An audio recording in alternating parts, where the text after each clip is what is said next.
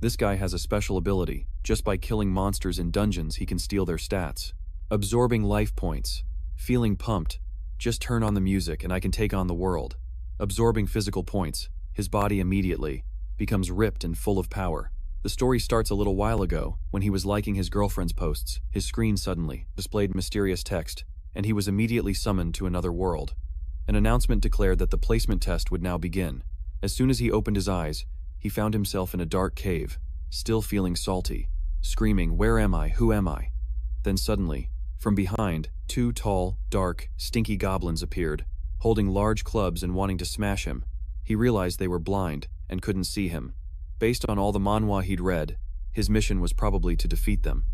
Just then, his worn-out sandals made a slapping sound, and the blind goblin immediately swung its club at him. But luckily, Yu was agile enough to dodge, or he would have been eating dirt. Terrified, he lay silently on the ground, covering his mouth to muffle his heavy breathing, thinking to himself, since they're blind, they're very sensitive to sound and movement, and they even know how to corner their prey. At this rate, I'll be discovered. So Yu threw 2 stones into the distance to lure them away, then seized the opportunity while one was distracted, to smash a large rock on its head. Unable to see, the huge creature instinctively swung its club backward in a rage, but it totally clobbered its own teammate. At that moment, he yelled, "The prey is fighting back, take it down." The one that just got and hit thought the enemy was right in front of it, and delivered a powerful swing. And just like that, he took care of the 2 goblins. Good thing he didn't forget his brain when he got transported, haha.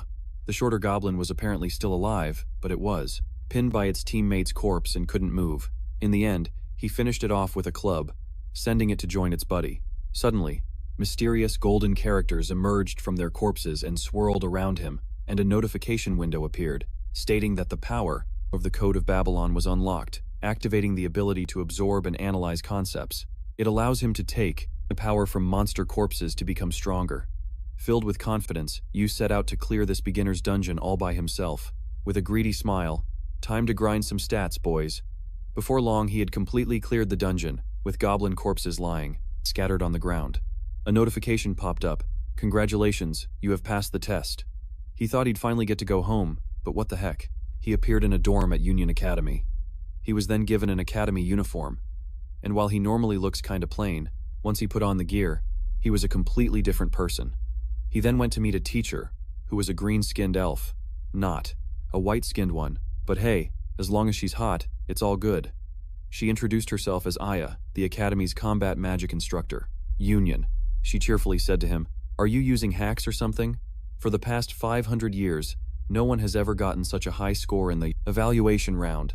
He didn't really care, he just wanted to go home right then and there. Suddenly, his attention was caught by something massive in the distance, and the teacher told him it was the very reason the Academy was founded.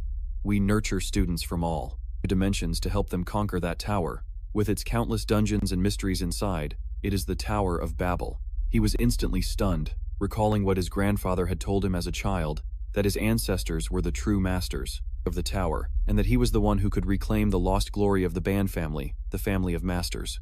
Language, then with his professor's help, was able to return home. After explaining everything to his family, his grandfather was overjoyed, exclaiming, "You found the Tower of Babel? Excellent. That's my grandson." His uncle had to quickly calm the old man down to keep him from getting too excited and kicking the bucket. Once everything was settled, Yuun began preparing for his school enrollment.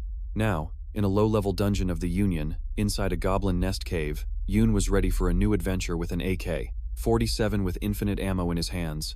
He began to teach the goblins about the power of modern civilization. The goblins didn't even have a chance to attack before they were wiped out by a rain of bullets, and Yuun calmly advanced, with no one daring to block his path. I'm here. Before, my ability was limited to language, but now I've acquired it from the goblins. Everything has completely changed. With the Code of Babylon, I can verbalize, absorb, and manipulate the concepts of all things. Every time I defeat an enemy, I can obtain concepts that I can comprehend. The more I obtain, the stronger I become, and the concept I gained from the first dungeon, the Blind Goblin's Cave, was infused into this club, turning it into a powerful weapon.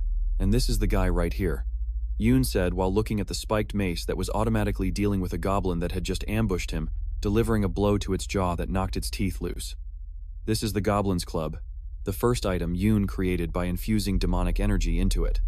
This item can automatically materialize on the command of its master, and can also transform and move freely. Seeing his companion being so useful, Yuun couldn't help but proudly caress the mace. Even though it was just a coincidence, thanks to it, I passed the evaluation test with flying colors. Satisfied with his victory, Yuun looked at the defeated remnants and muttered, "All right, now it's time to collect the loot and confirm the codes." With that, he quickly absorbed the concepts from the corpses, acquiring from the goblins: Life 5, Mana 3, Demonic Essence 5, Body 3, Soul 2, Leadership Skill 1, Murderous Intent 1.7, Family 0.5. As he looked through the notifications, something special caught Yuun's attention among the concepts collected from the monsters. It was something I had never seen before. What is a soul? As soon as he finished speaking, the Bang Manga mace eagerly rushed over. "What's wrong, do you want it?" Yuun asked, and Bang Manga immediately nodded. Seeing this, Yuun didn't hesitate to give the concept to it. "Of course, it's yours. Wait a moment, I'll give you life, monster, and demon essence too." After saying that, Yuun focused his mind, controlling the pictographic characters floating around his hand and compressing them into a sphere. "This is what I've learned, to take the collected concept fragments and infuse them into the mace." As he thought this, he quickly pushed the sphere into Bang Manga. Immediately, the mace emitted a brilliant light, as if it were undergoing an evolution. The concepts combined harmoniously, creating a strange transformation and an item that surpassed all existing limits. Hearing this notification, Yuun's eyes flashed with amazement. "Interesting. How did this happen? Did one of the concepts I separated automatically transform?" he exclaimed. Immediately after, the sphere of light shattered, revealing a small snake inside. Thanks to the superior fusion process, an M-class magical beast was created. A magical beast? Does combining monster and beast create a magical beast? How miraculous. Can I touch it?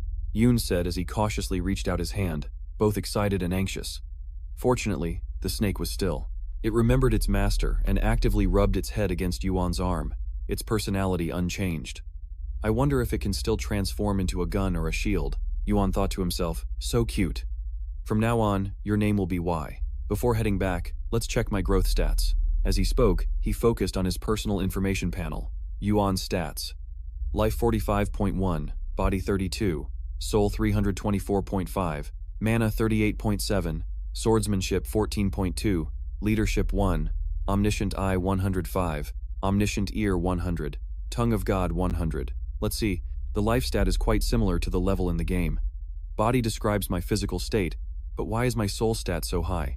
Things like the Omniscient Eye and Omniscient Ear must be related to my language skills. I'll just ignore what I don't understand for now. After saying that, Yuan turned to Y and asked, "What do you think, Y? Can we blend in with our classmates now?" Hearing this, Y shook its head repeatedly, looking embarrassed. "It's okay. The most important thing is the growth stats, right?" Yuan comforted it. Just then, the system issued a notification. The dungeon core has been destroyed. You can now leave this dungeon. Do you wish to exit? All right, let's get out. It's time for the Union Academy entrance ceremony, Yuan said as he pressed the button on the screen. Immediately, he was teleported by a magic circle. The next scene was the Union Academy auditorium. In the large hall, the newcomers quickly found their seats. Yuan was also teleported to the center of the hall, a sight that made a few people around him jump in surprise. Whoa, so many people. But, as he said this, he activated his Omniscient Eye. The Omniscient Eye is an eye that can read everything. Depending on its proficiency level, it helps the user grasp a target's aura and spirit in an instant. The attribute stats of the people around him appeared in Yuan's vision. This lava rock guy has BBC stats, while that handsome blonde guy over there possesses an S stat. Quite impressive. Looking at these numbers, Yuan couldn't help but tremble inwardly. As expected, the students admitted through the regular process are on a whole other level. They're at least 10 times stronger than me. But, where's my seat? He wondered. Just then, a voice rang out from behind. Hey, if you're from a subdimension, stop wandering around here. Get lost and go over there. The owner of the voice was a huge guy who looked like a raid boss from a game. Yuan knew he was no match for him, so he could only wave his hand and reply, "Oh, alright, thanks." Seeing him act so cowardly, the group burst out laughing. However, Yuan wasn't angry at all. It's no wonder the students from the regular admission process are so confident. They're discriminating against me just because I came from a subdimension. It's the same everywhere. The strong always look down on the weak, he thought to himself. Just then, as if witnessing Yuan's loneliness, a blonde guy in the distance raised his hand and called out to him, "Hey, the special admission students, sit over here." Yuan immediately ran over. Is this place reserved for students from sub-dimensions? It looks like we're being exiled, he thought awkwardly. When he observed the stats of the people around him, his eyes almost popped out of their sockets. Oh my god, are these people really students from sub-dimensions? Their stats are high enough to take down all the regular admission students. In Yuan's line of sight, the blonde guy had SAA stats. The white-haired girl was SSSS, and the pink-haired girl was ABS. In addition, he also saw 3 other lines of stats: question mark, C, and F. After getting a clear look at each other's faces, Yuan realized he knew the blonde guy. Is that you, Lai? Yeah, hey. Is this our spot? This is great, Yuan said, while thinking to himself, this guy is Lai, the handsome guy I met at the dorm before the entrance ceremony. Our first meeting was quite special.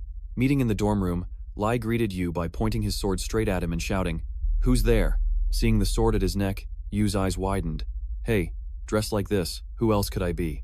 I'm a new student. Your roommate, Yu yelled, startling Lai, who realized his actions were too aggressive.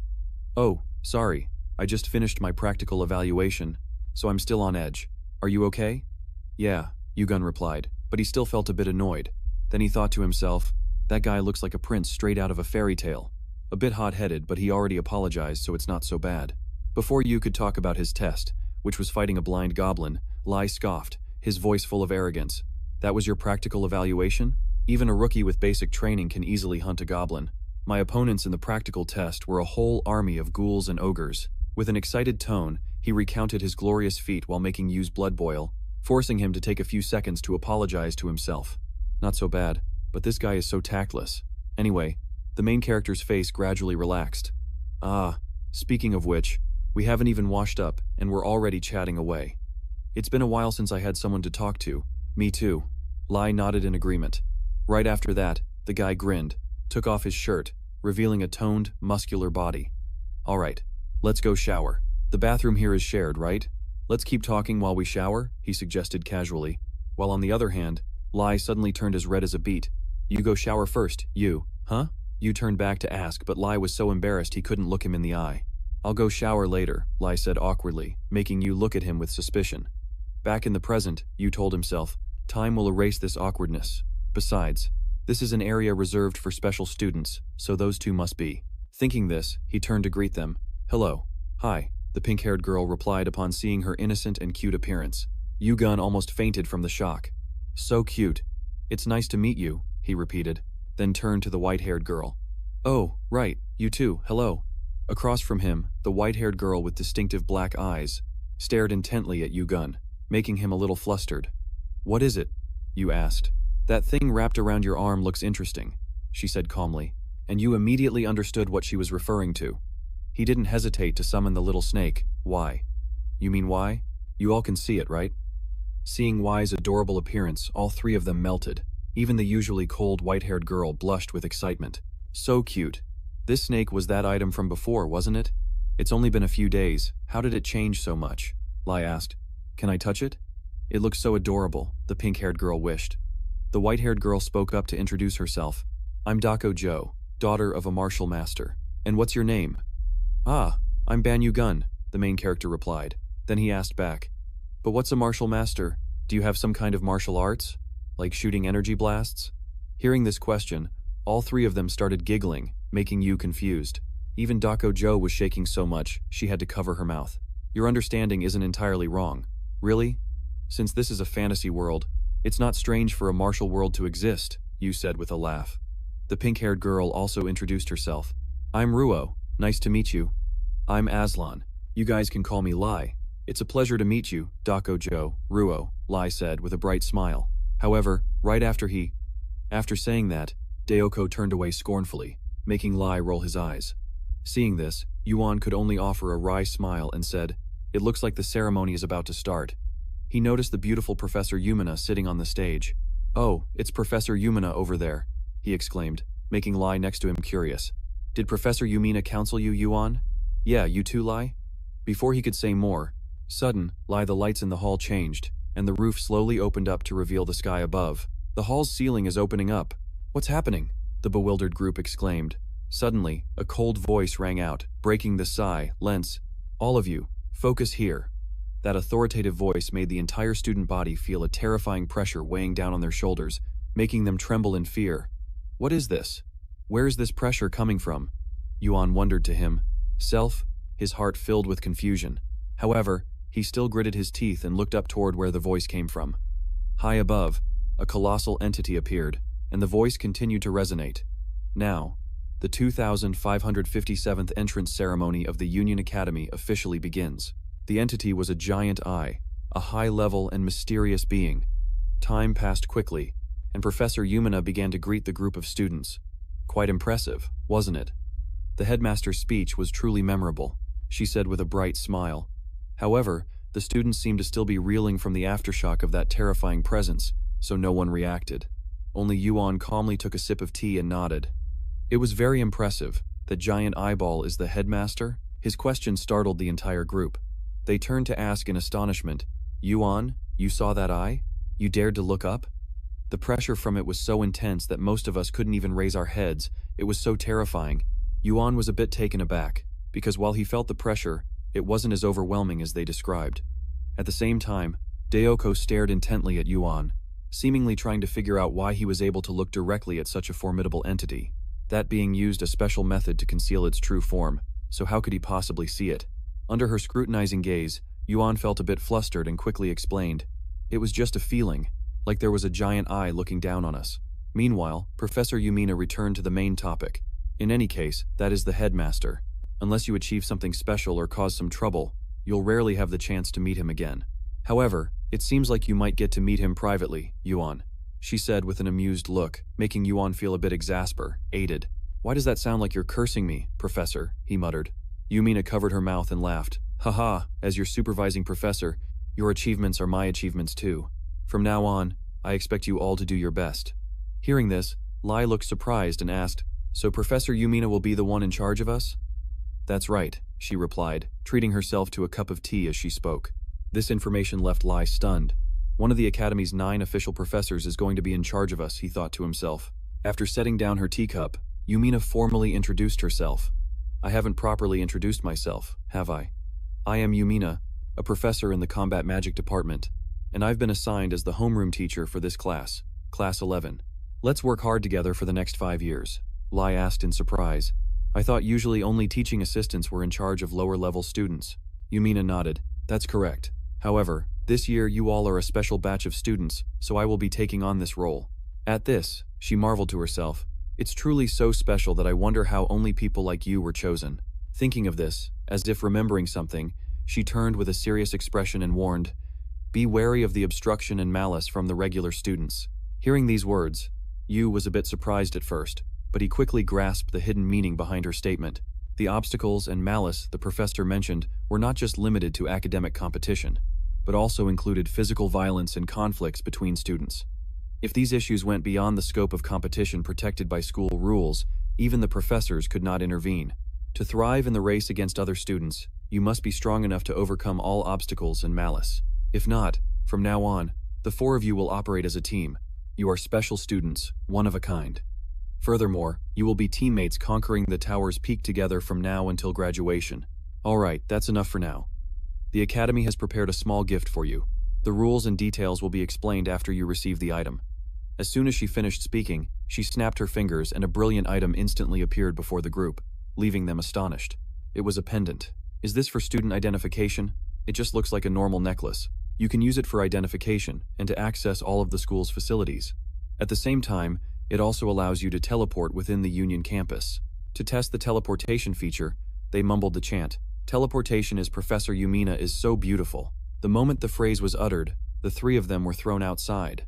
Professor Yumina is so beautiful, Lu shouted with wide eyes, and then they were teleported back to their original position. And regarding this chant, the 3 of them could only remain silent, not knowing what to say about Professor Yumina. Good grief, the group sighed. We need this identification pendant to enter the tower, so whether we like it or not, we have to keep it safe, Lai said while quickly tucking the pendant into his pocket. Across from them, the pink-haired Ruo wondered. But why was only Yu held back? Who knows? Lai replied with a shrug. Maybe he sensed that terrifying entity. Hozo voiced her thoughts. As she spoke, she recalled Professor Yumina's phone conversation with someone. Right now? No. We have prepared a tea party. Unfortunately, among all the students, he was the only one who could look directly at the headmaster. Scene change to the headmaster's office. Yu was sitting as quiet as a lamb. What is this? I have to meet the headmaster privately on the very first day. I didn't do anything wrong, did I? Yu thought in confusion. Seeing his anxious expression, the headmaster spoke up. Look directly at me. My true body is not here at the moment. The voice came from a doll placed on the desk. Hearing this, Yu finally dared to look at the doll and asked, The headmaster? No, I am the chairman. Just call me teacher, he instructed. Yes, teacher, Yu quickly replied. Then, the chairman got straight to the point. I should explain why I called you here. Normally, I do not interfere in a student's development, whether they are strong or weak. Whether they survive or die in the tower, I do not care. My only goal is to witness with my own eyes the one who climbs to the top of the tower. Everything else is meaningless. Hearing this declaration, Yu became silent. In truth, the tower is the legacy of my ancestors. The Ban clan was destined to reclaim it with all its power and glory. I'm willing to risk my life to reclaim the entire tower. But facing the headmaster, facing these other students, what does the tower mean? Why do they have to come to this dimension to conquer it? Unable to suppress his curiosity, Yu decided to ask, Sir, what exactly is this tower? Hearing the question, the principal was silent for a few seconds, seemingly surprised by his student's curiosity. Then, he slowly replied, The tower is the path to the gods, and also a great trial. The gods? Are they the same gods that everyone always talks about? This is getting more and more complicated, Yu muttered to himself, confused about what to think. Meanwhile, the principal continued. Normally, I don't interfere when students face difficulties, but this time is an exception, because I see great potential in you, the greatest potential I have ever seen. I will make arrangements to help you prepare for your journey to conquer the tower. As soon as he finished speaking, the arm of the small doll on the table gently lifted, shooting out a strange beam of light, which merged into Yu's identification necklace. What is this? Yu exclaimed in surprise. The principal quickly explained. I have expanded your exploration privileges beyond the academy's boundaries. Now, you can freely travel to any dungeon. Use your free time to hone your skills before you begin to conquer the tower. Outside the academy? Yu asked again, still full of doubt. That's right, now you should go, Yu. Remember, improve your skills before climbing the tower. If you perform exceptionally, I will unlock the next privilege for you. As he spoke, he waved his hand, and immediately, a portal appeared beneath Yu's feet, pulling him inside. The next privilege? Yu exclaimed in astonishment. That's right. It's the right to explore the tower independently. I look forward to our next meeting. As soon as the words were spoken, Yu was pushed out of the room and fell right into the arms of teacher Yuma, who was waiting behind him. Did the meeting with the principal go well? Yuma asked with a bright smile. Yu looked up, but his view was blocked by two giant hills. Embarrassed, he hastily backed away and stood up. The principal often dismisses his guests like that. Strange, isn't it? Yuma shrugged and smiled, while Yu didn't dare to look directly at her. Yes, he replied shyly. He's been looking forward to meeting you from the very beginning, Yu. After calming down, Yu recounted his conversation with the principal and his promises, leaving Yuma utterly astonished. Oh my gosh, allowing a student to leave the academy, that's an incredibly huge privilege, Yuma exclaimed. Is it that big of a deal? He said I need to quickly improve my lacking skills, Yu asked again, still full of questions. It's super huge. You can freely explore dungeons outside the tower and even travel to other cities. This means you'll have far more experience and preparation than anyone else. No student has ever received this privilege before, Yuma explained, making Yu realize just how favored he was. Haha, so that's it. I thought he believed I was so weak that I needed remedial classes. Thank heavens, Yu chuckled softly. Yuma continued, her voice tinged with a bit of jealousy. You are so lucky, Yu. I'm so jealous. Normally, we teachers are too busy to go out at this time. Is that so? Yu asked again. That's right. Because Union is an academy. Everything is student-centered, so it's quite inconvenient for us teachers.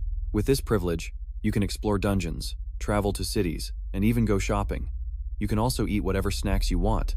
I'm so jealous. The more she spoke, the closer her face got to Yu with a very strange expression, making the young man break out in a sweat. Covered in sweat, Yumina finally revealed her true purpose. There's this really beautiful city you should visit. It's called Ronica, and the spring temple there is truly. Not waiting for his teacher to finish, he quickly cut her off, afraid she was going to eat him alive. Professor, how about I buy a gift for you? Time passed quickly, and the scene shifted to a location outside the academy. Yu was now on his way to complete the task Yumina had assigned, remembering her instructions about the honeymoon wine, brewed by monks, famous for its sweet aroma, thick foam, and enchanting aftertaste. Buy me one, no, 2 bottles, okay? The wine-loving teacher said, her eyes twinkling like headlights as she entrusted this great responsibility to the newly enrolled student. Yu could only sigh to himself. A professor sending a student to buy alcohol. This world was truly full of surprises. But luckily, he already had an item inventory. As he said this, he opened his bag to check with a satisfied expression, then suddenly discovered an item inside. Ah, this is the thing my grandfather gave me before I enrolled. Yu stared intently at the item, bag his grandfather had prepared, its rarity unknown. Turning back time to before enrollment day, as Yu was getting ready to leave, his grandfather approached him carrying the bag. Are you ready, Yu? Yes, I'm pretty much set. Did you sleep well? Yu replied. And upon hearing his grandson, the old man set the bag on the ground with a heavy thud. Open it and take as much as you want. What is it? Yu asked curiously. Just open it and you'll find out. His grandfather laughed knowingly. The moment he opened the bag, a golden light flashed, nearly blinding Yu. Whoa, it's all pure gold. Can I really take some? Yu asked in astonishment. Haha, don't worry. This is the family fortune left by our ancestors, for the purpose of finding the Tower of Babel. It's all yours now, use it however you wish, his grandfather said happily. Yu was so moved he started to cry. Thank you, grandfather, this will help a lot. But it seems a bit hard to carry, doesn't it? He stammered. Why would it be hard? The old man retorted. Just looking at it. It looks heavy, Yu complained. You silly boy, the old man shouted, annoyed. Back in the present, after opening his inventory, Yu tossed all his personal items into the bag. Having an item storage is so convenient. Grandpa said gold is valuable everywhere, so I'll just take a few bars.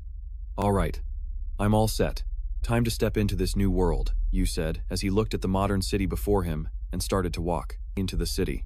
He was astonished by the level of development here. Oh, even though this is another dimension, the urban landscape is quite similar, isn't it? While he was lost in thought, Yu suddenly saw people riding flying vehicles in the sky and immediately shut his mouth. Ah, no, it's very different, after all. What is that? It's flying. How is that possible? He thought excitedly. But his unfamiliar appearance had already attracted the attention of some guards. Hey, you there, where are you from? Yu turned around, but before he could explain, the 2 guards recognized his uniform and instantly changed their attitude.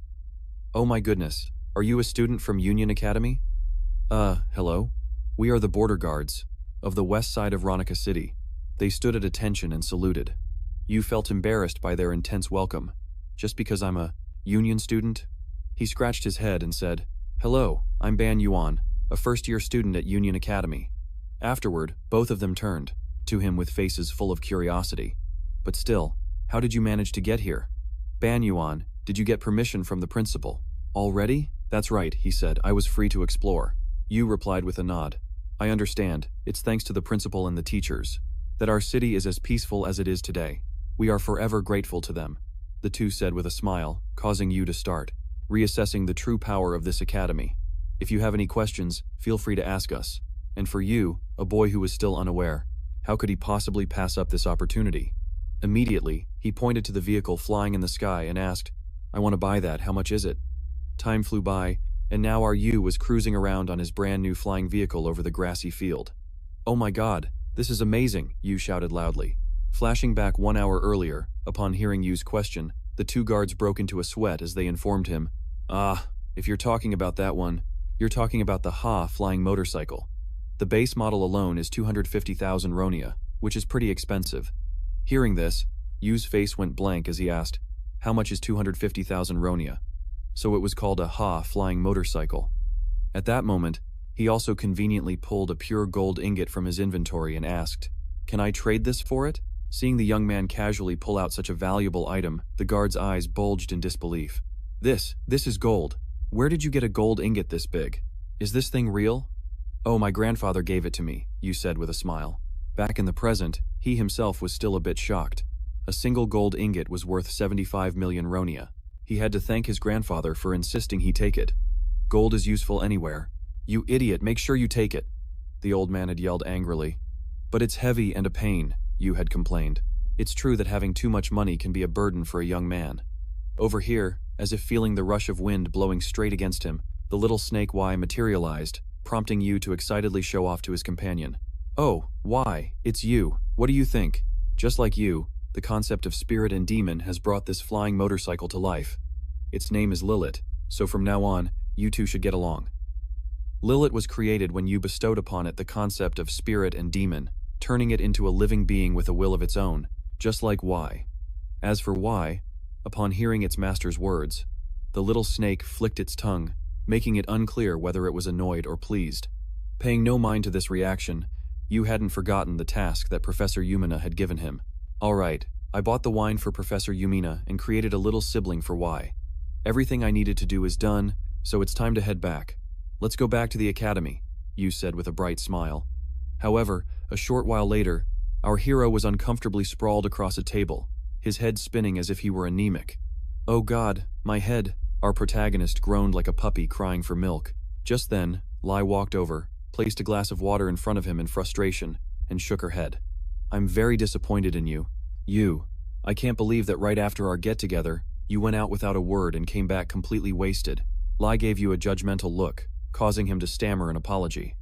Professor Yumina forced me. I couldn't refuse. As he spoke, Yu recalled the image of the professor grabbing him by the collar, determined not to let him leave. Bottoms up, drink. Another round, until his face was as red as a sunset.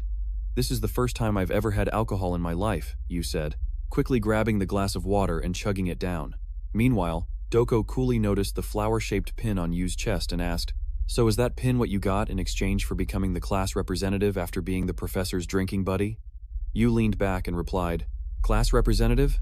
If you mean class president, then that's right. At that moment, Doko startled them both by declaring, If we have to choose a representative for the four of us, it has to be me. Because I'm the strongest one here. You agree, don't you? She stared. Yulai immediately objected, saying, That's a bit strange, Jiho. Even though we're equal teammates, I have to make this clear.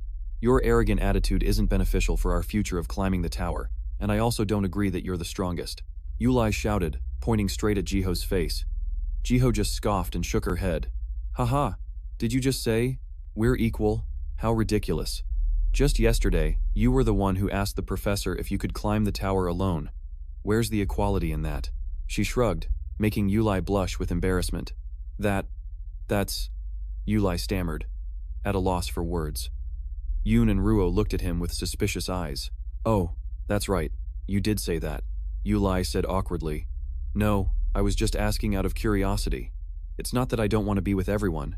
Meanwhile, Yuun slumped over the table, thinking, Man, I thought I could avoid this kind of division right from the start of class.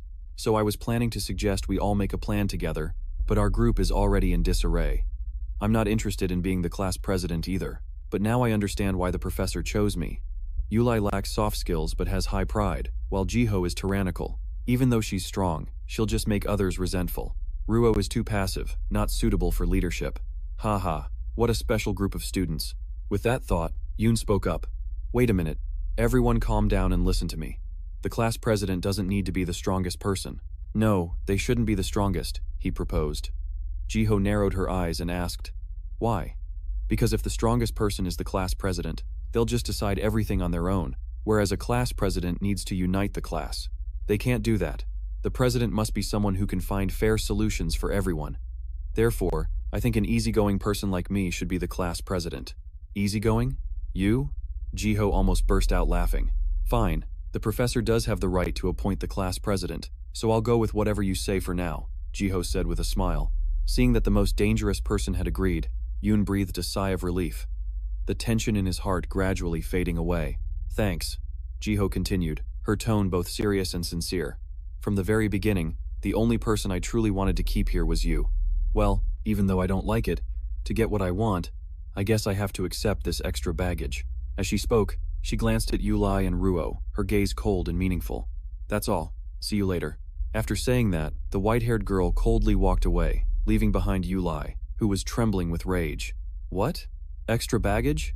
Yulai gritted his teeth, his voice filled with indignation. Seeing this, Yuun quickly tried to calm him down. Calm down, Yulai. After temporarily placating Yulai, Yoon felt completely exhausted. My god, this morning really feels more like a battlefield than a school. Anything related to pride is hard to resolve. Let's just take it slow. Yoon, our protagonist, told himself, trying to regain his composure. But before he could rest for even a few seconds, Ruo stood up, her voice full of excitement. Hey Yoon, did you not bring that cute snake from before? I want to try touching it. The girl's eyes lit up with curiosity. Oh my god, why is this place full of landmines? Yoon sighed internally. It feels like I'm being besieged by unexpected situations. The scene changes to a fighting arena. A rector, a man with magma blood, suddenly stood up and shouted, Professor, I really want to know just how good the students who passed the special exam are. His shout caused everyone to turn and look at Yoon's group, their eyes filled with interest and appraisal. The referee, dressed in a prisoner's uniform, nodded and said, For the first class, we'll warm up with a sparring match. What do you all think? Hearing this, the first-year students immediately grew excited, clamoring for a chance to participate. Professor, let me fight them? Back off, I'll go first. Hey you, are you going to take that pin off or not? The provocative and angry shouts made both Yuan and Lai fall silent, as Lai looked at Yuan with worry. So Union Academy bases its classes on the students' abilities. No wonder Class 1 is the special class. They seem to really hate our Class 11. Yu awkwardly replied, Ah, well, it might be because what I'm wearing is a bit provocative. While the crowd was still arguing, Hector stared intently at Yuan's badge, a fire of anger rising within him. How dare that weakling? Wearing the pin given by the goddess of flowers, Professor Yumina, and daring to wear it right in front of him, was simply unacceptable. The more he thought about it, the more Hector couldn't hold back, and he yelled, Professor, please let me test that guy's strength for myself. Let me fight him. The professor agreed immediately. All right then, step up, Yuan. You will fight Hector. Yuan felt like he was being pushed into an awkward situation with no way out. Meanwhile, Professor Yumina was quietly observing Yuan's first class. After seeing that it was a joint class between Class 1 and Class 11, she began to feel that something was wrong. What is this? Why are my class's students scheduled with the special class for their very first session, and for comprehensive combat training at that, in the very first period, no less? How can a specially admitted student from a subspace possibly fight against a high-level student? They must have thought so, which is why they arranged the schedule like this. I don't know who's playing tricks, but I can feel their malicious intent. Yumina thought to herself, her heart filled with worry for her student. Back to Yuan, he was no fool, enough to rush into a fight with the huge magma man standing opposite him, so he quickly raised his hand to refuse. Excuse me, Professor, but my combat skills are still very weak. I don't think I'll learn anything from this match. The professor in the prison uniform casually replied, Huh? Is that so? Then that's a 3-point deduction. This statement left you stunned, not understanding what was happening. Just step up, you. Stop making excuses, the professor said, adjusting his glasses with an arrogant look. At that moment, you suddenly realized that it seemed this guy was deliberately targeting him. Why? Why did the professor want to force him to fight? Did he want to humiliate me in front of everyone? The more he thought, the darker his expression became. I'm not making excuses. It's the truth. I was admitted through special admission for my unique abilities, not my combat skills. If the professor is curious about the abilities of a specially admitted student, please find another way to evaluate them instead of forcing us into combat. Yu argued persuasively. However, seeing Yu repeatedly refuse, the professor in the prison uniform gritted his teeth and shouted, Are you trying to teach a professor how to do his job? Hearing this, Yu no longer bothered with pleasantries and retorted immediately. Whether you're a professor or a student, if there's something you don't know, you should learn it. Besides, aren't I the class representative? Another 5-point deduction, the professor yelled, making Yuan sigh. Haha, so you want to play it this way? Yu thought to himself and quickly made a proposal. How about this, sir? I'll use this week to prepare. And I'll fight next week. Just give me 1 week. I'll enter the tower once, and when I come out, my preparations will be nearly complete. Yu's confident declaration made the atmosphere in the classroom suddenly freeze, and several pairs of eyes turned towards him, as if looking at a madman. What did he just say? A match next week? Prepare? What is he talking about? His abilities were clearly at rock bottom, so how could he possibly fight against the special class after just 1 week? As for the guy, the professor in the prison uniform bit his lip in anger. Now he's ignoring me and scheduling things himself. Fine then. Do as you please. Seeing him grit his teeth, Yuan's face filled with contempt. So what if I ignore you? You're not even an official professor. He muttered something that even startled Lai, who was standing behind him, and after suppressing his anger, the professor announced, Class Y and Hector, next Tuesday, you two will have an official sparring match. The match will be public, and the entire academy will be able to watch it live. Everyone be sure to tune in, he smirked, as if looking forward to seeing Yuun humiliated next week. So, he doesn't just want to humiliate me, he wants to make a huge spectacle of it? Yuun frowned in thought, before the professor turned to address the entire class. Yuun, since you requested time to prepare, make sure you show us what you've got. If you can't, Yuun, annoyed, cut him off. Of course. Hey Hector, right? We have an official match next week. I'm really looking forward to it, he said with a bright smile. Hector immediately spat in his direction, his contempt obvious. Humph, you weakling. Yuun felt embarrassed, not understanding why he was acting so cheerful towards this lava man. I wasn't expecting a polite response anyway, because what I wanted to gauge wasn't his attitude. Hector's stats appeared clearly in Yuan's eyes. Hector, his stats were B, C, with vitality at 250, physique at 300, and magic at 120. Looking at these numbers, Yuun was even more certain that his decision to postpone the match until next week was absolutely correct. As expected of a special class student, his vitality and physique stats are astonishing. His vitality is 5 times mine, and his physique is 10 times mine. But even so, compared to them, he's still nothing at all, Yuun thought as he glanced at Lai and Ruo. If I want to climb the tower with them, I have to surpass Hector's level. Yuun thought to himself, then said with a laugh, Haha, why the long faces? Are you too worried about me? Ignoring Yuan's words, Dakhaz coldly began to warm up from behind. What's this? No one dares to step up. Unlike the class president, fighting is my specialty. Aren't you all curious about the skills of a special admission student? Does anyone dare to come up here? If it's a sparring match, I'm always ready, Dakhaz said confidently. Her stats were even breaking out of the hexagonal frame. Turning back to the group of extras, after hearing Dakhaz's provocation, the entire group froze for a few seconds. Even the professor in the prison uniform was at a loss for words. The reason was simple. Even someone as weak as Yuun could recognize the terrifying power of Dakhaz. The silence is deafening, but it's understandable. Even my myriad poison eye is having trouble fully reading Dakhaz's power. There's no way the first-year students can't feel her overwhelming aura, Yuun thought to himself. Back with Dakhaz, after seeing that no one dared to step forward, she said with boredom, What's wrong? If you lack confidence, shall I pick someone? She pointed directly at Hector. Hector, you're not the type to only pick on the weak, are you? Come on, I'll beat you to a pulp. Faced with this, Hector was startled, probably realizing that Dakhaz's power far surpassed his own.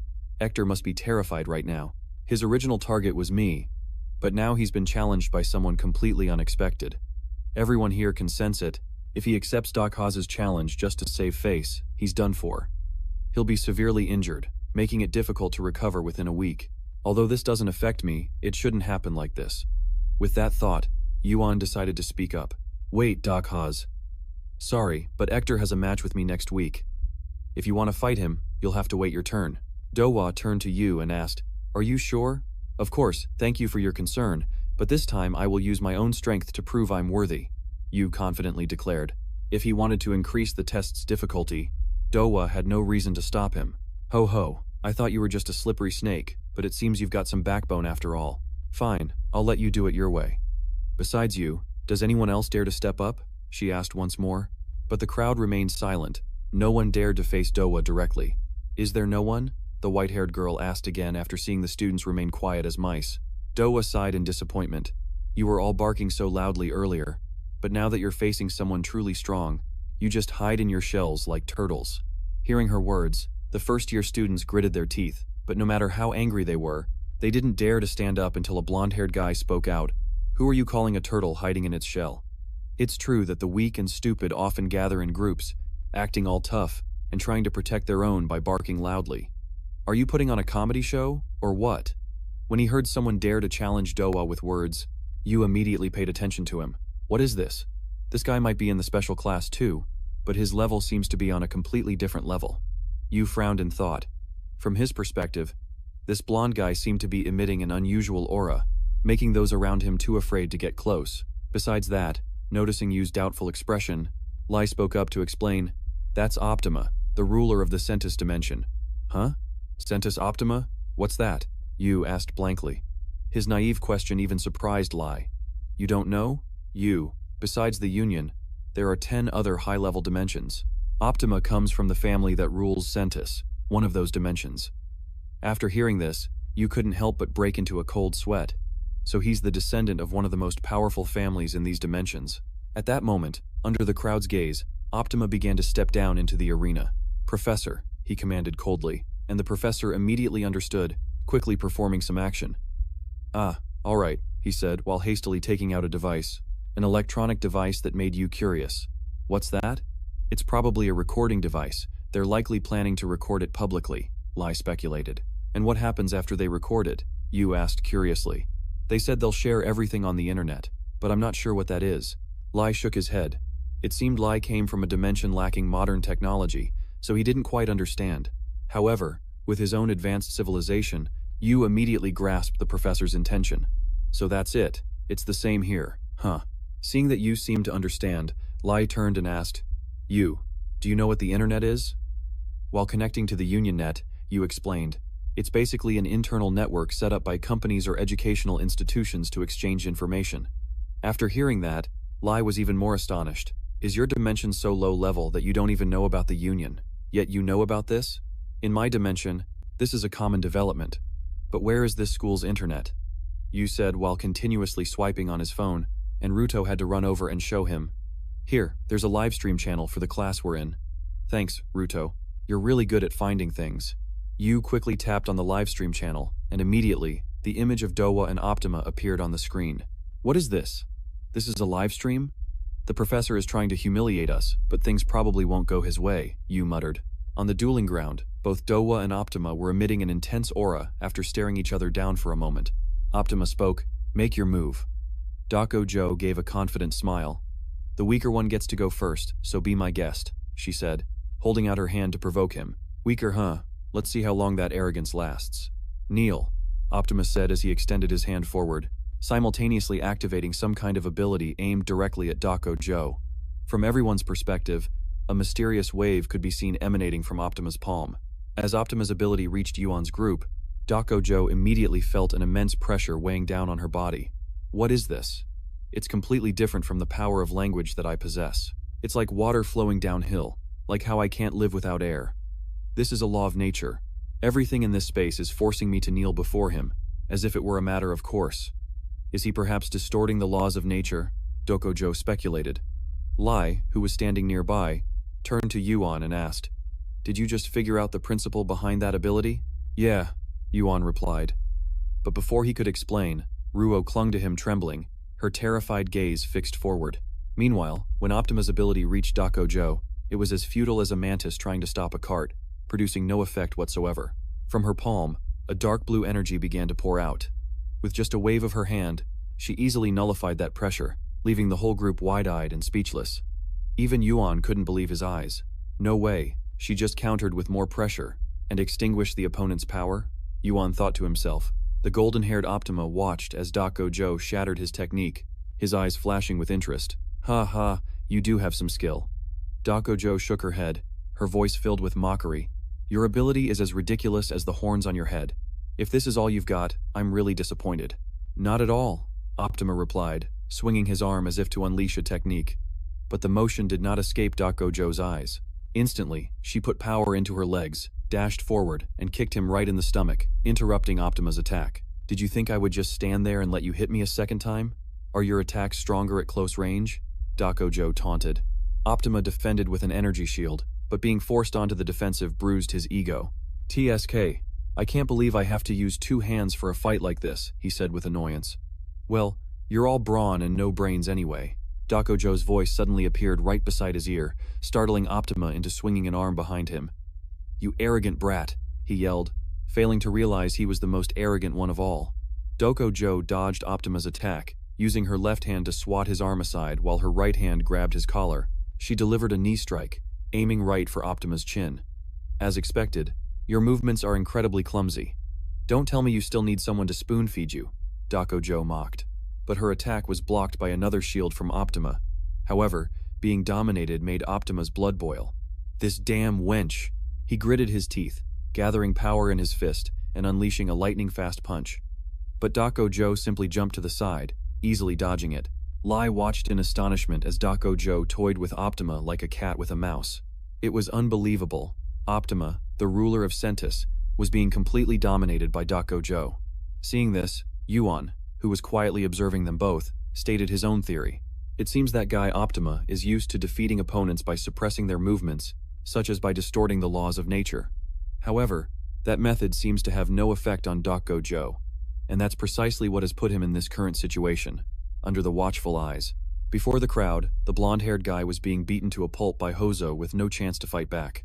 Each of her attacks was precise and powerful, from a barrage of punches to the face to a high kick straight to the chin. If it weren't for his energy shield, he probably would have collapsed long ago.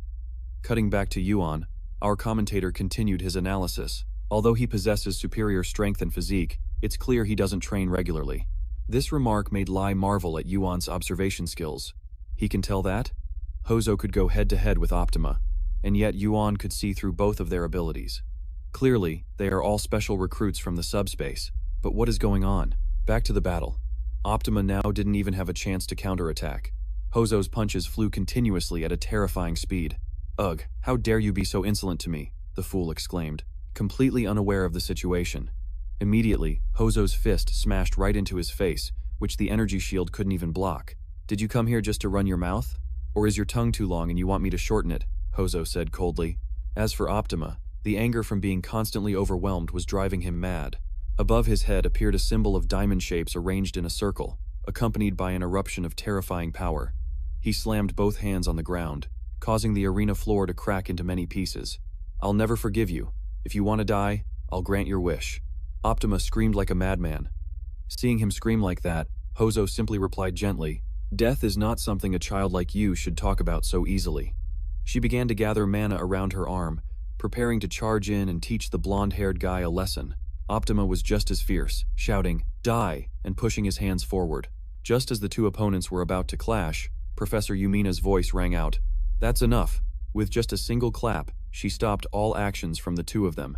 The arena was now filled with flowers, leaving both Hozo and Optima stunned. Yumina gently said, "Our academy does not encourage students to engage in death matches.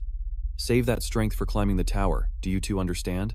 Then, she snapped her fingers to dismiss her skill, causing the flower garden to slowly disappear. In the stands, Yuun thought, "What is this? An illusion? But I can still smell the strong scent of flowers." As for Optima, when he saw Yumina appear, he knew he couldn't continue the fight.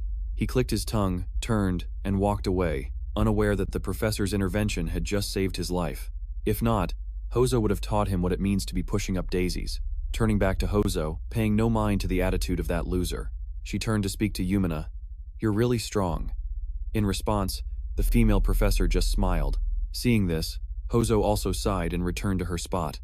"Yeah, welcome back," Yuun said. Hearing his words, the white-haired girl also turned to ask for Lai's opinion. "What do you think? It was amazing. Just watching was exciting enough." However, before our protagonist could finish his sentence, Ruo suddenly rushed over and clung tightly to his back from behind. This action made the whole group curious. "Ruo, what's wrong? Are you still scared of Hozo?" he asked with a frown, seeing his friend trembling uncontrollably. "Haha, so cute. It's okay, come on out," Yuun said with a smile, while Ruo stubbornly clung to his back, refusing to let go. Elsewhere, Yua's annoyed voice was heard. A voice rang out, attracting everyone's attention. "You will be punished, Professor Farron, for allowing a sparring match on the very first day of class. Not only did you permit a sparring match, but you also turned a blind eye when things went too far. You know this is a serious mistake, don't you?" I'm sorry, Professor," Farron stammered. "This isn't something an apology can fix, so you'd better prepare yourself." Yuma replied arrogantly, then she approached Yuun. "Oh, and for a class president, character is the most important thing. Yuun, why are you wearing your pin upside down like this?" As she spoke, the beautiful teacher gently adjusted the pin on our protagonist's chest. It was an incredibly intimate gesture, driving the students behind them crazy with envy. However, seemingly oblivious to their gazes, Yuma left immediately after adjusting Yuan's badge. "Well then, I'll be going. Have a good day, everyone." Watching her retreating figure, Yuun could only laugh awkwardly. "Haha, our professor came to stop the fight, but she only ended up causing more resentment." After he said that, even without looking back, you could feel countless malicious glares from the Class 1 students aimed at him. "Why does it have to be that weakling? I won't let him get away with this," someone gritted out. Time passed quickly, and news of the duel between Doc Hozo and Optima spread among all the freshmen. Hey, have you heard? The new girl from the secondary dimension actually fought evenly with Optima. Not just evenly, she totally overwhelmed him. A secondary dimension? Isn't that a bit of an exaggeration? What in the world is happening? Curious comments began to appear one by one. And of course, our protagonist, Yu, could also see these comments. However, he wasn't happy at all about his newfound fame. It seems like the whole world is talking about us, Yu said worriedly. Across from him, steam was practically coming out of his friend Lai's ears as he failed to comprehend the high-tech device. Turning to Doc Hozo, after she finished reading the comments, her unique eyes narrowed slightly. That's strange. Is that guy really the #1 prospect? No way. There's at least one person in that class who is much stronger than him. Doc Hozo recalled the sight of a girl dressed like a mage, huddled by herself in a corner of the class, before she turned to ask the protagonist a question. I thought you would have noticed too? She asked. Yuun simply shrugged in reply with a faint smile. Ha ha ha, that's because I was too focused on your match. Meanwhile, Lai had slumped over the table, seemingly exhausted. But hey you, they're mentioning your name all over the community page, right? What does Master of Provocation mean? Lai asked. Yu sighed and explained. Well, they don't dare to mess with the person who challenged the #1 prospect, so they're criticizing me instead. That's not the only topic of discussion, is it? Doc Hozo chimed in, glancing to the side. Come to think of it, we usually sit so far apart. Huh? He exclaimed in surprise, noticing Ruo sitting at another table, trembling all over. The mood at the meal seemed to turn somber. It appeared that Ruo either sensed something from Doc Hozo or was simply too afraid to come near. I wonder what it's like when they share a room. Perhaps he's still tense from what happened before. Maybe I should help him feel more at ease? Everyone needs a little sweetness in their life. Yuun thought, then quickly pulled a jar of jam from his inventory. This is fairy jam, created using my synthesis ability, extracted from a concentrate of tens of thousands of different fruits. It has a special effect that, while minor, helps promote the overall growth of all stats. Look at this, Yu said, catching everyone's attention. The two of them looked into the jar curiously, and Yu chuckled. Ha ha, surprising, isn't it? Give me your bread, he said as he opened the jar's lid, and a sweet fragrance immediately wafted out. Ruo suddenly turned around, her eyes wide as she stared in their direction. Yu spread the jam on the bread and pushed the plate toward Lai and DC Hozo. Here, try it. Although they were a bit skeptical at first, both of them took a taste. From the very first bite, they experienced an explosion of flavor. This is so delicious. What is this? They both said, stunned. Yu smiled in satisfaction. Haha, pretty good, right? Lai stammered. Good? Just good? Yu. This isn't just a little good. It's... DC Hozo nodded. I've tasted all kinds of delicacies in the Central Plains, but this is truly on a whole different level. Yu was a bit flustered by their reactions and turned to invite Ruo. Come over here, and eat with us. The pink-haired girl was drooling from the aroma. She gulped and hurriedly pulled her chair closer. Make one for me, please? She mumbled. Of course, Yu replied cheerfully. Upon tasting it, Ruo practically melted from the flavor, the deliciousness of the fruit. The best fruit flavor in the entire world, she said, satisfied. Lai asked Yu, did you create this using your ability? DC Hozo looked on, craving more. Can I have some more? Yu smiled cheerfully. Of course. Here, eat as much as you want. DC Hozo licked her fingertips. It feels like I'm eating something incredibly precious. Yu replied. Not really. It's not expensive. Friends should share with each other. You know. Consider it a token of my gratitude for your earlier kindness. DC Hozo chuckled softly. Even so, that's a bit much. Alright, I've made my decision. To repay you for this divine elixir of yours, I will personally teach you martial arts, DC Hozo said, leaning her face right in front of the main character, making him blush. After the meal, DC Hozo led you to a house, in an ancient Eastern style.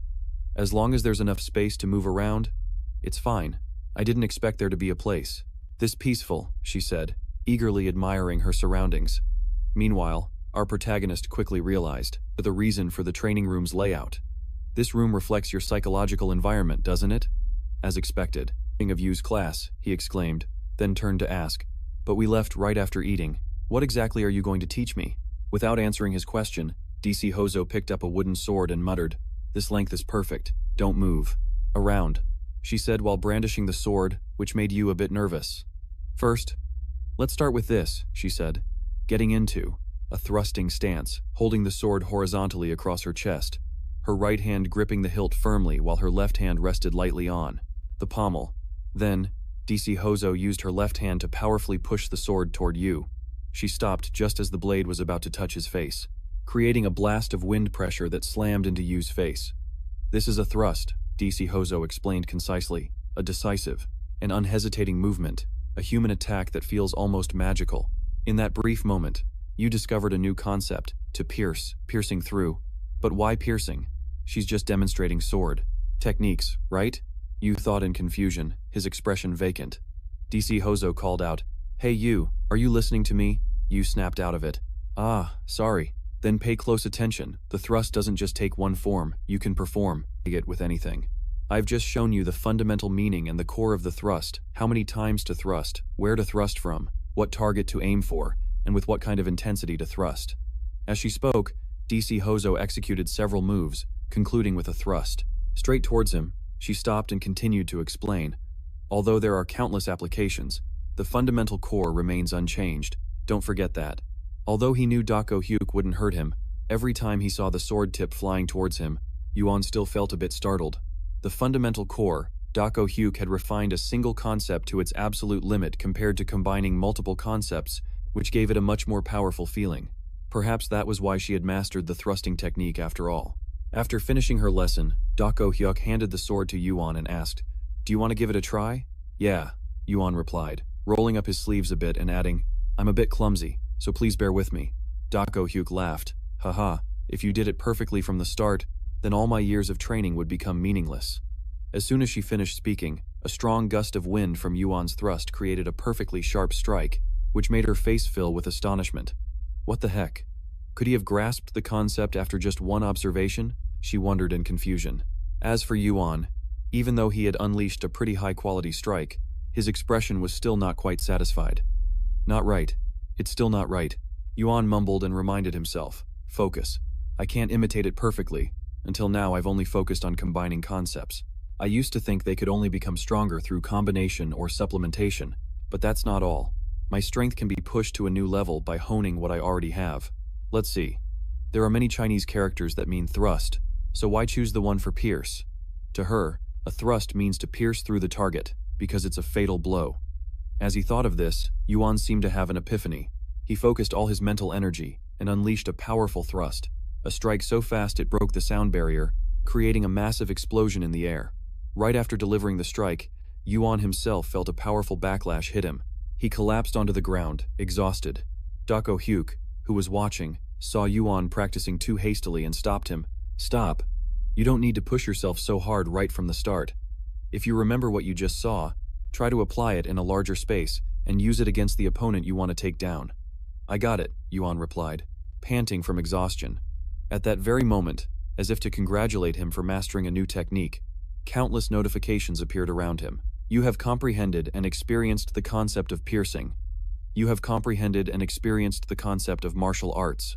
Looking at these notifications, Yuan couldn't help but chuckle to himself. "Haha, I just swung my sword a few times and my stats already increased?" Suddenly, a special notification caught his attention. "Additional ability update successful. Observed and understood the concept of teleportation. The depth of the myriad poison eye has increased to 110, martial arts to 36, swordsmanship to 20, and piercing thrust to 16. Looking at these numbers, Yuan felt a sense of panic. My stats really skyrocketed. The piercing thrust concept I just learned is already at 16 points, and swordsmanship? It didn't increase no matter how many goblins I killed, but now it jumped to 20. My overall combat technique has doubled. Does this even make sense? The more he thought, the more confused Yuan became. Meanwhile, Dako Hyuk also looked at him with an astonished gaze. I can't believe I'm the one at a disadvantage.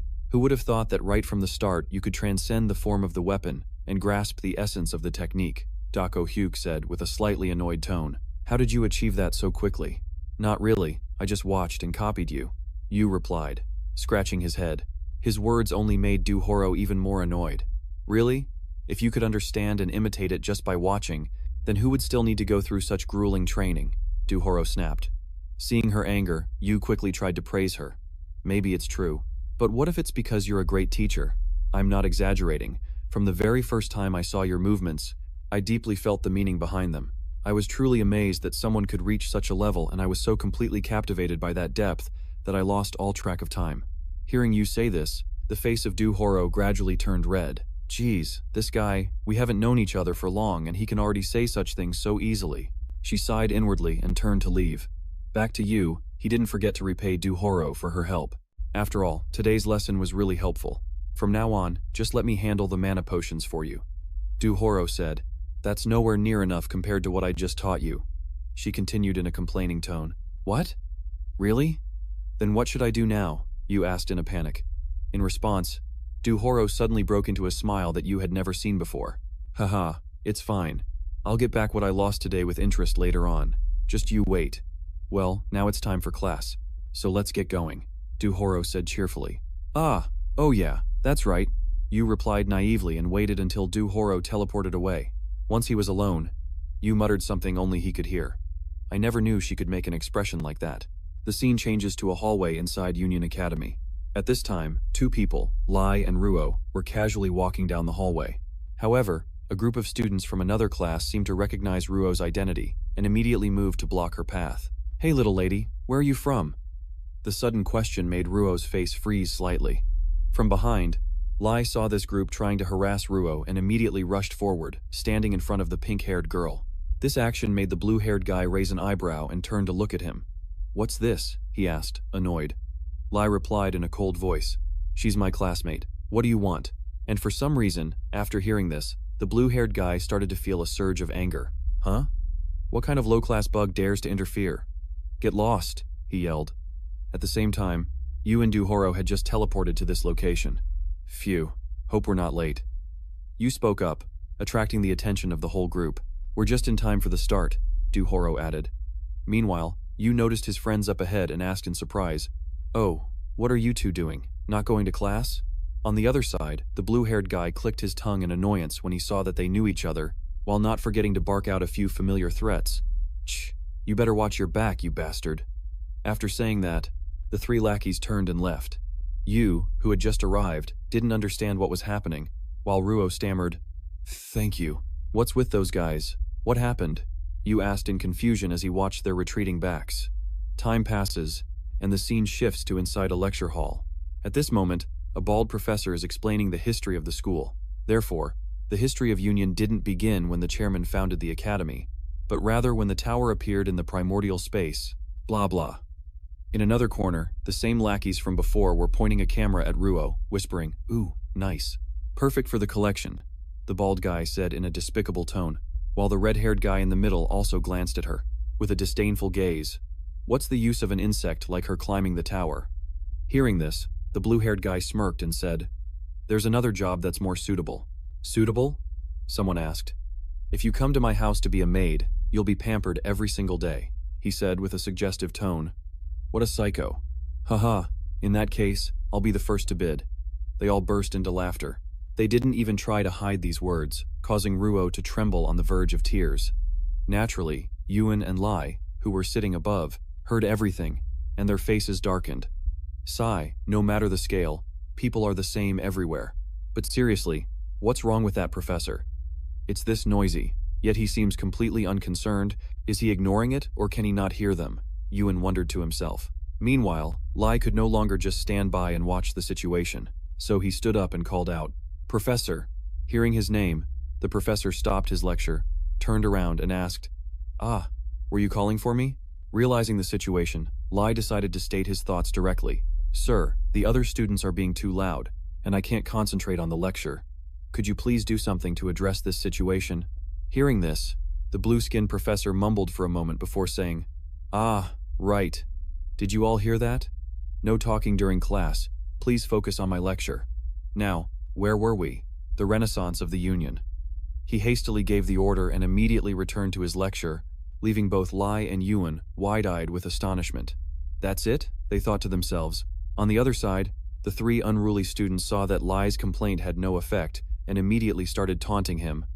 Look at that model student over there, acting all righteous because he's good-looking. Ah, right. Is he the reason I couldn't get her number earlier?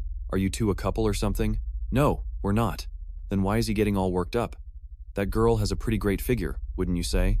Ha, totally. Agreed. Ha. Their insulting remarks brought tears to Ruo's eyes. While Lai was so furious, he snapped the pen in his hand.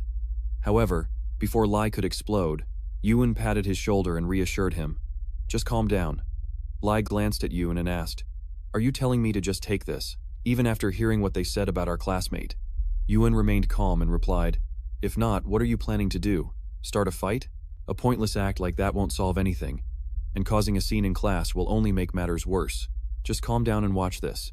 Saying that, Yuun pulled out his phone and showed Lai a video recording of the Union History class, Class 01, which was on YouTube. Lai asked in surprise, "What are you getting at?" Yuun smiled slyly and said, "There are many ways to solve a problem. When dealing with clowns who only talk trash, the best method is to give them a taste of their own medicine."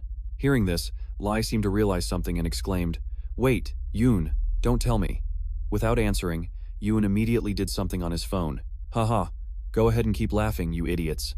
All the filthy words they're spewing during class are being broadcast live right now." At that moment, from a high-angle camera shot, the three unruly students were still casually making contemptuous comments. "What's the point of an insect like her climbing to the top of the tower? If you come to my house to be a maid, you'll be pampered every single day. What a psycho." This camera angle was provided by a small snake, holding a camera in its mouth from up high. Immediately after these words were broadcast, the online community immediately flooded the stream with criticism. "What the heck? Calling her an insect? Where are these guys? What class is that? They must be the freshmen from Class 7. Are you guys crazy? Where's the professor? This year's freshmen are insane." The continuous stream of comments made you grin from ear to ear. Oh, the reaction is explosive. Very quickly, the unruly students realized they had become the center of attention online. Hey, what the hell is this? A damn live stream. Who's filming?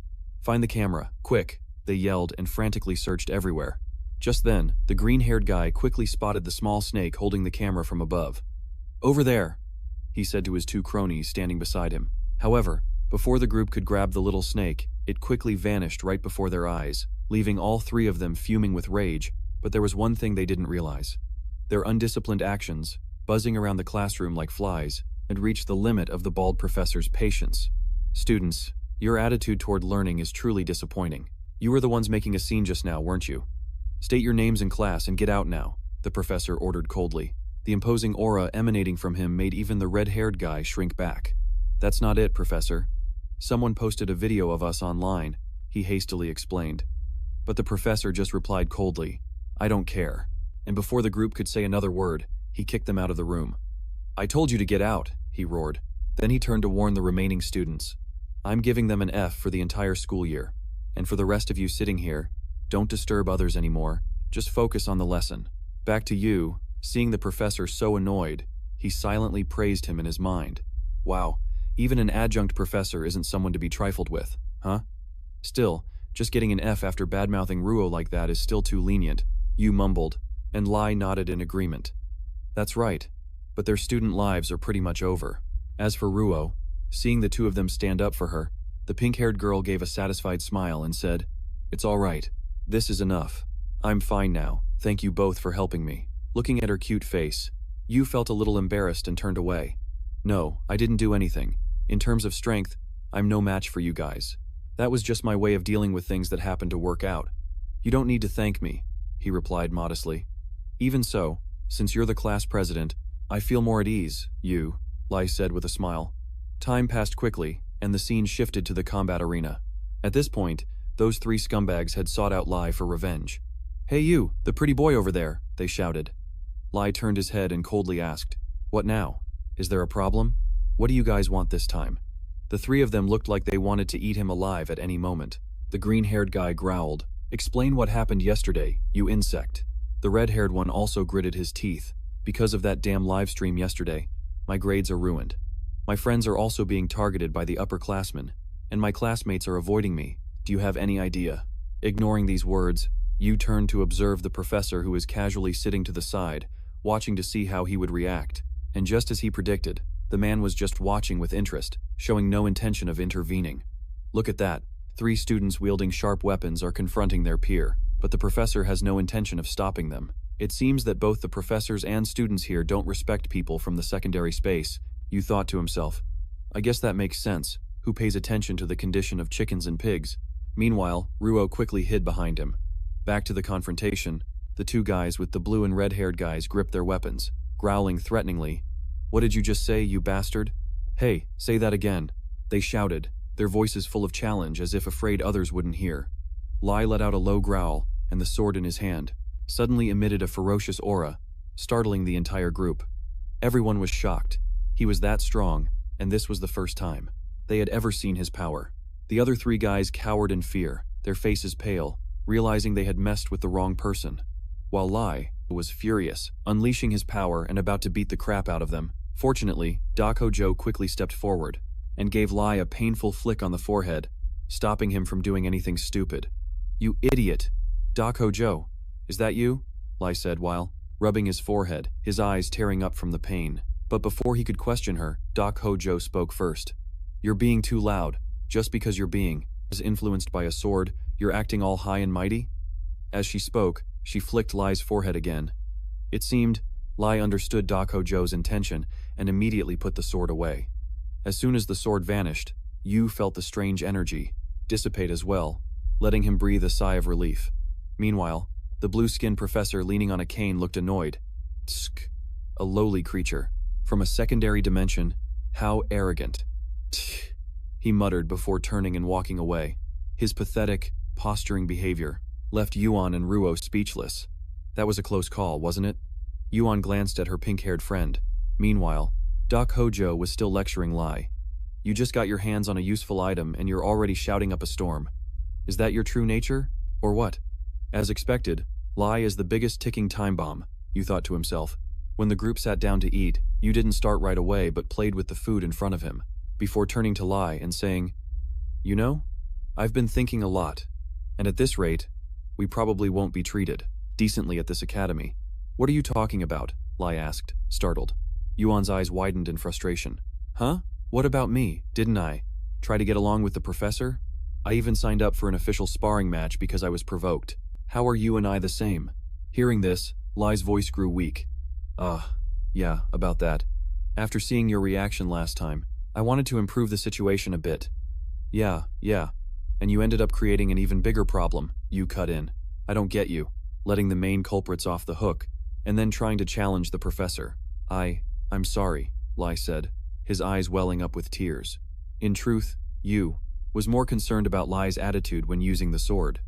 Normally, Lai wouldn't act so rashly. It was as if someone had flipped a switch in him. It was definitely because of that sword. To ensure there were no more troubles, Yu frowned, and asked Lai, "Be honest with me. You could control that power from earlier, right?" Lai slammed the table and asserted, "Of course. If I couldn't, how would I have passed the entrance exam? I was just angry about the professor's lies earlier." "Oh, so it was because of the lies? Well, lying is a terrible thing, isn't it?" Yu smirked, his voice filled with doubt, causing Lai to tremble involuntarily. "Trust me, I promise what happened today will never happen again," Lai declared, patting his chest. Doc Hojo didn't miss the chance to chime in. "It's a good thing it didn't cause any major trouble. The sight of you being controlled by a divine sword was quite a spectacle. You should be scolded more often." "That's enough," Yuan advised, seeing that Lai had lost all his spirit. He was slumped over the table in despair. Dokojo turned to Yuan and said, "By the way, Yuan, I'm starting to understand the professor's advice from a few days ago. If things keep going like this, our school life will only get more chaotic. If you have any thoughts about our future, speak up now. I want to hear your opinion as the class president." Hearing Dohuro ask the question, our protagonist couldn't help but be surprised. "My opinion? After these past few days of school, I've realized what the real problem is. It's the notion that some people are born strong or that their background determines their nobility, the excessive contempt for those from lower realms, and the archaic system that takes it all for granted. What can outsiders like us do in a place where such things are considered the norm?" Thinking this, Yuun felt his mind become muddled and turned to ask everyone, "Hey, what do we need to do to gain the public's sympathy? In other words, to achieve that sympathy, what do we need to do?" Hearing this, the group, though a bit confused, still offered their answers. "Communication," Lai said. "Probably strength," Dohuro replied. Yuun quickly cut in after hearing them. No, it's something you all already have, and that's your looks." He said this while carefully observing the beautiful group, after which Yuun briefly laid out his plan. "So you're planning to create a channel to broadcast our daily lives?" one of them asked in astonishment, and our protagonist nodded in confirmation. "Yeah, on Earth where I'm from, that's a common way to win people over. We'll build an image and broadcast it to the public. When that image becomes ingrained in people's minds, it naturally creates a sense of closeness, right? That can develop into respect and even admiration. Yuun said as he adjusted the camera angle and backdrop and turned to Lai. He seemed to understand the plan but still had a question. But Yuun, if this is to gain respect and admiration, why do we have to have a mock fight? It's not a mock fight, it's a real one. Yuun reminded him seriously. Right then, Dohuro charged in with a barrage of attacks. Lai wasn't taking it too seriously yet, thinking, but to be told to fight seriously out of nowhere. He muttered to himself, throwing a right hook at the same time. However, the punch was instantly dodged by Dohuro, who dodged it. Yuun, you don't have to worry, because in a fight, all it takes is getting hit a few times to start taking it seriously. Dohuro said while grabbing Lai's collar and executing a shoulder throw. The impact was so powerful it created a small crater in the floor, leaving Lai's head spinning. Dohuro taunted, "Oh my, is that all you've got? I knew it. Last time you were just being controlled by that artifact anyway. What's the point of pulling out that sword? Even if you did, you're probably not skilled enough to fight me," Dohuro said scornfully, causing Lai to grit his teeth in anger. Unable to stand the humiliation, Lai yelled and rushed into another brawl with Dohuro. Seeing the two of them fighting so fiercely, Yuun praised them excitedly. "That's it, Lai, you're doing great." He said this while looking for the best angle to film from. Seeing how excited Yuun was, Ruo asked with some concern, "Hey Yuun, will this really make our school life here easier? I still don't really get it." Yuun chuckled, not quite sure how to explain it. "Well, things won't change overnight, but I guarantee it'll have an effect." He continued, giving an example. "Just think, if the guys who always mess with us knew how incredible you guys are, they wouldn't dare to bother us again. Makes sense, right?" Ruo nodded in understanding. "See? Look at them. They're treating the floor like it's made of tofu," our protagonist said with a laugh, looking at the shattered floor beneath their fists. "Anyway, we won't know the outcome until we post it, so don't worry too much, Ruo. Because a beauty like yours is too elegant for such worries. Don't you know that beautiful people become even more beautiful when they smile? That one's for you. Ruo, you have a face that would be loved anywhere. It's a shame to keep frowning like that, isn't it? So, just put your worries aside and enjoy this moment." You advised, and as if mesmerized, Ruo immediately broke into a smile. Ruo's mind gradually calmed down, and for some reason, a smile suddenly appeared on her lips. It was magical. Every time she heard you speak, she believed that everything would turn out just like that. Back to the battle. Although Lai tried his best, he was basically getting beaten to a pulp by Dako Zone. "Where do you think you're going? I'm just getting warmed up," the swordswoman said while cracking her knuckles. In the meantime, a tearful Lai turned to Yuan for help. "Oh my god, Yuan, save me. She's not even human anymore." She believed that everything would turn out just like that. Back to the battle. Although Lai tried his best, "I can't eat this. It tastes like soap," Ruo said tearfully. But for the greater good of building the YouTube channel, Yu winked and advised her, "It's okay, Ruo. You'll get used to it after eating it." "But why do we have to film this?" Ruo whined. Time went on, and at the class president's suggestion, the 11th grade students began uploading videos recording their daily lives to the channel, The Whole Group's Rebellion, and just as Yu had predicted, they received an explosive reaction, especially the video of the battle between Lai and Dako Zone. Just looking at the level of destruction they caused was enough to leave everyone stunned. Wow, for real? Aren't they from a subspace? They're new students. Before they could watch more, a video of the group of 4 playing some kind of game appeared. "What's that?" someone wondered. "It's called the Boss Game, a traditional game of a master negotiator. You move pieces on a board according to the game's rules, using square stones and paper." "What? This is a game? That subspace is really something else. See, the rules are so simple, so why can't he understand them?" "Haha," someone laughed, seeing Lai lose so quickly. The next scene showed Professor Yumina, and as soon as she appeared, the simp army flooded the comments. "Wow, Professor Yumina is always like an angel." The next scene was Ruo crying over her bowl of vegetable noodles. The viewers started teasing her. "Haha, so cute. Adorable. Ruo, are you from heaven? On to the next video." "Is the next video a live stream? Really? Awesome. Wait, the broadcast date is tomorrow?" "That's right, early tomorrow morning." "Hold on, isn't tomorrow the tower climbing day?" someone exclaimed. As they looked, they saw this was a previously scheduled broadcast. Back with Yu's group, at this moment, even he didn't expect the video he posted to receive such an enthusiastic response. "No, I can't believe it. Why are there so many people?" Ruo wondered. As for Yu, he didn't care much. He only focused on the results. Our channel gained 100 subscribers in just one day. We're so popular, Yu happily announced. Meanwhile, Lai looked annoyed, unable to hide his frustration. Why is the video of me getting beaten up the most popular one? Lai lamented. At the same time, the beautiful and refined Professor Yumina noticed the group's excitement, so she approached and praised them. This is wonderful. Union is a place full of wonders. Here, where everything seems to have become normalized, no student has ever thought of creating content. But you all have cleverly created your own channel, weaving your way into that world. Haha. Creating entertainment content and connecting with people. I never would have thought of that either. Hearing her say that, Yu immediately flew over to brag. Our first combat video is very famous. Hey, take it down, Lai said tearfully. Just drop it. The professor clapped once and continued. All right now, today we will enter the tower. You all know this already, right? Are you ready? Hearing this, the whole group nodded, confidently. Meanwhile, the main character turned to observe the group and was suddenly startled.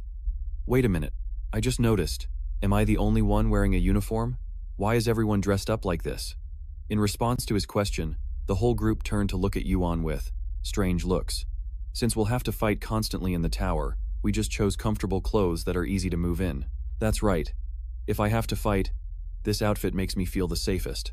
Ruo nodded in agreement. I see, Yuan whispered. Is the outfit you're wearing okay? Lai asked back. Hearing this, Yuan pondered thoughtfully.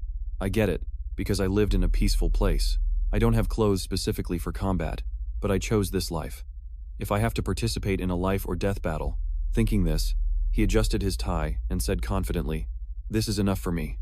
Turning back to the professor, seeing the group was ready, she nodded.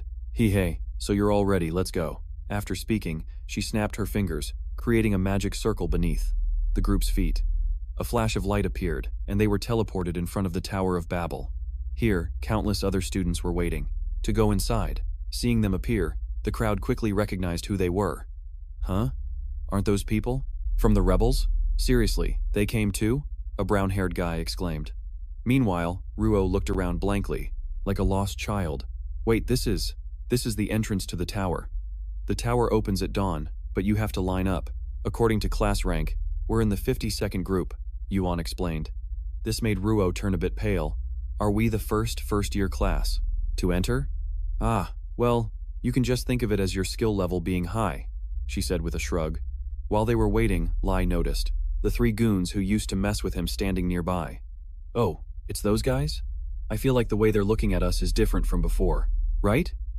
The swordsman wondered, seeing the group look away shyly, not daring to look straight at them. Faced with this reaction, Yuan felt extremely satisfied. Well, they did subscribe to our channel, after all. Over here, the swordswoman Ho-Jan spoke up, but there are still some murderous glares. She said this while looking towards Hector, who was staring daggers at Yuan. Hey, friend Yuan, she reminded him, but not much needed to be said. Yuan already understood. I know, let's go. After speaking, he led the group forward. Inside.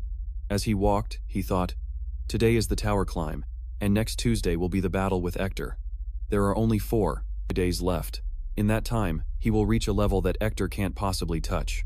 Before the group officially began the tower climb, Professor Illumina gave some final instructions. Well, lastly, for safety's sake, I hope you all will finish the expedition early and, in return, before the weekend. But it's best to let those directly participating decide, right? How long do you think this expedition will take? Hearing the question, Yuan turned to the others and said, We're all on the same page anyway. So let me be the one to speak? Yeah, okay, got it. The other 3 nodded in agreement. Yuan turned to Illumina, his voice full of determination. We will return as promised, in 3 days and 2 nights. As he spoke, he took out a mini robot to prepare for the live broadcast. Seeing that the group had a plan in place, Illumina could only wish them luck. Well then, please be careful. After saying goodbye to their professor, the group of 4 and the robot stepped into the gate. Yuan thought to himself, Ancestors, please watch over me. Flashing back in time to when Yuan's group asked Illumina about filming in that crummy tower. You're talking about recording inside the tower, right? Illumina asked for confirmation, and Yuan nodded. That's right, I'll record what's happening inside, and this robot will handle the filming. He pointed to a teardrop-shaped robot, flying around him, an automated creation by Yuan, just like Evie and Lilith before. Illumina mentioned that filming teams used to go in to study strategies, so she reminded him, "Do you think this is meaningful? The tower's structure changes every second, you know." Yuan was confused. Really? It seemed he had no idea about this.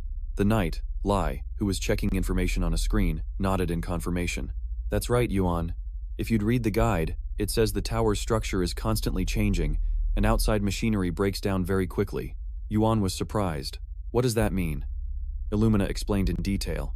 "Each floor of the tower is a room, and when you defeat a monster or overcome a trap, the space shifts to the next room. This phenomenon is called a shift. The more you experience it, the deeper you'll advance into the tower." Yuan asked curiously. "So the rooms are always moving when they shift, huh?" Illumina nodded. "Exactly. Once you've passed through, you can't return to the previous room." Lai asked worriedly, "Do the monsters and traps change, too?" Illumina replied, "Of course, with each shift, the monsters get stronger and the traps become more dangerous." Dako John, after sipping his tea, posed a serious question. What if someone dies while climbing the tower? Yuan and Lai were startled, realizing things weren't as simple as they thought. "That's right. What if we die in battle? We almost forgot that important detail," they both worried. Illumina carefully answered, "That is the key question. Contrary to your worries, in most areas of the tower, challengers do not die, even if they are killed." Yuan breathed a sigh of relief. Phew, what a relief. The two of them both breathed a sigh of relief, knowing they wouldn't lose their lives in the tower. Turning back to Illumina, she continued to explain. "To be precise, if you die, you will be sent back to the tower's entrance." "Huh? Does that mean we have to start over from the first floor?" Yuan asked in amazement. "Not at all. Your student identification devices will record your shift history, so when you return, you can continue from the point where you were eliminated. Therefore, the student identification device is extremely important when climbing the tower. Absolutely do not forget it. Remember that well." As she spoke, she pointed to a necklace in her hand, which displayed the words teleportation. None. No return. Back to the two young men. After hearing their teacher's explanation, they felt like they were in a game. "Haha, this is just like an RPG with a mid-game save function. If I can revive after dying, I can challenge it as many times as I want," Lai said confidently. Meanwhile, only Dako John was paying close attention to the teacher's words. "Wait a minute. You just said that in most times, areas of the tower, challengers don't die, right? Does that mean there are still areas or situations that are life-threatening? The tower doesn't guarantee absolute safety?" Hearing this question, the whole group turned to look at Illumina, awaiting her answer. "Is that true?" "Ah, you're very perceptive, Dako John." "Yes, that's right. I will now explain some special situations where even you could perish." The teacher's voice turned serious. But the rest of the story was hidden by the author. Scene change. Back to the group. They are now enthusiastically fighting a swarm of toxic green slimes inside the tower. These monsters are called glits, famous for their ability to tear apart equipment and steal the weapons of adventurers. However, to Yuan's group, they were nothing more than a pile of mud. With just one swing of his sword, Lai easily took down 3 slimes, while Dako John flicked her fingers, shooting out magic bullets that blew their bodies apart in midair. While the two were fiercely fighting, Yuun was experimenting with a wall-mounted lamp, but it seemed to be unsuccessful. As I thought, it's not working. I can clearly sense the concept of fire, but I can't seem to separate it. I was able to do it in other dungeons, but why can't I do it in the tower? Figuring out the reason will help unlock my abilities." As Yuun frowned in thought, Dako John noticed him pondering over the lamp and called out to him, "Hey, Yuun." "Sorry, I was a bit distracted," Yuun said, startled. "You said you needed time to think, so have you figured anything out?" she continued. Yuun shook his head. "I was trying to see if I could separate fire, but it seems I can't. Is that so? That's a shame. If you could, we could have taken advantage of the tower's terrain," Dako John said with regret. "Hey now, could you not jump to such scary conclusions about my abilities?" Yuun replied awkwardly. While the two were talking, a green slime slowly approached. As it crept near Dako John's heel, it suddenly lunged, spreading out in midair as if to swallow her whole. But before it could even touch her, a supersonic chain shot out, blasting the critter's body into a jelly-like liquid. This attack, of course, came from Yuun. Seeing him use such a strange and unique weapon, Dako John exclaimed in surprise. "Oh, so that's what that automatic item looks like in combat?" "Yeah, that's right," Yuun nodded, then waved his hand to direct Y to attack. Thanks to its independent soul, Yuun didn't need to give many commands. We automatically flew around and eliminated all the critters at a dizzying speed. Even Dako-John had to admit, "Not bad, that's pretty fast." Yuun replied with a strained smile. "Actually, I have something stronger, but it's a bit noisy." Hearing this, Dako-John glanced towards Wuzhou and asked, "Can it compare to people like her?" At that moment, under their watchful eyes, Wuzhou became incredibly ferocious as her hand transformed into a beastly form. With just one swipe, she created a large hole in the floor, sending dust and debris flying. It's ridiculous. The basic rule of combat is to hide and stay out of the enemy's sight, yet she's fighting and screaming in a place like this. Dako-John shook her head in exasperation at Wuzhou's style. Meanwhile, Yuun was also a bit stunned. "Haha, Wuzhou's fighting style is based entirely on instinct, isn't it?" "Gah!" Lion Wuzhou yelled, causing Dako-John, standing behind them, to grind her teeth. "So noisy. Does she have to scream every time she swings her sword?" she muttered in complaint. Time passed quickly, and the group finished clearing the hallway. "It seems this room only has critters. Monsters of this level are nothing to us, right?" Lai said calmly. But just then, "Isn't it?" "Gah!" Lion Wuzhou yelled, causing Dako-John, standing behind them, to grind her teeth. "So noisy. Yet she's fighting and screaming in a place like this." Dako-John shook her head in exasperation at Wuzhou's style. "It seems this room only has critters. Monsters of this level are nothing to us, right?" Lai said calmly. But just then, Yuun began using his myriad poison eye to observe and quickly detected a strange energy emanating from the stone tablet up ahead. "Hey Wuzhou, smash that stone tablet." Following his command, Wuzhou let out a loud roar and charged forward, punching the tablet hard, causing the monster to be destroyed before it could even fully form. The punch was so powerful it made the entire hallway shake. "Oh my, we destroyed the A high-level monster before it even appeared? And it dropped an enhanced magic core this easily?" Lai said in a daze, having been preparing for a major battle, and didn't notice Yuchu quickly retrieving the magic core that had just dropped. But as soon as she touched the core, her pink hair turned a fiery red, and at the same time, Yu noticed something appear above her head. The words, "Furnace Core." "Hey Yuchu, your hair is getting darker," Yu pointed out, while also noting the words above her head. "Does Furnace Core mean a furnace in the heart?" "It's a concept of burning emotions as fuel for power, just like a berserker." "I see. Will her hair color change completely?" "Now that I think about it, things are becoming clearer," Yu thought to himself. As if sensing his confusion, Yuchu anxiously tugged on Yu's sleeve and asked, Hey, did I look scary just now?" Yu replied with a fake smile and said, "Not at all. You were actually very reliable." "But what if it gets worse?" Yuchu stammered. Dako-Jun cut her off. "I already said it's fine. What are you still worried about? If you're afraid of losing control, don't worry. I'll just kill you to prevent any damage," she said in a firm tone, making Yuchu's eyes well up with tears. The other two panicked and yelled, "Don't, Dako-Jun. If just one person dies, we'll have to start exploring all over again from the first room." The main character quickly raised his hand to stop her, but Dako-Jun calmly stated her point of view. "If things continue like this, perhaps only the three of us will be able to ascend." At this point, she paused, shook her head, and continued in a more decisive tone. "No, I think it would be better if only the two of us ascend." Hearing this, Lai suddenly felt left out, with tears streaming down his face. "Hey, wait a minute. What about me?" he shouted in frustration, feeling like he was being excluded. Yu wondered to himself, why is he getting so angry all of a sudden? Then he turned to look at Yuchu, who was still worried about her condition. Yu gently touched her shoulder to comfort her. "Listen, I'll think this through carefully. I understand why you're worried, and as the team captain, I will find a solution." Yu's warm smile made Yuchu's face light up. She grabbed his hand and said, "Thank you, Yu." Faced with her reaction, Yu blushed, scratched his head, and said, "It's nothing. That's what a captain is for."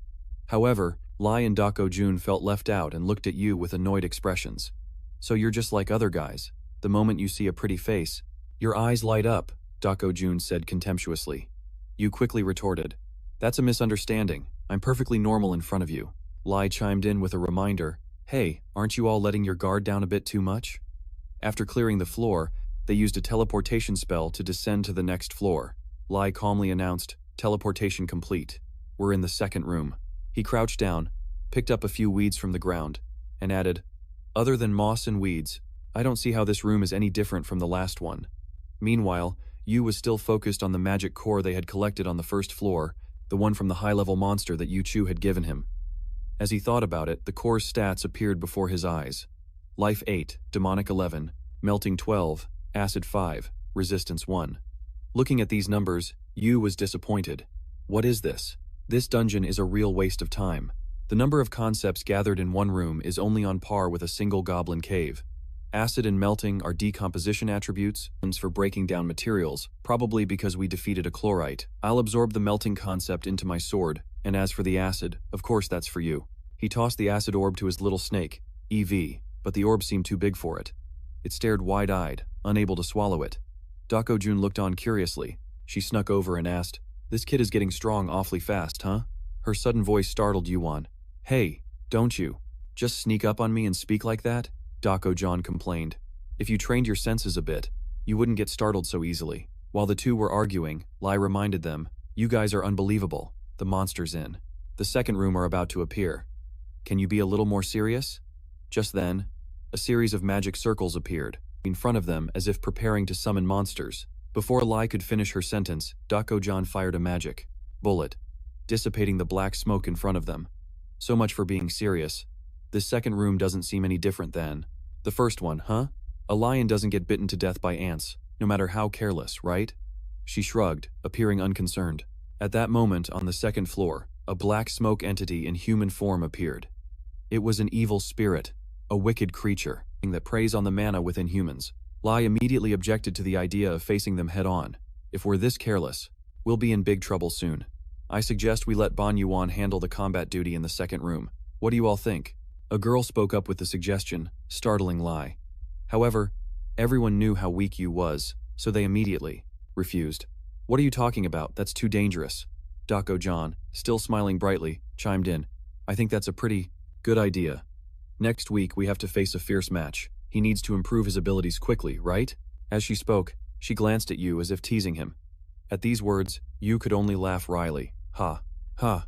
You're really something. All right, let me try handling this myself." With that, he started warming up by rotating his arms, looking quite excited for the upcoming battle. Lai couldn't help but worry, advising, "Yuun, it's dangerous." But Yuun didn't listen. He was determined to improve himself.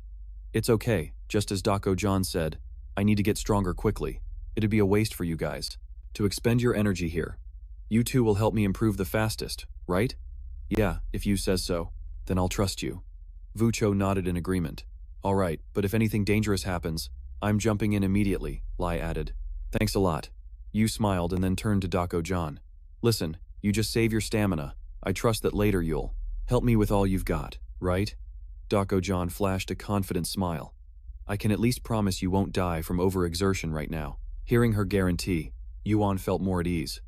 "All right then, let's do this," he shouted, and immediately, Yu transformed, summoning an AK-47 and unleashing a rain of bullets on the horde of monsters. They were annihilated before they could even take a step. Lai and Vucho witnessed this scene and almost fainted from shock. "What is that? Is that a unique weapon from Yu's world? The speed of extermination is incredible. If only our soldiers were equipped with this," Lai wished to herself. Jun also silently observed and assessed. "Is that Qigong? No, it shoots iron bullets. It could deal with a second-rate assassin, perhaps even reaching the first-rate threshold. Very useful in the martial world, however, an attack method that only follows a straight line at a long range is fine, but in a confined space like this, it's easy for things to go wrong. For example, if an enemy attacks his blind spot, the moment she finished her thought, an evil spirit hiding in a corner lunged at Yuun from behind. Lai and Vucho screamed in panic, "Yuun!" But Yuan's reaction was extremely fast. He pulled a longsword from his inventory and with a single slash, cut it in half, the evil spirit in two before it could get a sneak attack in. "Ha, you scared me." Yu sighed in relief, as did Lai and Vucho. "Phew, what was that?" "Yu, what's with that sword?" Lai asked. Yu replied, "This is my longsword with the stats, Magic Sword 12, Slayer 19, Blood Toxin 9, and Melt 12. You didn't know I was this good with a sword?" Hearing that, the other two immediately showered him with praise. While the group was standing around chatting, a horde of evil spirits suddenly swarmed them from behind like a flood, seizing the opportunity to attack. Back to Yu, upon hearing everyone's praise, he didn't act arrogant but simply replied humbly, "It's nothing really. Compared to Lai and Jun, I'm still a long way off." As he spoke, he tightened his grip on his sword, preparing to deal with the remaining ones. Doko-Jan observed Yu's attitude, merely nodding, satisfied with the seamless combination of sword and gun. Our protagonist wasn't the least bit worried about the risk of being ambushed by the evil spirits. Before long, the second floor was almost completely cleared, with only a single, lonely evil spirit standing silently, looking somewhat ashamed. Yu calmly remarked, "I don't see any more evil spirits. This must be the last one. After we finish it off, we'll keep moving. Let's rest for a bit now." After saying that, he ordered his little snake to turn into chains, tightly binding the evil spirit to prevent it from escaping. The other members of the group also took this time to rest. Doko-Jan then bent down to examine the bodily remains of the evil spirits. She commented, "The blade melted and decomposed them." He used the ability he obtained from the previous room. Based on what happened and his swordsmanship just now, it was clear he had never been on a battlefield. So how did he improve so quickly? She wondered to herself. Meanwhile, Lai and Vu Cho wouldn't stop praising Yu. To think of a way to coordinate teleportation like this, Yu is truly brilliant. Only experienced students could come up with a method like this. Haha, really? Yu scratched his head shyly, praised for such a small thing. Doko-Jan also didn't hesitate to admit, "Good job, that final slash was excellent." "Huh, really? Well, thanks," Yu replied cheerfully. However, she shook her head and remarked, "Aside from you being too focused on the speed of execution, it was still much better than an idiot who just swings his sword wildly." As she spoke, she stroked her chin, mocking Lai, which made the knight angry. "What? Why am I the idiot? I was fighting my hardest just now too." Doko-Jan feigned innocence. "Did I say anyone was an idiot now? How did you know?" Slashing into the darkness while screaming, "If that's not an idiot, then what is?" she retorted, while Lai still argued back stubbornly, "That's how I was taught to use a sword, whether it's in the dark or not." Turning back to Yu, he didn't pay any mind to their argument and casually took a can of soda from his inventory, laughing, "Ha ha, you guys are really one of a kind indeed. Even though it's a break, you're not tired at all?" His voice trailed off as he realized the other three were staring wide-eyed at him with a strange look. Doko-Jan's face darkened as she demanded, "Hey Yu, what are you hogging for yourself?" Vu Cho also looked at him with a craving expression. "I heard a fizz sound just now, and then a sweet scent wafted over." Yu quickly pointed to the can in his hand and explained, "This? They sell this outside," Lai said in a cold voice. "That's because you get to go outside, but we don't, Yu. Calm down. I'm sorry for drinking it alone. I wanted to share it with you, but I don't have much. Besides, this is only effective when you're exhausted. It's useless for you to drink it now." With that, he quickly tossed the can into his inventory. In reality, Yu was just bluffing, but Dok-Ho-Jan's group believed him completely. "What if you get exhausted?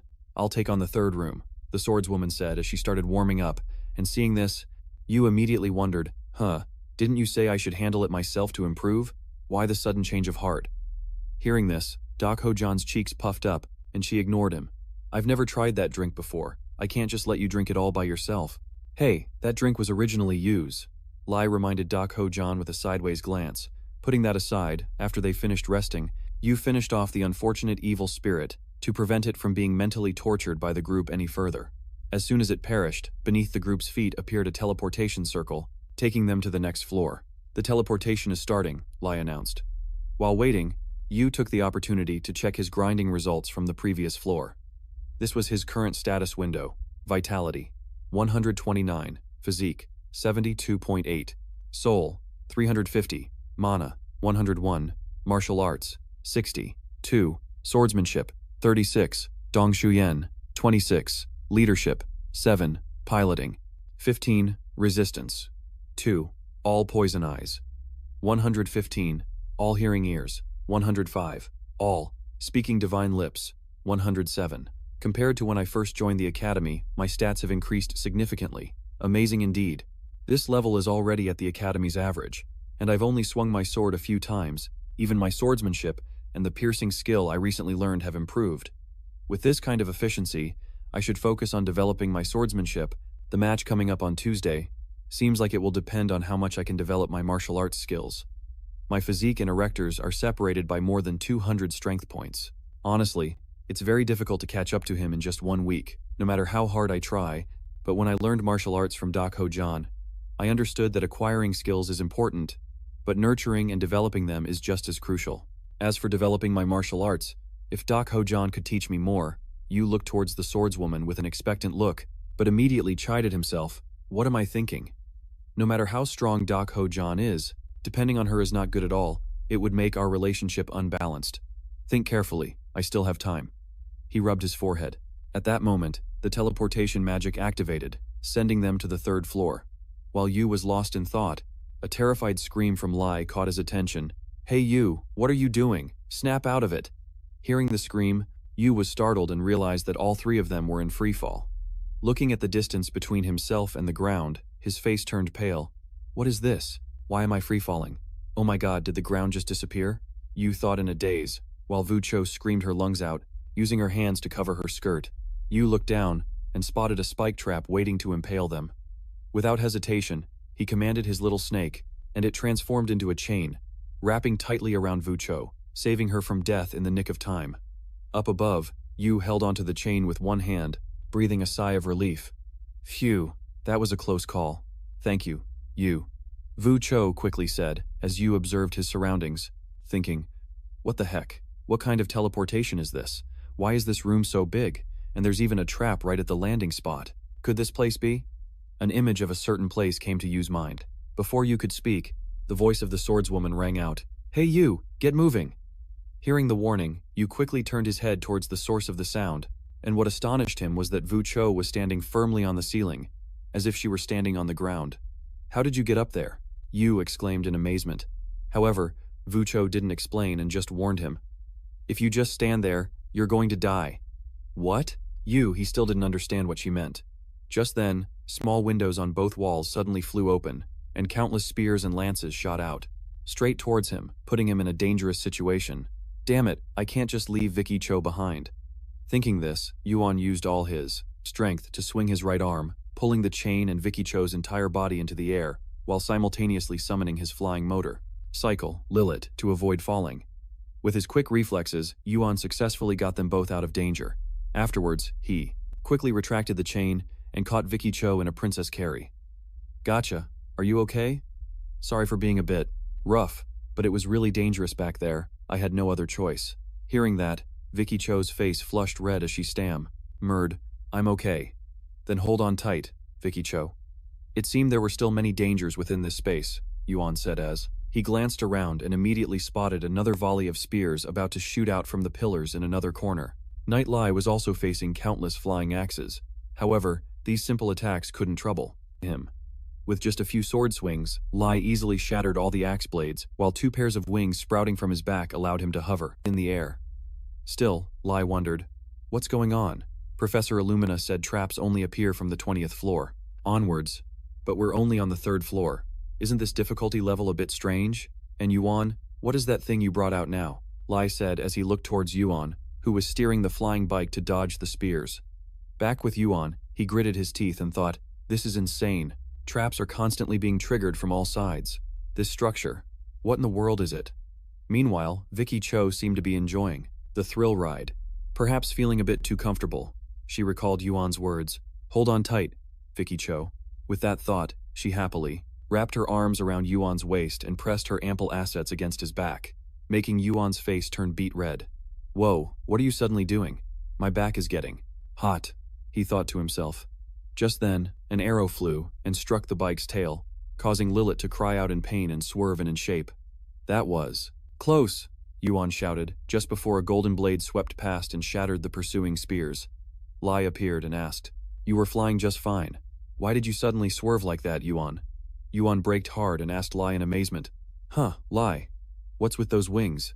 Before I answer that, I have a question of my own. What is that thing you're riding? Is this also something from your world? Lai asked curiously. This is a flying motorcycle. You've never seen one before? Yuan replied, a bit surprised. A flying motorcycle? What's that? Lai looked dumbfounded, his eyes filled with confusion. Seeing Lai's reaction, Yuan immediately understood that he had no idea what this was. Not wanting to dwell on the topic, Yuan glanced around and asked, oh, by the way, where's Ho-jan? Hearing the question, Lai, who was startled, realizing he had forgotten about the swordswoman. Yeah, now that you mention it, I haven't seen her at all. Do you think she got caught in a trap? Lai asked worriedly. Yuan immediately shook his head in denial. No way, she wouldn't get caught that easily. She must be somewhere observing the situation. As the two continued to move, Lai asked again, "So what should we do now? How do we disable all these traps?" Yuan thought for a moment, then replied, "According to the guidebook, the way to survive is to and hold out for a certain amount of time. I'm not sure exactly how long or how the mechanism works, but for now, you head over to that side, Lai. I'll try to analyze them." Lai nodded and quickly flew in the direction Yuan pointed. Meanwhile, Yuan focused on observing the windows that were shooting out javelins, trying to analyze the trap's activation patterns. They all are targeting Lai. It seems they prioritize attacking moving targets. "I shouldn't have been so hasty. I was so foolish." Yuan blamed himself. Just then, Vucho called out, "Yuan, over there." Yuan turned around and pulled out the arrow stuck in the back of his vehicle. "Tisk, this could have hurt Lilith. I need to tell everyone to stop moving around erratically. But if we stop, how will we get through this room?" While he was racking his brain for a way to escape the room without triggering the traps, Yuan suddenly saw the arrow in his hand dissolve into a stream of light. "Wait, what's happening? Did I just absorb something? It seems I was able to read a concept. Why is this happening all of a sudden? I couldn't read anything in the previous room, so why can I do it now? There has to be a reason." Yuan frowned in thought but quickly shook his head in denial. "No, maybe it's just a coincidence. I have to test it to find out." He then touched a nearby sword, and sure enough, it also dissolved in his hand. Unbelievable. Yuan stared in amazement at the two characters floating above his palm and wondered, "The concept I obtained is behead, not sword?" Last time, the concept was also different from what it appeared to be on the outside. Before he could figure out the reason, Vucho cried out in alarm, "Hey, Yuan over there!" Yuan quickly turned and saw Lai being swept away by a wave of water. "Lai, you idiot!" Yuan yelled. Right now, Lai was using all his strength to keep from being swept away. "Damn it, I let my guard down. I thought only the weapons were dangerous. I never expected water to gush out of a trap.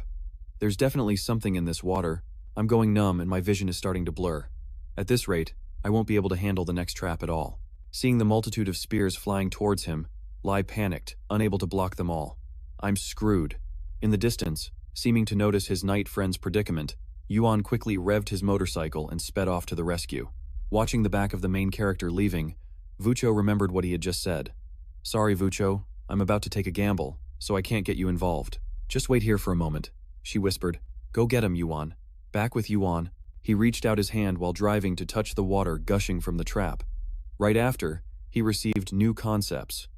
From this concept, you have obtained more than 10 points for acid and wave. Just as expected, like before, even though I touched water, the concept I obtained wasn't water but wave.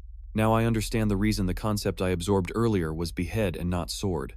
Elsewhere, unlike the others struggling to dodge the traps, the swordswoman Dako-John moved freely across the pillars without any difficulty at all. However, her eyes fixated on Yuan as he sped toward Lai, looking like he was up to something. "Yuan, what are you planning to do?" she asked, frowning. Back with Yuan, he reviewed what he had learned while riding. The state of the matter upon its appearance determines the concept I can obtain. Earlier, those hidden weapons were aimed at the neck, so the concept was behead, not sword. With this thought, seemingly having figured out how to handle the traps, Yuan yelled to Lai, "Let me handle this." With that, he hit the gas, deliberately charging to meet the weapons head-on.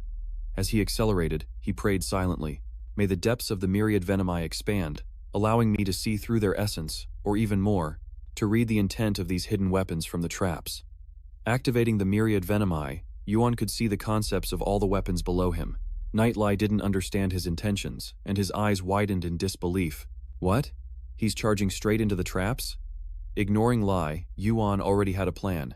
"I figured I don't need to absorb them all. Just mixing and destroying their form is enough."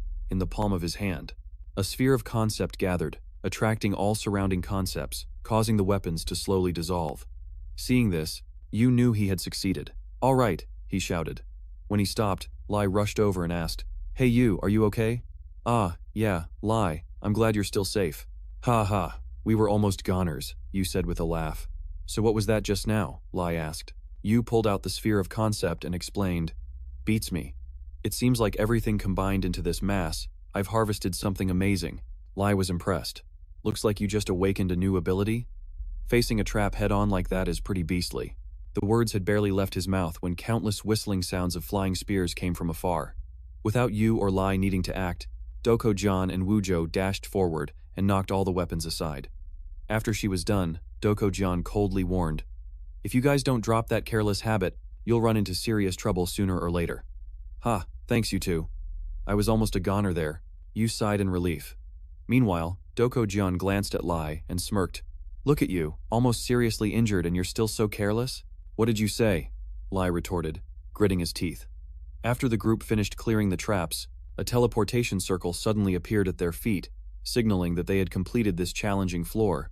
Oh, it seems that was the last trap. We're about to be teleported again, Wu Zhou said worriedly, while Lai and Jian were still arguing non-stop. What's with your attitude? Don't you think you're being a bit harsh on someone who just escaped death? Lai questioned. Jian didn't back down, replying with a sarcastic tone. Well, who told you to let such a weak trap attack you? Appearing at just the right moment to act all high and mighty, you planned that from the start, didn't you? Lai gritted his teeth but only received a faint smile from her. You're still asking that now? Back to you. Witnessing the two arguing endlessly, he didn't bother to intervene. Haha, these two are hilarious. Anyway, whenever we're in danger, we all jump in to save each other, so what's there to argue about? But this also proves our team is working really well, doesn't it? Yu thought to himself.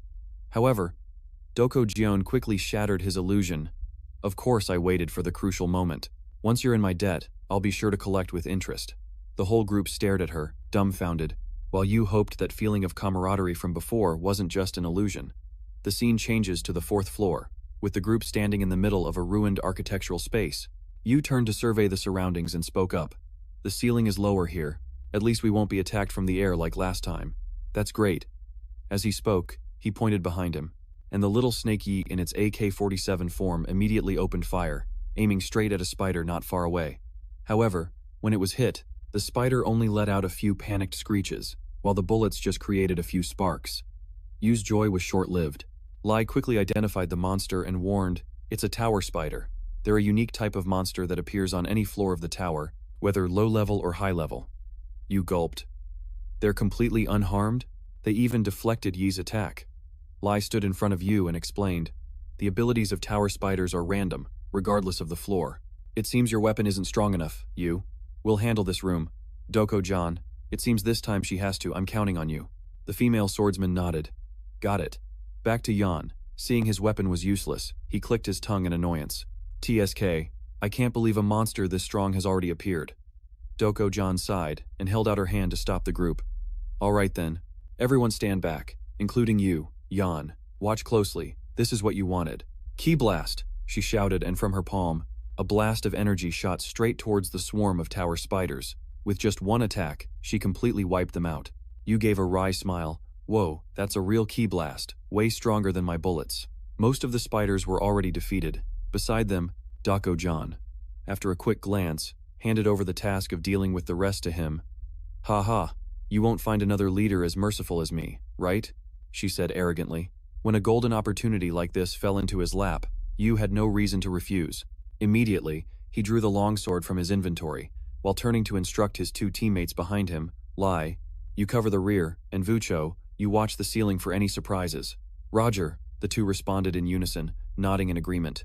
Returning to Yu, now well protected by his teammates, he calmly advanced towards the crippled spiders to farm experience. How interesting, Yu thought to himself. Jian isn't my leader, so why is she being so considerate? Honestly, I can't help but feel grateful. While thinking, Yu gripped his sword and charged straight at an immobilized spider. He thought the slash would grant him experience, but it didn't. The moment the blade touched the spider's body, a metallic sound rang out. Yu's entire body shuddered from the recoil. It turned out that slashing the spider was like hitting a block of iron. It's no use. It's too hard. Yu gritted his teeth, a look of helplessness on his face. Below, the tower spider seemed agitated, its eyes glowing like headlights. It lunged at Yu, as if seeking revenge. Yu quickly took a step back. There's always a way, though. With that, he built up momentum and lunged, powerfully thrusting his sword through the spider's head. It had apparently revealed a weak spot, and Yu didn't miss the opportunity. He did it! Vucho cheered, while Lai breathed a sigh of relief. Phew. Back to Yu. Despite having defeated a tower spider, he didn't seem happy. But if slashing is ineffective, then it's useless. I can't keep thrusting and pulling out my sword against so many of them. Perhaps the tower spiders are still too much for me, Yu thought. Suddenly, he remembered something, telling himself, ha ha, I'm such an idiot. I have that amazing thing from the previous room. Why didn't I think of it? Now is the perfect time. With that, he took out the concept orb of severing with 20 accumulated points and attached it to the longsword. Instantly, the sword began to glow like forged steel. Let's see how compatible it is with my sword. A notification appeared before you, item evolved. Due to excellent compatibility, Executioner's Severing Longsword. 30 magic power, 30 lethality, 19 blood poison, 9 melting, 12. On the other side, after a short rest, the remaining tower spiders had recovered from the impact of Doko-jan's ki blast. Sensing the killing intent from Yu, they all charged at once, apparently trying to swarm and overwhelm him. Yu confidently gripped his sword, slowly drawing it back to prepare his attack. Now then, let's try this out. With that, he swung the sword powerfully forward. With a single slash, he easily cut through the bodies of 3 tower spiders, the same creatures he couldn't even damage before. Behind him, Lai's group stared in amazement, wondering what got into Yu to make him so powerful all of a sudden. Lai asked in confusion, while Doko-jan watched intently, seemingly trying to figure out what trick he had used. Returning to Yu, his face now showed a bit of confusion. Wait, even though the slash was clean, something feels off. It feels so awkward. I think I swung the sword harder than necessary. Let's try again. I have to get it right this time. After that, Yu continued to swing his sword, slashing at a few more spiders to confirm his feeling. Lai and Vucho noticed that the swarm of spiders was still large, and didn't hesitate to rush in to help. There are too many of them. Let us give you a hand, Lai said, nodding in agreement as they charged into battle. Doko-jan had already noticed something strange. He definitely did something with that sword. In just a brief moment, he took down an enemy he couldn't defeat before. How can one person possess such intuitive and overwhelming power? Moreover, he's developing his skills without relying on his existing abilities. Normally, when someone gets a stronger weapon, they swing it uncontrollably, but he doesn't have that weakness. Even if it's not immediate, one day he will surely grasp the essence of the slash. Although there's no reason to interfere in this process, it would be a waste to just let it be. After overcoming the 3 calamities, I prided myself on being the greatest prodigy in the martial arts world, but now, I'm watching a talent that makes my own past seem insignificant. No way, this man must belong to me. As she thought this, a dangerous glint flashed in Doko-jan's eyes. Meanwhile, our protagonist was still engrossed in the fight, completely unaware that he had become the target of the young woman. Suddenly, he felt a chill run down his spine, causing him to pause his swing. Hey you, what's wrong? Lai asked. Oh, it's nothing. I just felt a chill down my spine. Thought a high-level monster was about to appear, Yu said, not noticing that the expression on Doko-jan's face behind him had darkened. He turned to her and said, Doko-jan, why are you just standing there? Aren't you going to keep shooting your blasts? Huh? You're doing just fine. What do you need me for? She replied irritably. Yu smirked slyly. Is that so? Then I guess I don't need to give you a drink, since I'm doing just fine. What? Doko-jan's eyes widened in disbelief. Whew, we finally cleared this room. Lai sighed in relief. Yu then took out 2 cans of soda, teasing the swordswoman. I guess I'll have to share these with Lai and Vucho. You just want to keep the soda for yourself, don't you? Doko-jan said as she chased after him. Suddenly, Lai received a message. Huh? A message from the outside?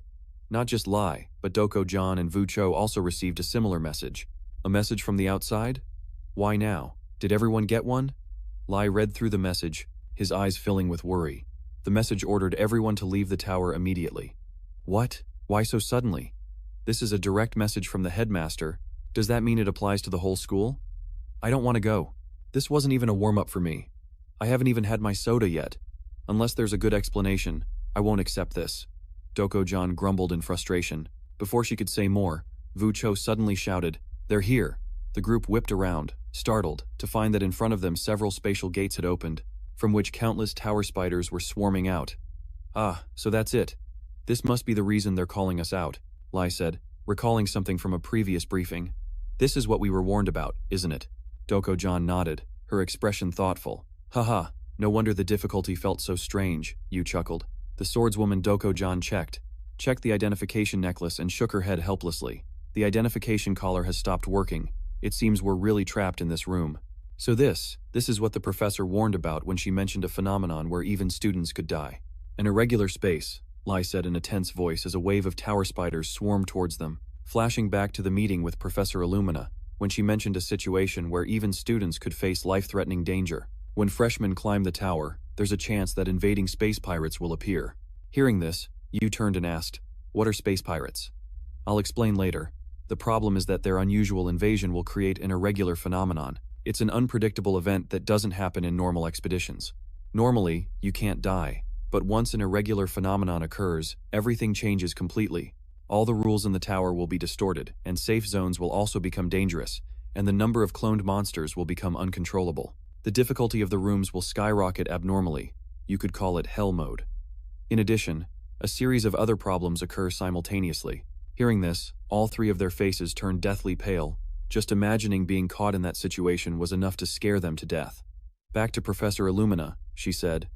"As you can see, the tower does not guarantee absolute safety, so you must remember this well. If you're unlucky enough to get stuck in an irregular phenomenon, remember that it is a real life or death situation." Returning to the present, after realizing the situation, the group immediately decided it was foolish to confront the seemingly endless wave of monsters. Yu immediately started up his ship, carrying Vu Cho with him as they fled, while the other two also sped up as much as they could. However, the spiders stuck close to them, not letting up. "We don't know how long these spiders will keep appearing, so trying to hold out in this confined space is too risky." Yu frowned and said, "We can assume it's infinite," Dako-John muttered. Just as the spiders began to pour out from the hallway, Dako-John unleashed a palm blast, firing a stream of internal energy that sent them flying. At the same time, Lai also continuously swung his sword, sending out blades of sword aura that pierced through the spiders' bodies, shouting as he slashed, "Dako-John, don't stop, just worry about yourself first." Dako-John complained as the two of them joined forces to stop the wave of monsters. However, Yu was worried about their energy consumption. Dako-John had already killed dozens on the way here, and so had Lai. Their stamina was being drained, and Vu Cho's hair had become darker. He couldn't even speak anymore. If his hair completely transformed, would something terrible happen? "These spiders are too tough. What should we do?" Yu thought in a panic. During a short break, Dako-John turned to Yu and said, "Your beast friend seems to have lost his mind. Who would have thought this would happen? I can't last much longer either. It'll be very, very dangerous if I don't get some rest." As she spoke, she rotated her wrist, which seemed to be aching from using her palm blast too much. Without hesitation, Yu took a can of soda from his inventory and gave it to her. "Oh my, this is," Dako-John asked hesitantly. "Just drink it, I'll hold them off. You take a break and drink up." At his gallant words, Dako-John's face flushed slightly as she took the can. "Haha, can you really do it?" "Of course, watch this, let's go," Yu said as he pulled a grenade from somewhere, pulled the pin, and threw it right into the middle of the spiders ahead. It exploded violently, sending the severed limbs of the tower spiders flying everywhere. "What was that? What is this power?" Lai exclaimed in astonishment. "How about that? Pretty cool, right? I put a lot of effort into making it." "Get some rest, Lai," Yu said with a smile, then continued to pilot his flying motorcycle to rush in and absorb experience. As he went, Yu took the opportunity to absorb concepts from the spiders' bodies and thought. Vu Cho still looks full of energy, but she's a bit unpredictable right now. The monsters are increasing in number. I don't know how much time we have left. Letting Lai and Dako-John rest is the best option, and in the meantime, I have to take down as many monsters as possible. I need to buy time for them to recover, Yu thought to himself, before being drawn to a notification that appeared before him. Executioner's longsword's blood venom has increased by 15. You have understood and grasped a bit of the concept of severing. The depth of severing has reached level 2. The moment the notification appeared, the sword in Yu's hand was suddenly enveloped in a sinister red aura. Is the sword turning red? Yu frowned, looking at the blade. Even though I don't know what concept blood venom is based on, I'll know once I try it. With that, he gripped the sword tightly and swung. Immediately after the attack, Yu noticed a difference. Wait, the sword's trail is expanding. If sever strengthens the slash, then blood venom expands the range and attack distance. By draining my own blood, I can't use it often. Each swing is like donating blood. Yu thought in horror about this treacherous sword. From behind, Lai saw the sword transform and asked, "Did you get something interesting again? What's with that sword aura?" Yu didn't answer, asking instead, "Vu Cho, where is she?" Lai glanced to the side and shook his head. "She's slaughtering the spiders over there. We shouldn't approach her right now." Yu looked towards Vu Cho, where she was roaring like a beast and punching to pieces every spider that dared to get close. He sighed and advised the two of them not to join in yet. Just get some more rest. There's no need, Yu. I've rested enough thanks to you. You should look around, the spider swarm has thinned out. Considerably, Lai said softly, startling Yu, who looked around and realized the number of monsters had indeed decreased significantly. Now that you mention it, I'm just noticing, Doko-John also said, looking around. The momentum has died down. Usually, when monsters stop attacking, it means the battle is about to end or something stronger is about to appear. Just then, Vu Cho, who was in a battle frenzy, also noticed something strange and stopped, turning towards a spatial gate that was forming. From within, a giant spider crawled out. Staring at the monster's building-sized body, Lai said pensively, "It's too late." Yu's eyes widened, not understanding what the heck was happening. Didn't they say giant monsters like this only appear after the nth floor? Beside Yu, the swordswoman saw his naive expression and couldn't help but let out a complaint. "Aren't you tired of constantly whining about this unusual situation? I've heard it so much my ears are about to bleed." However, there wasn't just one giant spider here, which made them even more terrified. Facing the giant spider, he finally realized, in its level of danger, "Man, I was so confident talking big earlier, but what do I do now? The previous spiders just needed to be cut down and hit with blood venom, but against something this big, I don't know if my attacks will even be effective." The more he thought, the more Yu lost his confidence. At that moment, the swordswoman stepped forward and said, "Weren't you just telling me and Doko-John to rest? Why are you so certain we can't win? You still refuse to ask for my help. Is that pride, or just stubbornness?" She whispered softly into Yu's ear, making his face flush slightly. "Pink, huh?" Yu asked unconsciously. "You like this kind, don't you? It's quite unique, but not bad. Now pay the price for that sweetness. The price might be a little high, but don't think of it as a debt." As she spoke, Doko-John slowly drew her sword. This was the first time Yu had seen her use a weapon. A sword? She can fight barehanded, so why? Is she intentionally showing me something? Yu thought to himself. As if reading his mind, Doko-John turned back to explain, "I just don't want to get my hands dirty. Don't overthink it." Hearing that Yu blushed beet red. "Ah, sorry," he mumbled. His embarrassed expression made Doko-John chuckle. "You're only missing one more thing. I'll show you just once, and for you just one slash of this sword will be enough to get an answer." After saying that, she began to radiate an intense aura and warned in a serious tone, "Hey Yuun, watch closely." She slowly brought her sword back and the air around her became more tense than ever. Just then, Yu heard a noise from Lai's direction. "Hey Vucho, you idiot, don't hunt me, go hunt the monster," Lai said with difficulty while trying to use his sword to block Vucho. "You've lost your mind and are attacking your own teammate." While the two were arguing, the giant spider behind them quickly seized the opportunity, shooting a huge strand of silk straight at them both. Vucho reacted in time, jumping to one side to dodge. But Lai wasn't so lucky, and was pinned to the wall by the silk. Seeing the spider dare to interfere in his fight, Vucho immediately growled threateningly at it. This scene made the protagonist break out in a cold sweat, thinking, "Oh man, what a complete mess." Just then Doko-John's reminder rang out, "Hey Yuun, what are you looking at? Where are your eyes wandering? Focus on me." Yu quickly turned back and explained, "I am watching, but the spider is over there." Doko-John calmly replied, "I already told you it's fine. There's only one spider left there now." With that, she quickly swung her sword to attack. With just a single slash, she cut the spider in half before it could even react. Yu watched Doko-John's movement with an astonished gaze, an arm swinging up from below, a simple motion that carried utter destruction. Just from that one action, I saw death itself splitting the world apart, he thought. After witnessing this ultimate skill, Yu's mind felt overloaded with information, making him feel dizzy. Around him, a series of system notifications appeared. High-level skill has been instantly comprehended. Control over authority has been enhanced. The depth of the myriad poison eye, the myriad listening ear, and the myriad tongues god has increased by 5 points. Successfully comprehended a part of an extremely powerful and complex martial arts concept. Depth of the soul is 390, depth of martial arts is 97, depth of swordsmanship is 52. You have observed the essence of the slash depth has reached 15. You didn't have time to examine the notifications closely, his head ached as if it would split in two. Unbelievable. Just by briefly observing her martial arts, my stats skyrocketed. That power is like when I broke Optimus's energy field. That must be an upgraded version of the deadly slash she's shown before.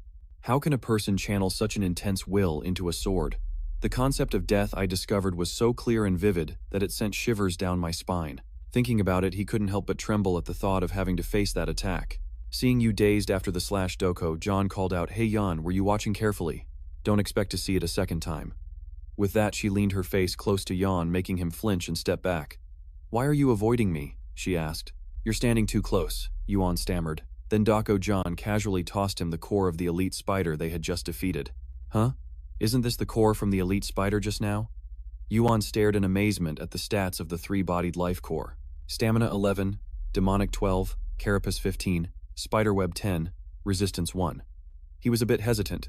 Dako John was the one who defeated it. So, is it really okay for me to take this core? He turned to look at the swordswoman with an indescribable expression, as if she had guessed Yuan's thoughts. Dako John smirked teasingly. Hey now, it's a reward, don't be shy, just take it.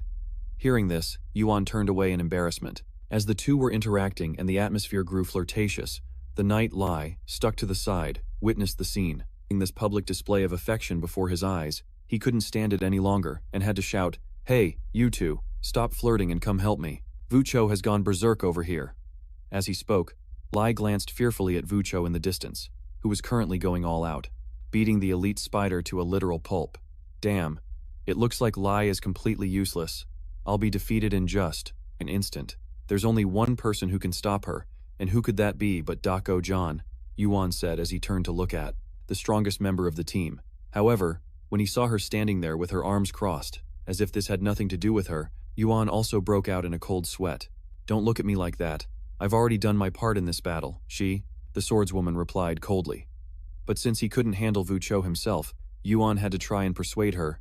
I know you don't like it, but this is an irregular situation. If one of us dies, who knows what will happen? Just as he finished speaking, sudden lie, the elite spider's legs began to move, as if it wasn't defeated yet.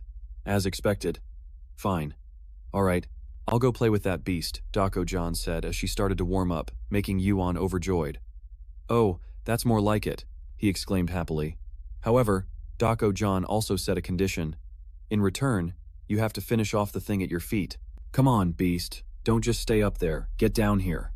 As she spoke, she fired a blast of energy straight at Vucho's face to get her attention. Let's have some real fun. Provoked, Vucho gnashed her teeth and growled like a wild animal before charging straight toward Dako John. Her landing was so powerful it shattered the ground, but Dako John easily dodged, continuing to taunt Vucho to draw her in. Over here, beast, she laughed. Just like that, Vucho continued to charge and attack mindlessly. After a missed punch, Dako John swiftly grabbed Vucho's wrist and slammed her body hard into the ground. Oh dear, not over there. I said over here. Haha, all you know is how to charge at stronger opponents, blindly. Get up, beast. Still full of energy, huh? I'm going to play with you until you have a little sanity left. Go ahead and run wild, huh? Dako John taunted, making Vucho even more enraged. Seeing this, Yuan got goosebumps. Good heavens, it really looks like she's just playing with her. While keeping Vucho in check, Dako John also called out to remind Yuan. Hey, this is no time to be slacking off. Bang! Hearing that, Yuan drew his sword and turned to face the elite spider. I know what you mean, but isn't this task a little too difficult? He stammered, he said. Even though Vucho had wounded the spider, it was still a tough opponent.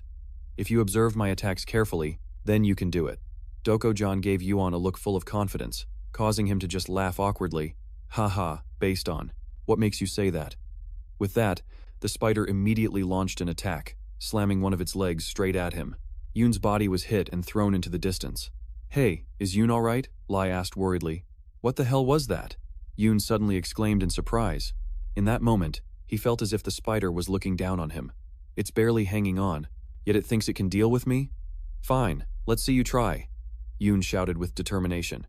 Immediately, magic circles appeared around the spider, and from within them, chains shot out, tightly binding its legs.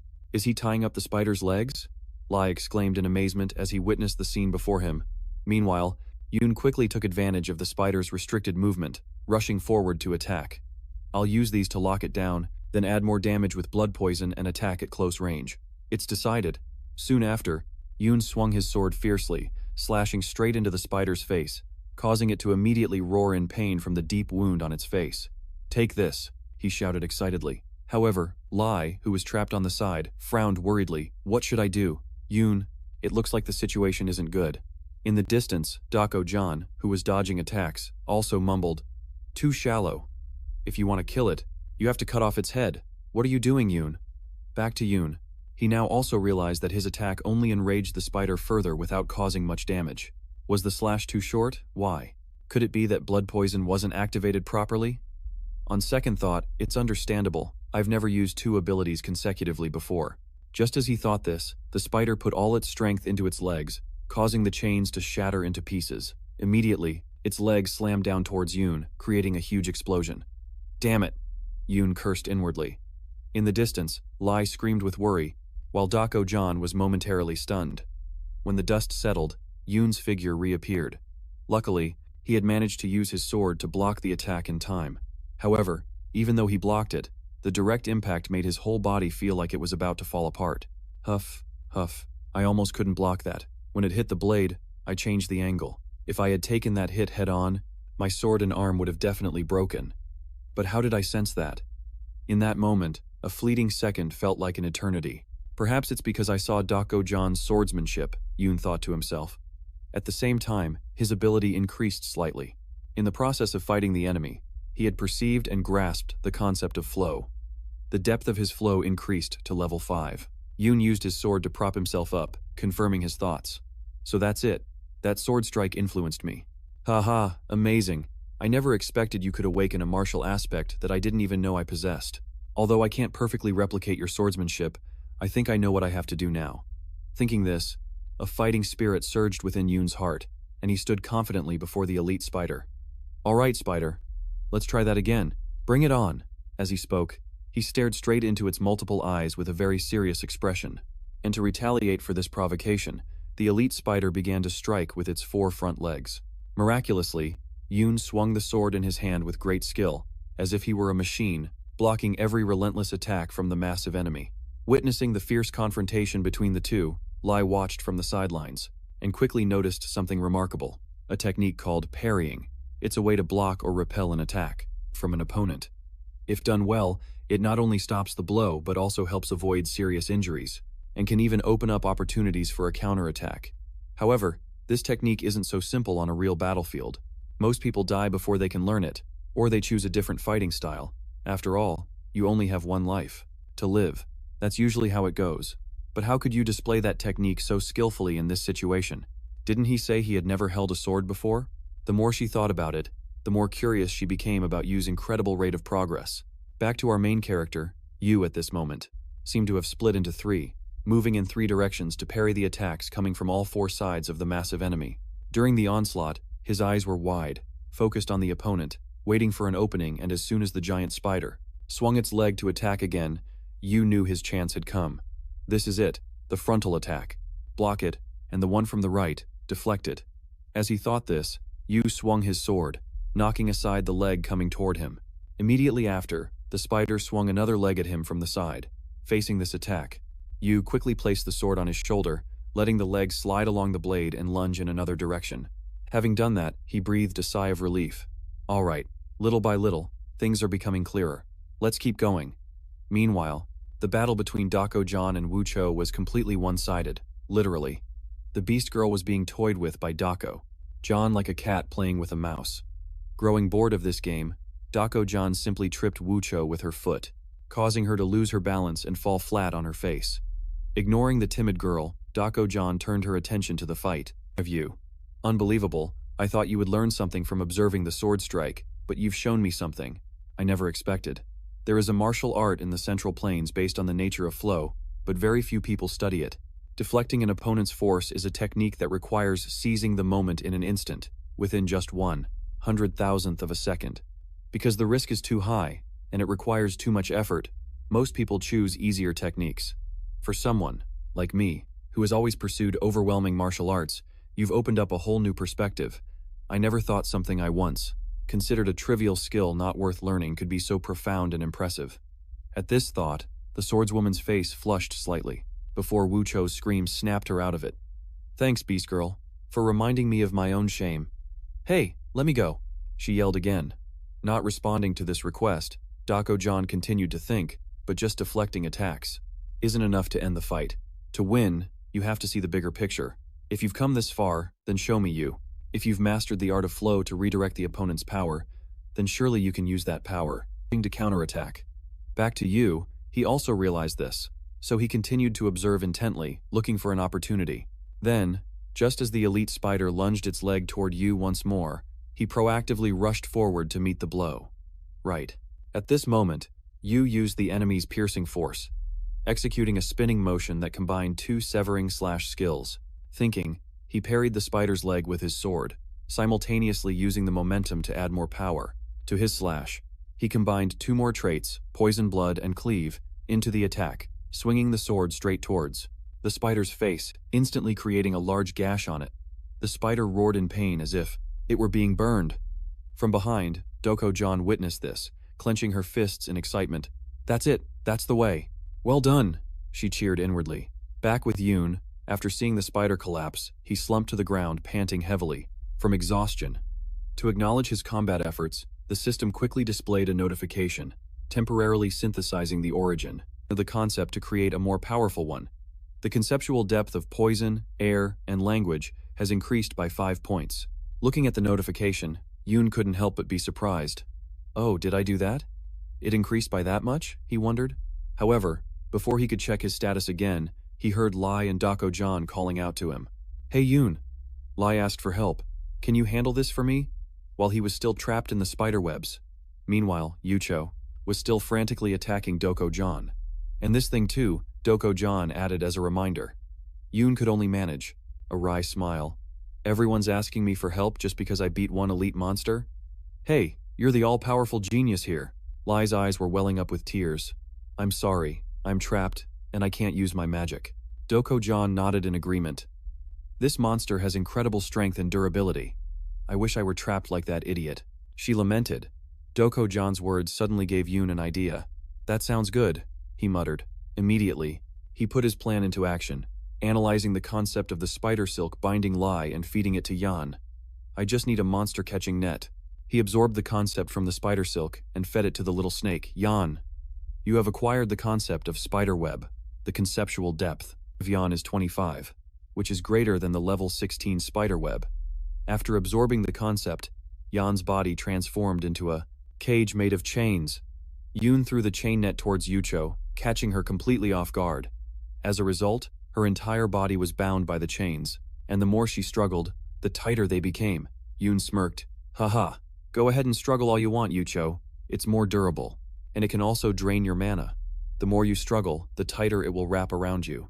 Meanwhile, the chains began to wrap around Yucho's body in a strange way, making both Lai and Yuun blush. Lai quickly covered Yuun's eyes and warned, "You shouldn't look at that." Yuun gritted his teeth in frustration. "Then what about you?" "I'm fine," Lai replied awkwardly. Doko-John observed their surroundings and nodded in satisfaction. "Phew, thank goodness this room hasn't been transformed yet. That chain seems useful." Just then, Yuun's ID card began to beep with warnings again, making him feel a sense of urgency. As he urged the group, "My ID card is beeping again. Let's get out of here quickly." Hearing that, Doko-John nodded in agreement. "Right, we should leave immediately." As soon as she finished speaking, before the group could even move, suddenly, a red orb of energy appeared behind them. From within the orb, a strange voice echoed, "You, the ones who have passed the test." Ahead, Yuun's group was startled and on guard, and the protagonist immediately turned his gaze towards the source of the sound and demanded, "Who's speaking?" In response, the orb of energy gradually transformed, revealing the form of the woman. She reached out to the group and offered, "I will grant you your reward now. I will give you the chance to form a contract with the overseer of the Myriad Eyes." Time passed quickly, and the scene shifted to the outside of the tower. At this moment, Professor Illumina was still anxiously waiting for her students, as they had not yet emerged from the tower. But she didn't have to wait long, as Yuun's group was teleported outside by a teleportation formation. "Is anyone hurt?" Yuun asked. "Where are we?" Lai asked curiously. "This is where we entered from," Doko-John replied. Seeing her students return, Illumina rushed over with a worried expression, asking, "Are you all okay? Is anyone injured or suffering from any after effects?" Looking at her face, which was on the verge of tears, Yuun smiled reassuringly. "We're fine, Professor, we're all right. Please calm down." Hearing this, Illumina's heart still couldn't settle, even though the emergency evacuation notice malfunctioned. She was still very worried when no one came out. "But thankfully, you're all safe. So what happened in there? Can you tell me?" Illumina's question startled the group, and Yuun scratched his head, stammering, "Well, about that. Let's go to a room and talk about it first." Time passed quickly, and the scene shifted to a secluded area. Now, the main character finally had a chance to ask about the incident in the tower. So, what happened here? We got pulled into a very strange place after the fourth room transformed, not long after we went in. During that time, what on earth happened out here? Hearing Yuun's question, Illumina replied sadly. Actually, a student was murdered by an intruder from the outside. The academy is trying to handle it, but that student's teammates are very distraught. That might have been the cause of the earlier anomalies. We've talked about the intruders before, haven't we? Illumina's previous words flashed through Yuun's mind. The dimensional robbers will target the freshmen, murder them, and steal their certification cards. They can't be revived and will be trapped there forever. Thinking about this, Yuun broke into a cold sweat and asked tentatively, "So have we found that intruder yet?" Illumina shook her head. "They've escaped. The students who were there couldn't stop them." Hearing this, Duho-Jan, standing to the side, offered his speculation. "It seems like this test was a setup. Even if they aren't students of this place, there are still beings who want to climb the tower with them. Freshmen who have just entered the tower are easy prey, so they murder the freshmen who've passed the entrance exam, aiming to ruin the reputation of the Tower Climbing Academy and infiltrate it using the stolen certification cards. Then, from the Academy's perspective, confronting the intruders becomes a mandatory test, placing a great responsibility on the students' shoulders, right?" As he spoke, Duho-Jan shot a teasing glance towards Illumina. What he said seemed to be completely accurate, leaving Illumina unable to offer any rebuttal as she looked at Duho-Jan. Seeing Illumina's flustered expression, unsure of how to explain, he sighed and then smirked. "Truly, this place is quite a strange place. Intruders can just brazenly break into the tower, a place within the Academy's territory, and yet the Academy can't stop them from slaughtering its own students. This puts the reputation of the greatest academy of all time into serious question." Behind them, Yuun's group also fell silent, seemingly deep in thought, leaving only the professor. Illumina disagreed with this viewpoint. "You've misunderstood. Dean John, protecting the students is the responsibility of the Academy, but once they enter the tower, they must fend for themselves. Moreover, the tower allowing invaders to enter is unchangeable. It is the will of the tower." After saying this, Illumina slightly bowed her head as if she dared not face the students before her. The female swordsman heard this and gritted her teeth in frustration. "The will of the tower? If that's the case, then I don't need to be here anymore." She immediately used her necklace to teleport elsewhere, leaving Illumina no time to stop her. Beside her, the main character spoke up to explain. "Please understand her, Professor. Some unfortunate things happened in the tower." Turning to Illumina, she now realized that since their return, Yu's group seemed to be in a strange mood, and she asked, "Yu, tell me, what exactly happened in there?" In response to this question, the main character was a bit contemplative, but then recounted the entire incident. "Right before we returned, we met a guardian of the stars." Upon hearing this, Illumina's face turned frantic. The omnipotent protectors, also known as observers, absorb countless dimensions, and when they find someone they favor, they form a contract through that person. They are transcendent beings, with great influence over dimensions. They bestow power, magic, authority, transcendent skills, artifacts, and much more to make others obey them, but in return, they also demand a great deal. Even so, there are still those who refuse such things. But on second thought, in a world where power is immensely valuable, nothing is more profitable than what they bestow. The Guardians of the Stars are indeed incredibly attractive partners. Returning to Illumina, after a few seconds of composure, she asked curiously, "A Guardian of the Stars has appeared in this world?" Yu nodded in confirmation. "That's right, the observer of all beings. Told me so in a very strange tone. That entity promised to grant me power. In exchange, I would have to fulfill its requests." As he said this, the main character's face showed some confusion, but Illumina didn't seem to notice. Instead, she looked at Yu with a radiant expression and congratulated him. "That's wonderful. To be offered a contract with a Guardian of the Stars so soon after entering the tower is an unprecedented event in the Academy's history. Obtaining a contract with a Guardian of the Stars this early proves that your talent has been recognized." She spoke excitedly, not realizing that the more she talked, the gloomier Lion Vucho's faces became. Meanwhile, the main character found it hard to believe that he was so highly regarded. "Is that really true?" Yu asked again, his eyes full of doubt. Professor Illumina nodded repeatedly, her expression serious. "You wouldn't be deceiving me, would you?" He continued to question, though being highly praised didn't make him happy, but only made him more confused. "Professor, How does the Academy react to these contracts and the Guardians of the Stars? He asked. Directly. Illumina initially seemed curious but immediately replied, Of course, they maintain a neutral stance, but if a real opportunity arises, they will encourage you to seize it. You nodded, understanding the professor's point, so the Academy encourages them to accept. This contract? He said to clarify. Illumina explained further. That's right. Among the dimensions, the tower is the place that attracts the attention of the Guardians of the Stars. No one is better suited to climb the tower than those who have contracts with the stars. Hearing this, Yu felt even more suspicion rising within him. It was hard to believe that a place like the Academy had any defensive measures against intruders.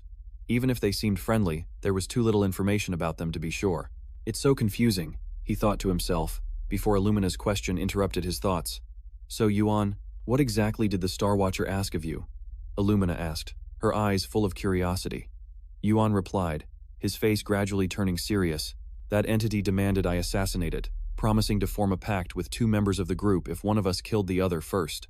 Illumina fell silent, her expression filled with worry. Yuan continued, that was the demand of the Star Watcher. It said that only those who craved power were worthy of its blessing. It wanted us to kill each other to prove it. He recalled the moment the Star Watcher made that cruel demand. Slit your comrade's throat and offer it to me. I will make you my most trusted servant until you reach the top of the tower and receive what you desire. My love will never leave you.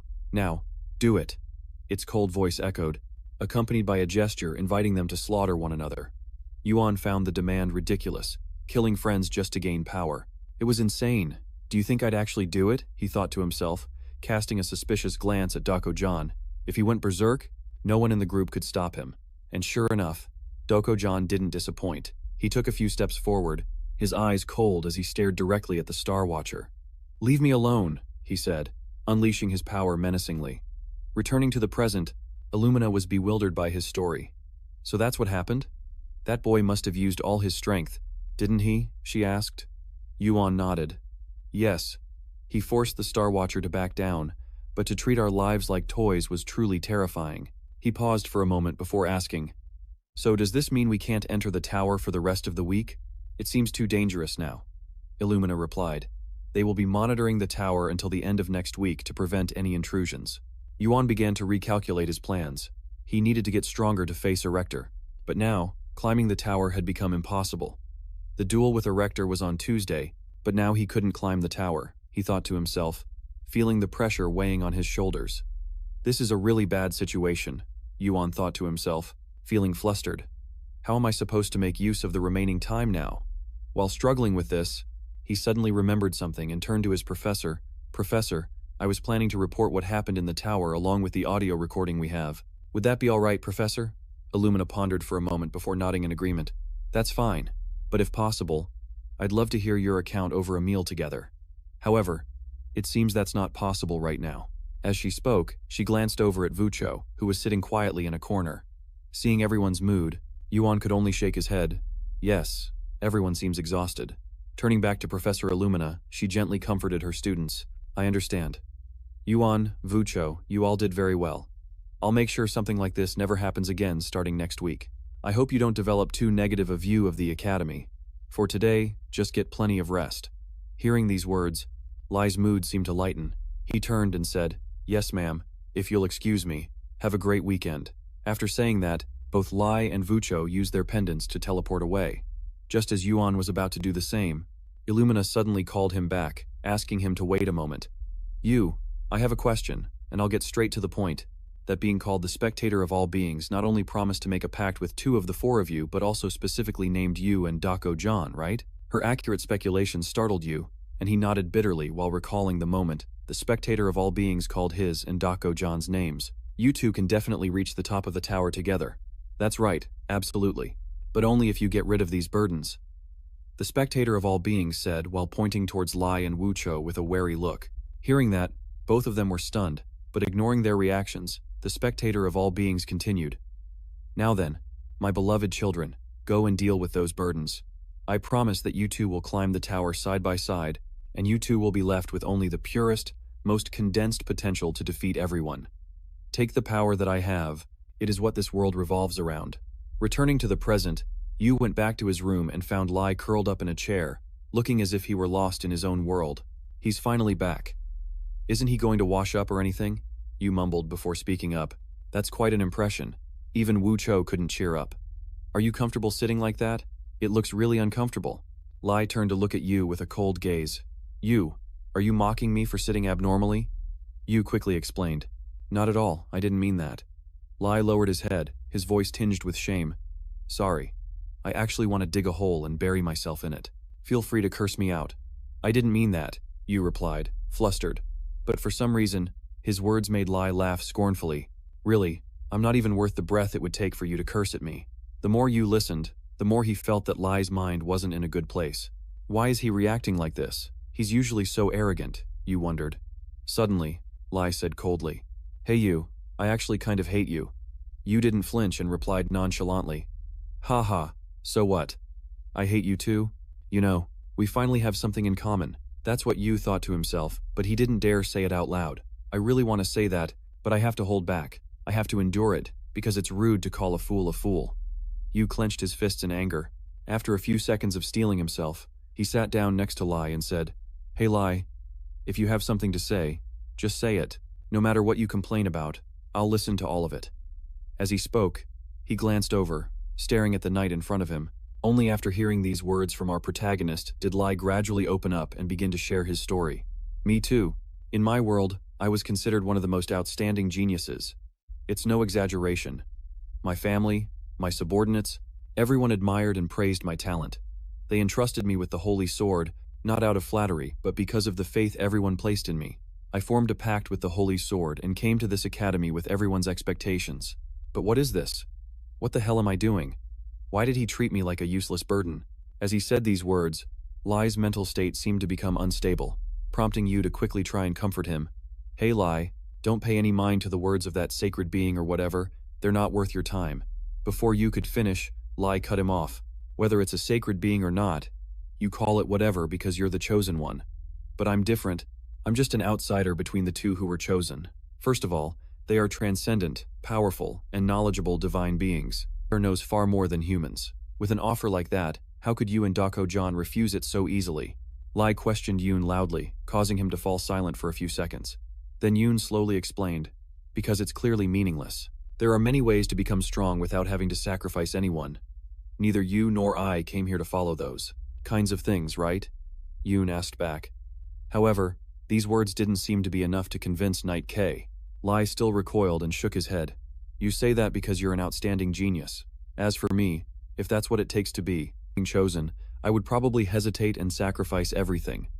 I can't refuse as firmly as you and Dako-John. I would make that choice. The truth is, I feel resentful, scared, and unable to forgive myself for saying these words. Lai's face became indescribable. Time passed quickly, and it's unclear how the two ended their conversation. But now Yuun had finished his shower and returned to see Lai lying on the bed. As if sensing Yoon's gaze, Lai spoke up. Yuun, I'm sorry for whining like that earlier. It's not your fault. I was the one who brought up those unpleasant stories. I'm really sorry, Lai said with a remorseful voice. Hearing this, Yuun smiled lightly and brushed it off.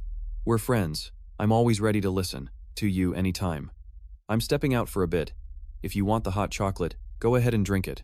Usually, unpleasant things will disappear after having something sweet. With that, Yuun placed a cup of hot chocolate on the table. Lai replied softly, Thank you. Back to Yuun. After closing the door and walking into the hallway, he thought to himself, he's changed a lot since we first met. Next time, I need to be more careful with my words. At that moment, Dako-John was walking down the hall and spotted Yuun. She cheerfully ran. Over. Oh, you're back? At least I don't have to go inside. What a relief. Hearing Dako-John's voice, Yuun was startled and shouted, Why? Are you here? This is the men's dormitory. His eyes widened. Seeing this, Dako-John quickly put a finger to her lips. Shh. If no one sees, it's not a crime. Don't you know that? With that, she gave a mischievous smile and pulled Yuun's shirt, leading him away before he could complain. The scene changes to a wooden bench outside. Yuun asked. So you came here because the cafe, it was too crowded. Ignoring Yoon's previous question, Dako-John changed the subject to ask about Lai's condition. I was curious. So I came here. So, how's your burden? Is he doing okay? In response to this question, the main character's voice was a bit annoyed. Seriously, what do you mean by burden? Why do you keep saying that? Hearing this, Doko-Jan cleared her throat. Am I wrong? He only knows how to use his strength blindly, a pitiful, talentless guy who can't adapt, right? Lai isn't talentless, he's very skilled at swordsmanship and has many other abilities, Yuun spoke up to defend his roommate. However, Doko-Jan had seen through the nature of the knight's abilities. The problem is that all of those things are, thanks to the sword, you know that too. His immense physical strength, sharp combat intuition, special abilities, all of it comes from that sword. Without it, he's nothing but a good for nothing. He can't even grasp the situation. He's always anxious at critical moments, getting himself captured, becoming a complete failure. The swordswoman listed each of Lai's weaknesses, making Yuun just rub his forehead in frustration and stop her. All right, I get it. Stop. If I keep listening to you, it'll probably take a lifetime. Hearing this, Doko-Jan paused her list, her voice becoming more serious. In a situation, that's how serious it is. If he loses all his courage and spirit, it's all over. There's no need for us to travel together anymore. After all, the monster was already very weak. If he had just remained silent, she wouldn't have said anything more, but that was enough for him to understand her meaning. However, he still wondered if Doko-Jan was criticizing or worrying about Lai. With this in mind, he turned to ask her, "So what about you? You acted very strangely when you met the god, and you were grumpy in front of the professor too. Are you okay?" Yu's voice, full of concern, made the swordswoman's face flush, and she felt a bit flustered. "Are you worried about me? Why don't you use your ability to check?" Doko-Jan stammered. Yu sighed. "I don't need to use my ability. It's written all over your face already. I just wanted to ask if you're okay." After saying that, he took a cup of hot chocolate from his inventory and handed it to her. Doko-Jan accepted the cup, feeling a little pleased. "Right, he's comforting me, isn't he?" She took a sip and nodded in approval. It's sweeter than I thought. Hot chocolate is supposed to be sweet," Yu replied nonchalantly. Doko-Jan's mood seemed to improve, and she began to share, "Thanks for worrying about me, but it's not that serious. I was just irritated at the time." Yu asked curiously, "What made you so irritated?" "Well, I'm not really sure myself. Do you think that I, the observer with 10,000 eyes, and that thing think alike? Is that what you believe?" Her words startled Yu. "What?" Doko-Jan continued to explain. "Essentially, it's the same thing. If those two can't be of any help, I was thinking of eliminating them." The more Yu listened, the more he felt something was off about her story. And he quickly asked again, "What nonsense are you talking about?" Doko-Jan's expression turned cold. "That's why I feel irritated. If I were more ruthless, I would have only brought along those with potential. If I were truly determined, even without directly killing them, I could have indirectly caused their deaths through my indifference. Perhaps I was wrong to agree with that method," Doko-Jan said in a bitter tone. Meanwhile, our protagonist just silently took a gentle sip of his hot chocolate before asking again, "Is that so?" "That's right," Doko-Jan replied calmly. "So that means you're just being silly, right?" Yu's teasing tone made the swordswoman's face flush red with anger, and she turned her face away, muttering to herself, "I share my innermost thoughts, and this is the reaction I get, huh?" Then, she turned back and asked again, "Do you really think those two have talent?" Yu looked straight into Doko-Jan's eyes with a look full of confidence. "Of course. No matter how great the artifact is, if they didn't have talent, they couldn't have come this far. Lai has a natural gift for the sword, but he's too dependent on the holy sword, making it hard for him to keep up with the variables in a fight. As for Vu Cho, she possesses an extraordinary physique and potential, but is held back by her own mentality. If they can compensate for each other and overcome their weaknesses, their talent will far exceed anything we can imagine." Yu smiled as he gave his assessment. Yu's words made the white-haired girl fall into deep thought. Although she didn't completely trust the two of them yet, she decided to put her faith in Yu. "All right, I'll believe you. If they train hard, the results will prove everything." Hearing that, Yu's eyes sparkled with joy. "So you're willing to help them? Like you said, if they overcome their difficulties and grow, I'll admit you were right. But if the results aren't what I expect, you'll have to take responsibility for it," she said while looking straight at Yu, making him a little flustered. Before Yu could react, Doko-Jan continued, "You have made me put my judgment aside and spend time on those idiots. Think it over. I'll see you then. Remember to bring those two brats tomorrow morning." With that, she left quickly, leaving Yu standing there speechless. Time flew by, and the next morning, the training began. Lai and Doko-Jan were sparring hand to hand, their blows cutting through the air, echoing all around. The outcome was as expected. Lai was completely overwhelmed, and his punches couldn't even touch Doko-Jan, while she sent him flying toward Yu with a single strike. Hey you, Lai called out weakly, as if he were leaving his last will and testament. What is it? I'm here. Yu rushed over. Lai looked at him with a resentful glare. You said you were going to teach me something, so why am I the only one getting hit? Well, because of this, Yu stammered, unable to find a proper explanation. Before he could make an excuse, Dako-John stepped forward, stomped her foot on the ground, and yelled, How foolish! This is body conditioning, and this method is perfectly normal. You're not the type who can learn just by watching once like you, so stop complaining and get back up. Lai tremblingly reached for his sword, sobbing, My sword, give me my sword. No way. Until you learn how to fight without it, you're not getting it back. This is just like back in the tower. Dako-John refused bluntly, her words making the young knight Lai's eyes go wide in disbelief. But I'm a swordsman. Taking away a swordsman's sword, how does that make any sense at all? Dako-John shot him a look as if he were a complete idiot. If you lose your sword, is that how you're going to die? Lai immediately shot back. No, I would never lose it. His slipperiness made Dako-John even angrier. So, you want your sword back to fight me? I guarantee you'll lose it in 3 seconds. Her powerful declaration left Lai speechless, only able to mutter to himself in despair. But without my sword, I. Sensing the situation, Yu spoke up to encourage Lai. This is a training regimen to help you grow, something Dako-John and I agreed on. Trust us this time and train without your sword. It's all for your own good. Yu's sincere words seemed to reach Lai's heart, causing him to slowly regain his determination. If Yu has a plan, there must be a reason for it. I get it. I'll trust you and give it a try this time. All right, let's go again, Lai said enthusiastically. But before he could finish, Dako-John charged in, unleashing a spinning kick from above that sent Lai flying like a rag doll. You left an opening again. What are you doing? Your stance is terrible. Aren't you going to block? Don't just rely on your sight to attack. Feel it with all your senses. If you understand, then focus. Are your combat instincts really this bad without your holy sword? Dako-John yelled as she unleashed a relentless barrage of attacks so fast that Lai could only raise his arms to defend himself. From the sidelines, Yu watched closely and realized the problem. Everything Dako-John said was absolutely right. Right now, Lai's stats were gradually decreasing over time. Normally, he's a monster who can easily handle an erector, but for some reason, he's fighting without his sword. He has the potential to improve by leaps and bounds. If this change is caused by the sword, then his condition is even worse than I thought. At this, Yu's brows furrowed deeply. Meanwhile, Dako-John continued her tirade. You're getting weaker. Is your true self the holy sword? Are you just a sword? I'm not, Lai yelled. What do you mean by that? Are you completely useless without a sword? Dako-John questioned. That's not true. Lai answered through gritted teeth. If you really don't think that, then stop searching for a sword you don't even have and face me. Dako-John yelled with wide eyes. Her words seemed to awaken something within Lai, as his entire body suddenly began to glow with a brilliant light. Immediately, Lai yelled and threw a punch with lightning speed, causing Dako-John to flinch and quickly tilt her head to dodge.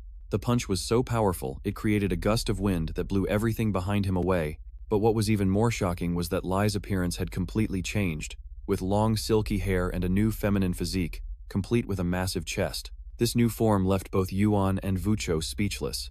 Dako-John looked at Lai thoughtfully, and was about to speak when suddenly Lai's body began to transform again as rays of light suddenly covered her body. They were quickly absorbed into a cross-shaped mark in the middle of her chest, and this unexpected event caused Lai to feel a sharp pain and collapse to the ground. Seeing that, Yuan hurriedly ran over to check on the situation. However, Dako-John quickly put out a hand to stop him. Calm down, he's fine, but this isn't something that can be easily resolved, she said with slightly narrowed eyes, looking serious. Shortly after, Lai gradually returned to his normal state. Dako-John, coldly, and you were right, I don't think I can go on like this anymore, Dako-John then suggested. In that case, let's have a rematch with me. First of all, I apologize for misjudging you. Lai scratched his head in embarrassment and replied, No, you don't need to apologize. I'm the one who was helped. His voice was a bit cheerful, but that joy lasted for less than 3 seconds. Before Dako-John continued, I used to think you were just a clueless fool, but you're actually a fool carrying a bomb on your back. I just hope that bomb doesn't explode inside the tower. After speaking, she let out a weary sigh. Lai could only yell, I really don't like you. Meanwhile, Vucho stood to the side watching the scene between Lai and Dako-John, and she also got a little excited, suggesting to Yuan, Hey Yuan, we should do that too. As she spoke, she, inspired by Lai and Inspector John, She also got a little excited and suggested to Yuan, Yuan, we should do that too. He noticed something strange. What was that just now? Holy Spirit and demonic spirit. How can two opposing forces like that coexist in one body? That seems to be the cause of the outburst. Does Lai know about this? Well, I'll tell him about it after we get back to the dorms. Yuan thought to himself, then turned to Vucho. Ah, sorry Vucho, you've been calling me for a while, haven't you? I was lost in thought. Vucho replied awkwardly. It's okay. More importantly, maybe we could spar too. Yuan recalled her crazed expression and couldn't help but hesitate. Is that a good idea? Vucho quickly explained. I mean, it's not good, but you have a way to restrain me, so I want to control my power. I want to be useful too. The pleading tone in her voice made it impossible for Yuan to refuse. All right. He nodded and started walking towards the weapon rack. As he walked, he thought, Vucho today is unusually proactive. Could it be because yesterday's events were too shocking? Then, he tossed Vucho a wooden sword and began to explain. You're being unusually proactive. Is it because yesterday's event was too shocking? Then, he threw Vucho one wooden sword and began to explain. I think we should set our own pace. No need to be as loud as them. Let's slowly increase the intensity, okay? Vucho nodded. I understand. Yu raised his sword. All right, shall we begin? Vucho replied. Yes, I'll do my best too. Just then, Yu suddenly realized, wait a minute, thinking about it, isn't this my dream school life? The youth I envisioned wasn't about chaotic battles, but about boys and girls encouraging each other and honing their skills together. This is it. Haha, I'm so lucky. Thanks to Vucho, my dream has come true. He thought happily to himself, so much so that the tip of his nose turned a little red. Vucho asked worriedly, so, shall I start? Yu replied softly, all right, bring it on. Immediately after, the pink-haired girl's demeanor changed completely, shifting into a frenzied state that scared Yu senseless. After just 5 short minutes, Yu had to hastily command Y, the little snake, to turn into a chain to restrain Vucho. Y, hold on tight, don't let go, no matter what happens, Yu exclaimed in a panic. It all happened quickly, as the chain gradually absorbed the mana from Vucho's body, allowing her consciousness to slowly return. Are you awake now? Yu asked, his eyes welling up with tears. Seeing Yu's expression, Vucho realized things hadn't gone smoothly, and she covered her mouth and asked worriedly, Yu, are you okay? Are you hurt? How many times has this happened? Yu, looking completely drained, answered, I lost count, but it must have been more than 10 times. It's okay, my limbs are still intact. Hearing this, Vucho could only cry and blame herself. I'm so sorry, it's because of me that you have to suffer like this, Yu. The corners of her eyes were wet with tears, and looking truly pitiful. Yu couldn't bear it and reached out to pat her head comfortingly. It's really okay. I promised I would help you, and I was prepared for things like this, so don't be sad anymore. Yu's warm voice made Vucho's face blush. However, that sweet moment didn't last long, as Dako-jan's shout rang out, startling them both as if they'd been caught red-handed. Haha, while I'm over here training my butt off, you're flirting with a beast? Dako-jan said, dragging a limp body behind her towards them. Yu quickly retorted, what flirting? Can't you see I almost died just now? Dako-jan looked unconvinced, whispering sweet nothings to an innocent beast. Her voice was full of discontent, and Vucho quickly explained, that's not it. Yu was just worried about me. Dako-jan glanced at Vucho with a suspicious look. Is that so? Does the beast have some ulterior motive? Her words made Vucho blush in embarrassment. Then, Dako stopped teasing and switched to a serious tone. It's rude to your opponent to be distracted during training, beast. You should get rid of those thoughts. Meanwhile, Yu sat quietly thinking about Vucho. She used to be so positive, but now she's become so timid. She's too soft on Dako-jan. But thinking about it, isn't she trying her best? Yu decided to do something to lift the pink-haired girl's spirits. He spoke up. All right. I asked the professors if I could bring one of you with me when I leave the floating island. I just got approval. Dako-jan flipped her hair, fantasizing. That's great. It's so stuffy here anyway. Yu ignored her and looked straight at Vucho. So Vucho, from now on, let's go out together. Let's go on a date, okay? His words startled the other two. Time passed, and as planned, Yu and Vucho were on a date together in a clothing store. Dako-jan's questioning voice came through the communication screen. No, I already told you before I left. Yu explained wearily. We're not staying overnight. We're just going out for a little while. I'll be back. Back before tonight. Hearing that, John seemed a bit relieved and replied, all right, have you been living in another world for so long that you really? Think it's normal for men and women to go out so carelessly at night? In another corner, Lai couldn't hold it in. His tears, his voice choked up. Hey Yoon, is that all? If you go out with someone other than me, your roommate. Before Lai could finish, Yoon immediately cut him off. Are you my mom or something? Just then, Woocho stepped out from the fitting room, her face blushing with embarrassment. Sorry, I just tried on the outfit you suggested. Does it look okay? It feels like I'm showing off my body. A little. Despite her embarrassment, the outfit accentuated her beauty so much that Yoon couldn't help but cover his mouth and then give her a thumbs up in praise. It's really beautiful. On the other end of the line, Lai and John were practically losing their minds watching this. Lai screamed, just you wait until you get back. I want to go out too. Ignoring that, Yoon and Woocho began their stroll together. It was Woocho's first time off campus, and she was extremely excited. Wow, this is amazing. I never knew there was such a big city right outside the academy, she said as she looked all around, filled with curiosity. Yoon smiled gently and nodded. Amazing, isn't it? I've only been to the city outskirts 2 times myself. Let's walk around for a bit. There are stores and a shopping area over there. Yeah, okay. Woocho agreed and hurriedly followed Yoon. However, she soon realized she was being swallowed by the crowd. At this rate, I'll lose sight of Yoon, she thought, and hastily reached out her hand. Fortunately, Yoon realized what was happening and quickly grabbed her wrist, his voice apologetic. Oh gosh, are you all right? I'm sorry. I forgot this was your first time in a place like this. It's okay, I'm fine, Woocho said, shaking her head. Seeing this, Yoon gently took her small hand and suggested, there are a lot of people in the shopping area, so let's hold hands from now on. After saying that, he turned his face away, as if to hide his own blushing face. Woocho also nodded softly. Okay. The two spent the entire day happily exploring the city, from trying street food, visiting a teddy bear shop, to strolling through a park, all of which made Woocho's mood better than ever before. At the end of the day, they stopped at an outdoor food stall. Yoon asked with concern, are you really okay with this dish? The ingredients at this place are all monster meat.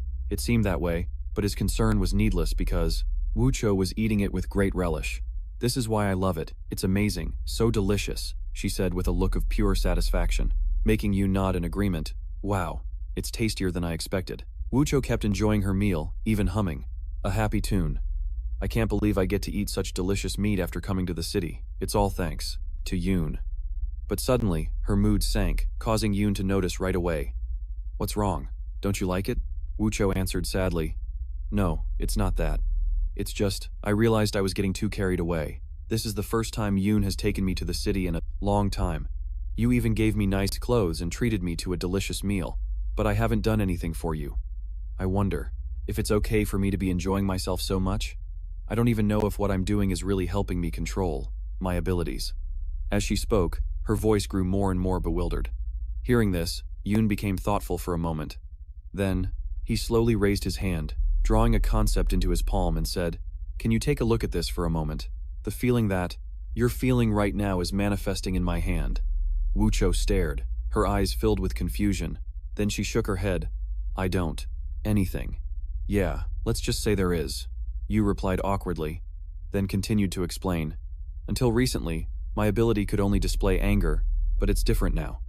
Even though we've only spent a short time together, I've been able to recognize these emotions. If we become closer, I'm sure we can find a way to solve your problem. Woocho lowered her head, her face tinged with sadness, and quietly mumbled, my problem, you already know about it, right? Yes. But now all your worries are gone, Woocho. Yu said as he crushed the orb representing sadness in his palm, then declared, I promise you, I will solve every single problem. So, just enjoy today without any worries. Yu's firm words seemed to have soothed Woocho's mood. She replied softly, okay, then thought to herself, it's amazing. What you said is like magic. Turning back to Yu, he scratched his head in embarrassment as if realizing he had been too confident. Maybe I went a little overboard. Next time we hang out, I won't call it a date anymore. Woocho quickly interrupted. No, it's not overboard at all. On the contrary, I want to get closer to you. I want to understand you more, just like Doko-John. She might seem a bit scary to everyone, but she really likes you a lot. Yu shook his head in denial. She doesn't like me. She just wants to possess me like a sharp blade or a weapon. Woocho burst out laughing. Yu, do you really think so? Yu looked bewildered. What's so funny? Woocho replied gently. No, I just feel more at ease. I used to think you were an all-powerful mage, but maybe I was very wrong. So, I feel like I can try harder. Come on, if you're done eating, let's go. You've bought me so many gifts and clothes, so to thank you, I'll pick out a super cool street outfit for you. Yu smiled and nodded. Alright, don't worry about the money. Let's just have fun. Wucho smiled. Haha, going out with someone as talented as you feels so luxurious. In another development, during a meeting of the Academy's professors, the atmosphere grew tense. The small robot on Professor Illumina's shoulder seemed worried. I'm fine, she quietly signaled for it to be quiet. It's just a little awkward, but it'll be fine. In the meeting room, a shout rang out. How did information about the tower spread so widely? Who would accept a ranking like the tower climbing leaderboard? How dare they do this? A female professor spoke up. The information is spreading too fast. There's no way to stop it. That's right, because there's no infighting involved. Someone else countered, but immediately, another professor slammed his hand on the table, his voice full of indignation. From the very beginning, we were wrong to let people from the lower world act so thoughtlessly like this. Amidst the tense atmosphere of the meeting, a loud shout silenced everyone. That's enough, Professor Illumina. No matter how you feel, your students' autonomous actions have crossed the line. This is a clear violation of the Academy's regulations, isn't it? Are you aware of your responsibility for letting him do whatever he wants? The professor with purple hair glared, his voice full of criticism. Going back in time a bit, before the professors' meeting took place, Illumina had watched the video recorded by Yu's group. She felt her head spin. Oh my god, he actually recorded the entire process inside the tower. Initially, he just said he would climb the tower and record his journey. I didn't object, but I also never expected it to be so successful. Obviously, electronic devices and artifacts are all unable to function inside the tower, as they would be overloaded by the energy flow from the tower. That's a given in this world, but he managed to overcome it and brought back unimaginable results. He probably has no idea about this. Not only did he bring back footage from inside the tower, but he also created a tool that could operate within it. It's truly unbelievable, and the idea went even further. Illumina thought to herself, recalling her conversation with Yu when he proposed the idea. What? You're planning to post that footage on your channel? Illumina asked in surprise as Yu answered frankly. Yes, I think it will attract a lot of attention. Rebel, that's what we call our group, will help improve our image with the other students at the Academy. Illumina didn't stop him, but meanwhile Yu sat quietly thinking about Vucho. She used to be so cheerful, but now she's become timid, and she's way too soft on Dokojo. But on second thought, it's not like she's head over heels for him. Yu decided to do something to lift the pink-haired girl's spirits, and he spoke up. Alright, I've asked the professors if I could bring one of you with me when leaving the floating island. I just got their approval. Dokojo smoothed her hair smugly. That's great, it's so stuffy here anyway. Yu ignored her and looked straight at Vucho. So Vucho, let's go out from now on, okay? Let's go on a date, okay? His words startled the other two as time passed. As planned, Yu and Vucho were on a date in a clothing store when Dokojo's questioning voice came through the communication screen. No, I told you before I left, Yu explained exasperatedly. It's not an overnight stay, we're just going out for a bit.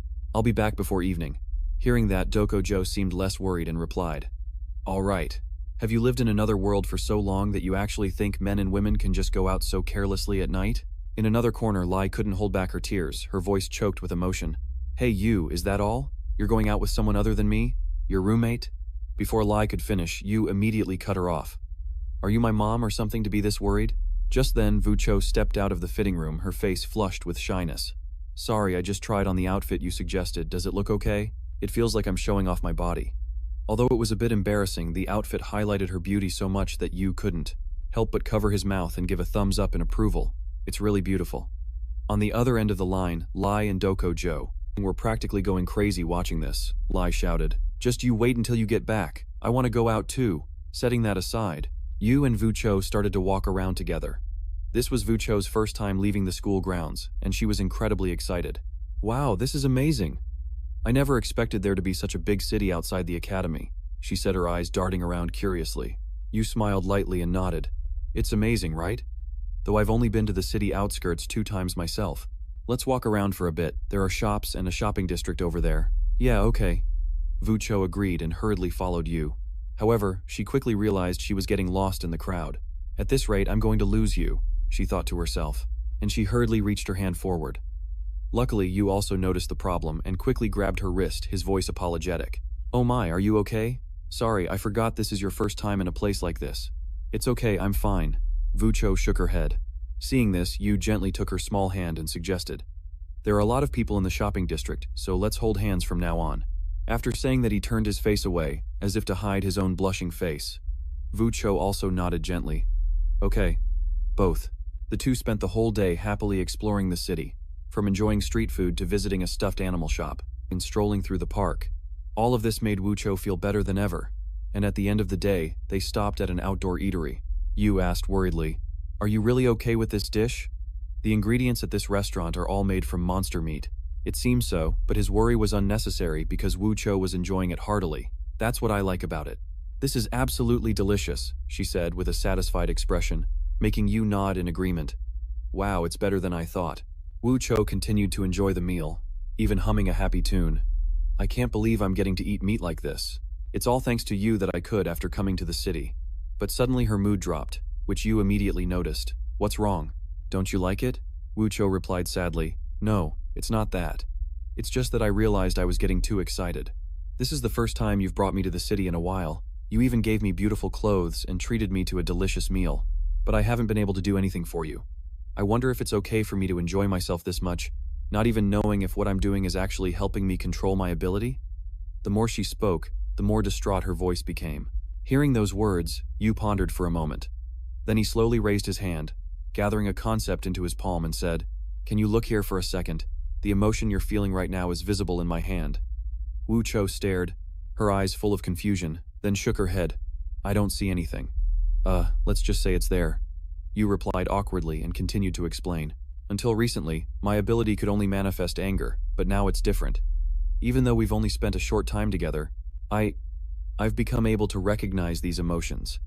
If we get closer, I'm sure we'll find a way to solve your problem." Wucho lowered her head, her face tinged with sadness, and murmured softly, "My problem? You already knew, didn't you?" "Yes, but now all your worries are gone, Wucho," Yu said as he crushed the orb representing her sadness in his palm. Then he affirmed, "I promise you, I will solve all your troubles, so just enjoy today without any worries at all." Yu's firm words seemed to soothe Wucho's mood. She replied softly, "Okay," and thought to herself, "That's amazing. What Yu says is like magic." Back to Yu, he scratched his head shyly as if realizing he had been too confident. "Maybe I went a little overboard. Next time we go out, I won't call it a date anymore." Wucho quickly interrupted, "No, it's not overboard at all. In fact, I want to get closer to you. I want to understand you more, just like Dako-John. She seems a bit scary to everyone, but she really likes you." Yu shook his head in denial. "She doesn't like me. She just wants to possess me like a sharp blade or a weapon." Wucho burst out laughing. "Ha ha, Yu, do you really think so?" Yu looked bewildered. "What's so funny?" Wucho replied gently, "No, I just feel more at ease. I used to think you were an all-powerful mage, but maybe I was very wrong. So I feel like I can try harder. Come on, if you're done eating, let's go. You bought so many gifts and clothes for me to say thank you." At this point, he turned to Professor Illumina and asked, "Tell me, Professor Illumina, shouldn't you share some more information from the footage so the other professors can understand better?" Immediately, all eyes in the room turned to the female professor, filled with curiosity. "Is there something else, Professor Illumina? Is there more info? Undisclosed information?" Faced with this sudden turn in the conversation, Illumina's expression grew bewildered. She was at a loss for words. "What? What was that?" Xiao looked at her confused expression, his eyes flashing with a hint of surprise, then explained, Perhaps Professor Illumina isn't aware of this. Then let me tell you, Ban Yu and his classmates are the only ones among the tower climbers to be chosen by the Guardians. This piece of information that was just revealed made all the professors in the room lose their composure. Professor Thalia even stood up abruptly from her chair and asked again, "Oh, the one who climbed the tower for the first time yesterday, he was chosen by a constellation?" Before Xiao could answer, Professor Illumina quickly interjected, "Vice Chairman, connecting with a constellation is a student's personal achievement. If you speak so carelessly here," but Xiao quickly cut her off and retorted, "Then answer me truthfully. This is a question from me in my capacity as Vice Chairman. Did Ban Yu and the other students sign a contract with a constellation?" Faced with this, since this was a question from a superior to a subordinate, Illumina was forced to answer whether she wanted to or not. No, neither Ban Yu nor the other students signed a contract with a constellation. Back to Xiao. After hearing the answer, his face became pensive, as if he was thinking about something. So they refused? As expected, they're not ordinary. It must have been very difficult for them to express their intentions under pressure from the constellations.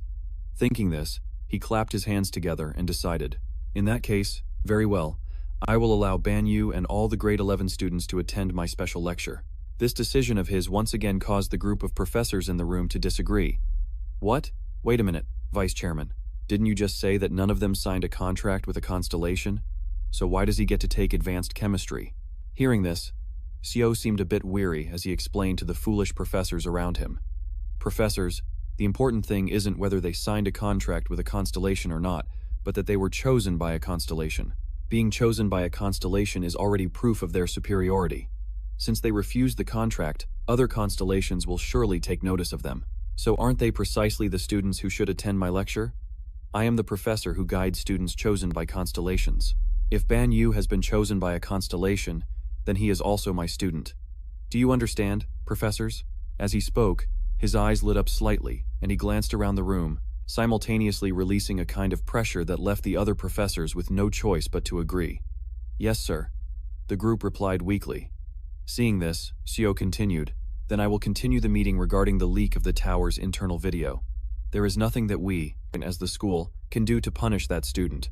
As for his abilities, individual questions and requests will be permitted, but if in the process we discover anyone has pressured the student or caused any sort of disadvantage, the person involved, whether professor or student, will be expelled from the academy. Everyone please keep this in mind. With that, this meeting will conclude here. I hope everyone has a good rest of the week. With that said, the smiling vice chairman left the meeting room, while Professor Illumina finally understood the whole situation. Now I get it. This meeting wasn't to decide on a punishment. The vice chairman's true intention, it was the chairman's will. This is the chairman's warning, delivered through the vice chairman, not to touch Ban Yuan. That's a relief. Ban Yuan, I never thought he would gain so much of the chairman's favor. I don't need to worry anymore. Thinking this, Professor Illumina let out a heavy sigh, while for some reason, suddenly, Professor C approached the beautiful professor and suggested, Professor Illumina, what do you say? Shall we have a drink at the bar? I'd like to celebrate your student's success with you. In response to this, the small robot shot him a furious glare, as if asking how he dared after constantly backing the beautiful professor into a corner, and now he has the nerve to ask her for a drink. Beside him, Illumina also looked at him with eyes that saw right through him and immediately left the meeting without another word. Seeing this, a few other male professors could only offer a forced smile and console C.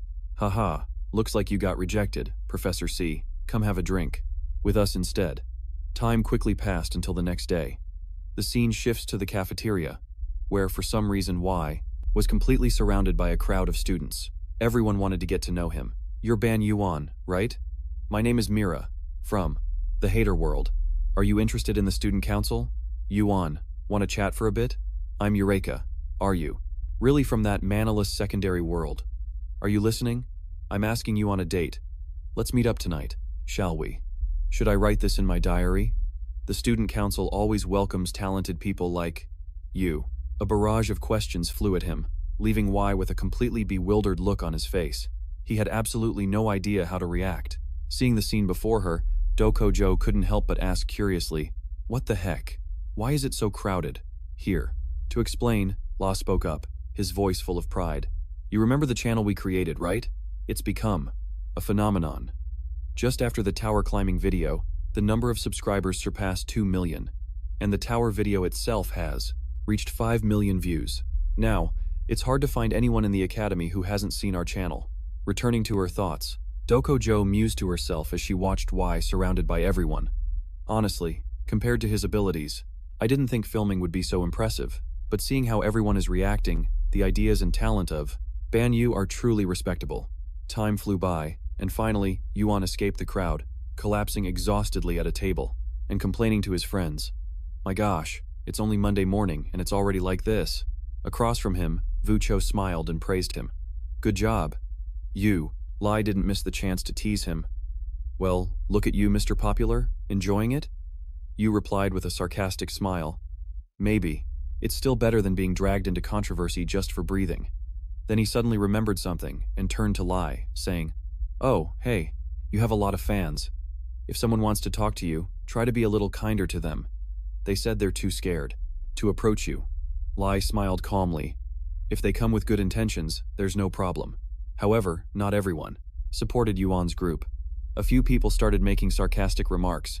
How ridiculous, making such a fuss over a staged video. There's no way they could clear 4 rounds in such a short time. Especially that bunch from a secondary world. Look at the size of this spider. It's obviously a fake video. How can they let people like that run wild? Just you wait. Well, tomorrow all those lies will be exposed. Chung glanced at Yuun with malicious eyes, and those words made Yuun suddenly remember something. Ah, that's right. Tomorrow is the day I have to face that struggling giant after everything that just happened. The people who doubt the video or just plain hate me are probably dying to see me get crushed tomorrow. Hearing this, Lai and Vu Cho looked visibly worried. However, besides cheering for Yuun, they couldn't do much else. At the same time, Do Ho Jun, having just finished her meal, gently wiped her mouth with a napkin and said with a smile, "Well then, you just need to put on the best show you can for both your haters and your supporters, right?" Yuun laughed. "Haha, you're right." At the same time, he thought to himself that at least tomorrow would be a good chance to gain some new subscribers. Time passed quickly. The scene shifts to the training arena, where Yuun and his opponent Hector are already present. The referee announced, "This match will be live-streamed on the school's channel. Do you both consent? If so, please sign the document." As soon as he finished speaking, a system window appeared in front of them both. Yuun couldn't hide his surprise as he read the contents. What are these disclaimer clauses? If one party surrenders or becomes incapacitated, the match will end. Attacking vital spots is prohibited. But as for injuries, you're on your own. Are they telling us to fight until one of us is disabled? The more he thought about it, the less Yuun could understand the school's policy. However, Hector spoke up, his voice dripping with provocation. "Hey, negotiator!" Yuun, taken aback, asked back. "What?" Hector continued his taunts. "Getting scared now, are you? If you are, just go ahead and surrender. All you have to do is crawl between my legs and bark like a dog, and I'll accept your surrender." Those words infuriated Yuun, this meathead. What the hell is he spouting? In the surrounding area, the thugs who had been taught a lesson by Lai were also present, continuing to run their mouths. That lowly commoner has the gall to cause a scene. "Here, tear that guy to pieces, Hector." In another corner, Optima watched from the stands with a thoughtful expression. Unaware of this, Du Hojun turned to her friend Lai, who was also live streaming on his channel, and asked, "How are the reactions?" Hearing her, Lai replied with a stiff face, "The number of live viewers has already surpassed 10,000, but most of them are cursing out Yuun." Seeing the situation, Vu Cho worriedly expressed, "Everyone is targeting Yuun. It's so unfair." Meanwhile, Du Hojun didn't seem to take the issue seriously. She casually thought, "This is actually not surprising at all. The number of people who support us can be counted on one hand, so this reaction isn't surprising." At this point, with so many people watching, Yuun has no other choice but to prove himself. After all, to establish his talent, he has to put in the effort himself. Back to Yoon's perspective, Hector's words made him burst out laughing. He thought to himself, "Kneel, crawl between his legs, and bark like a dog? Haha, not a chance. I never thought I'd hear a line like that. It's like something straight out of a third-rate novel." Yoon felt that if he didn't say something back to this fool, it would bother him. "Hey, did you practice that provocation just for me? That line just now sounded pretty good, but do you have the strength to back it up?" Hector replied from across the arena, his face a mask of defiance. "Heh. I wonder how long you can maintain that composure." Yoon shrugged, turning and walking away as he said, "Whether I'm calm or not, just come over here and see for yourself." Saying that, he drew a sword from his inventory and made a taunting gesture at Hector. This action made him grit his teeth, letting out a furious growl as his heart boiled with the desire to crush Yoon. Immediately, he yelled at the referee, "Professor Jun, hurry up and start the match. Let me tear this bastard to shreds now." His murderous tone made the professor beside him break out in a cold sweat, and he hastily complied. "All right then, Class 1's Erector will fight against Class 11's Ban Yoon. Let the match begin." As soon as the words were spoken, Erector charged forward without hesitation to attack. First, he clenched his fist, swinging his gigantic arm like a sledgehammer straight at Yoon. "Die!" He bellowed as if he wanted to send Yoon to the afterlife with a single blow. Meanwhile, Yoon calmly observed, thinking to himself, "You seem a bit overconfident, don't you? But being that slow, what can you possibly do to me?" He took a small step back, twisting his body to dodge Erector's attack. At the same time, the sword in his hand struck Erector square in the face, snapping his head to the side and pulling his massive body along with it as he collapsed to the ground. Facing a boulder like him, the most effective method was to use the movement technique that he had learned. Yoon recalled the memory of the night after his date with Vucho in the Class 11 training room when Hojan had begun to instruct him. Her voice echoed in his mind. But before you can use this technique, it takes a lot of trial and error, otherwise it's nothing more than a half-baked skill. When facing a new opponent or a new attack, you must use your wits in the moment. You might feel a little overwhelmed, but you must calmly observe your opponent's actions. To master it, you have to practice so that you can use that movement method at any time. With this staff, I will attack you with different speeds and forms, each with a different intent. If you can counterattack even just one time, you'll pass. Faced with Hojan's sharp voice, Yoon trembled like a newborn lamb, with tears even welling up in his eyes. Back in the present, Yoon observed and analyzed intently. That stupid boulder can't even touch me.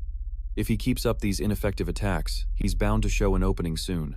On the other side, Erector still hadn't collected himself. How did I even get hit? Wait, what just happened? A sudden scream erupted from Erector, but just as the sound left his throat, the rocky skin on his face suddenly cracked open, causing him to clutch his face and howl in agony. Yoon watched this, nodding in satisfaction. It seems my technique is quite effective. Before I attacked, I infused wave energy into my sword. A body as hard as rock like yours seems to conduct this energy very well, which is why you're in so much pain. In response to Yoon's explanation was Erector's crazed glare. He roared like a wild beast. How dare you harm my body? Yoon turned back, looking coldly at the screaming Erector before slowly walking towards him, remarking, "Excuse me, but could you stop whining and attack me already? If you don't want any more pain, just give up now." Erector, arrogant and foolish, how could he possibly endure such taunts? His entire body trembled with rage. Suddenly, without any warning, he swung his gigantic arm toward Yoon as if to grab him. However, with his sluggish speed, how could he ever touch Yoon? With just a light leap, Yoon easily dodged the attack. This only made Erector even more furious. "You, a lowlife from an inferior dimension, dare to look down on me?" His eyes turned as black as ink, and from his mouth and the cracks on his head, white smoke billowed out endlessly. Next, he used a skill that made his already large hands grow even so it's bigger than me. "I'll definitely kill you," Erector roared, raising his hand high and slamming it down. The impact was so powerful it made the entire arena shake, but making his arm bigger only slowed him down even more. This attack posed no threat to Yuun at all. He even smirked inwardly. How foolish. At least after taking such a powerful hit like that, you should try a different attack method. If you keep repeating the same ineffective move, I'll have no choice but to take you down quickly. Unaware of Yuun's thoughts, Erector had completely lost control. He charged in, attacking wildly without any strategy, while Yuun moved gracefully, focusing his energy into his sword. Just before Erector's giant hand slammed down, Yuun's blade swung up and touched his stone arm. With just a single slash, countless cracks appeared on the massive arm, making Erector scream like a stuck pig. Elsewhere, Vice Principal Zhou was watching the battle from his office. He chuckled softly and shook his head. What a pointless match. Not just him, even those who once looked down on Yuun were now leaving countless question marks in the comments section, which made Lai extremely satisfied. Haha, even if they saw it with their own eyes, they probably wouldn't believe it. Vucho also replied excitedly, "That's right. Compared to when he first enrolled, Yuun has become unbelievably strong." The group of thugs that Lai had taught a lesson to were now scratching their heads in confusion at this result. Is this for real? Why was Erector defeated the moment the match started? And to lose to someone from a lower world? Could it be that the skills shown on that channel were all real? They said with doubtful faces, while Professor Jun, the referee, was left speechless by the scene in the arena. He thought to himself, what the hell is going on? Just 1 week ago, he didn't seem to be this strong at all. What on earth happened in those few days? Under his watchful gaze, Yuun now appeared with a brilliant golden aura, exuding an indescribable power. However, before he could get a closer look, an urgent message from the professor's council suddenly appeared. Turning back to look at Yuun, he noticed Erector lying motionless on the floor, his body covered in injuries. Yuun wondered to himself, now what do I do? Attacking someone who's already injured so badly they can't move is just cowardly. Get up and fight. But before Yuun could think any further, Professor Jun raised his hand to intervene. That's enough. Stop right now. By the decision of the supervising professors, we declare that Erector is unable to continue fighting. For the safety of both contestants, the match ends here. This announcement left both Yuun and Erector stunned. Especially Yuun. He felt that something was wrong with the match being stopped at such a crucial moment. What are they talking about? If I were the one who was injured, they probably wouldn't have done anything. Yuun thought sarcastically before speaking up. Professor Jun, please wait a moment. But Professor Jun immediately shut him down. You have no right to object. Yuun, the match is over. Leave the arena now. His authoritative voice left Yuun gritting his teeth in frustration. Although he was unwilling, he couldn't go against the decision of the professor's council. Yuun turned and walked away, thinking to himself, the match ended without a winner, how annoying. But at least I didn't lose, so I can accept that. Just then, the panicked shout of Professor Jun rang out. Wait, Erector, don't move, you can't fight anymore, the match is over. Just then, Yuun turned to see Hector, his body covered in injuries, trembling as he struggled to get up. He roared, Who says it's over? Do you want me to kneel before someone from a lower world and suffer this humiliation? You bastard, I'll kill you. With that, he used a skill that caused his right arm to swell up like a tank and charged towards Yuun, the floor cracking with his every step. Meanwhile, Professor Jun could only stand behind them and shout helplessly, Stop, Hector, get out of the way, Ban Yuun. Being treated unfairly had already infuriated Yuun, and now Hector was foolishly charging in to attack again. Yuun decided not to hold back. He drew a sword from his inventory, muttering, Dodge? Why should I dodge? He's trying to kill me. Hector, I'm sure he heard the warning, right? If his opponent is from a lower world, does he think he has to follow the rules or something? The professors encouraged the match, then ended it on a whim, and now some guy is acting like a fool just for his pride. The way this place operates really pisses me off. With that thought, Yuan's eyes grew cold. He swung his sword in a flash, and instantly, Hector's right arm was severed, flying through the air. Hector's eyes widened in shock. Then, he clutched his stump, screaming in agony. In the stands, all the students' jaws dropped, unable to believe their eyes. Professor Jun rushed over, trying to calm him down. Calm down, Hector. Your arm can be reattached. I'll take you to the infirmary right away. As he spoke, he hurriedly operated his system window. At that very moment, Yuun suddenly received a notification from his system. System notification. Do you want to steal the following traits from the arm of Hector? Vitality, Titan's body, volcano, monstrous strength. This notification made Yuun break out in a cold sweat. What is this? Can this even happen? While Yuun was still bewildered by that strange notification, Jun, after completing the operation on his system window, quickly transported Hector's body along with the severed arm to the infirmary. Once that was done, the assistant professor turned and confronted Yuun. What was the meaning of that, Ban Yuun? I told you to get out of the way, didn't I? Yuun calmly sheathed his sword, shrugged, and replied, I apologize, Assistant Professor Jun, but since it all happened so suddenly after the match had ended, it was hard for me to react in time. Jun was not satisfied with this explanation and yelled, Is that your excuse now? Just then, a call screen appeared beside him, and the calm, steady voice of Vice Principal Zahn rang out. That's enough, Assistant Professor Jun. I will handle this matter. Hearing this, Jun immediately wiped the angry expression from his face and replied weakly, Yes, I understand. The system screen turned towards Yuun, and Zahn spoke in a stern tone. Hello, Ban Yuun. I am speaking on behalf of the professors. We have witnessed the entire incident.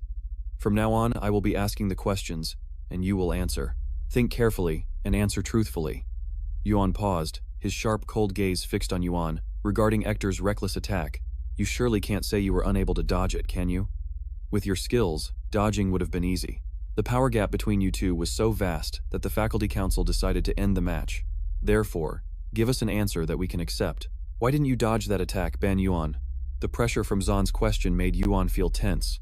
He didn't answer right away, instead thinking deeply to himself, although I've mastered the skill of wielding the power of words, I've never truly thought deeply about the soul of words. Yuun felt the immense pressure, terrified from behind the screen. Who on earth is this person, he wondered. Yu then spoke up. As everyone guessed, I didn't dodge Hector's attack. Instead, I chose to counterattack because I saw that a student who dares to disrespect the authority of the professors, and even takes pleasure in it, deserves to face the consequences. Sun asked in surprise, Did you say the authority of the professors? Yu nodded. That's right.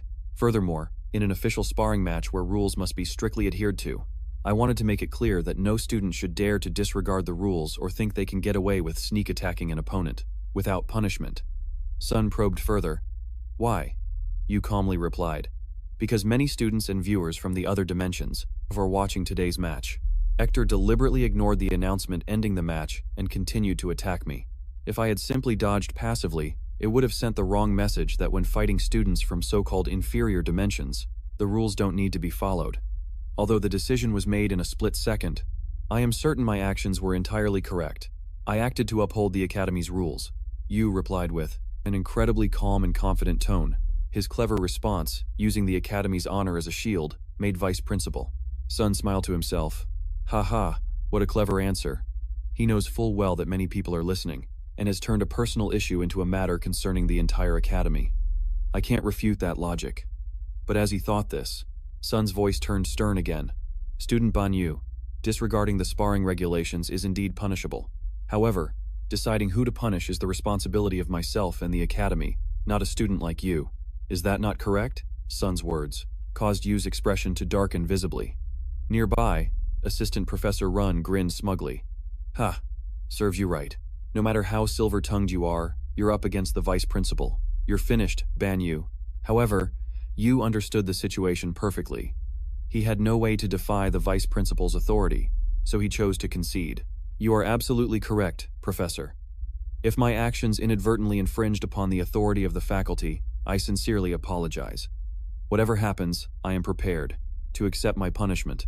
Hearing this, Sun suddenly chuckled, his tone becoming much more relaxed. Haha, punishment you say? No, not at all. I never had any intention of discussing punishment from the start. I was simply curious about your thought process. Saying this, Sun paused for a moment, his sharp gaze assessing Yu. He's truly eloquent and has an incredible determination to win the constellations over to his side. With that thought, Sun concluded the matter. In any case, the ultimate fault lies with Ector.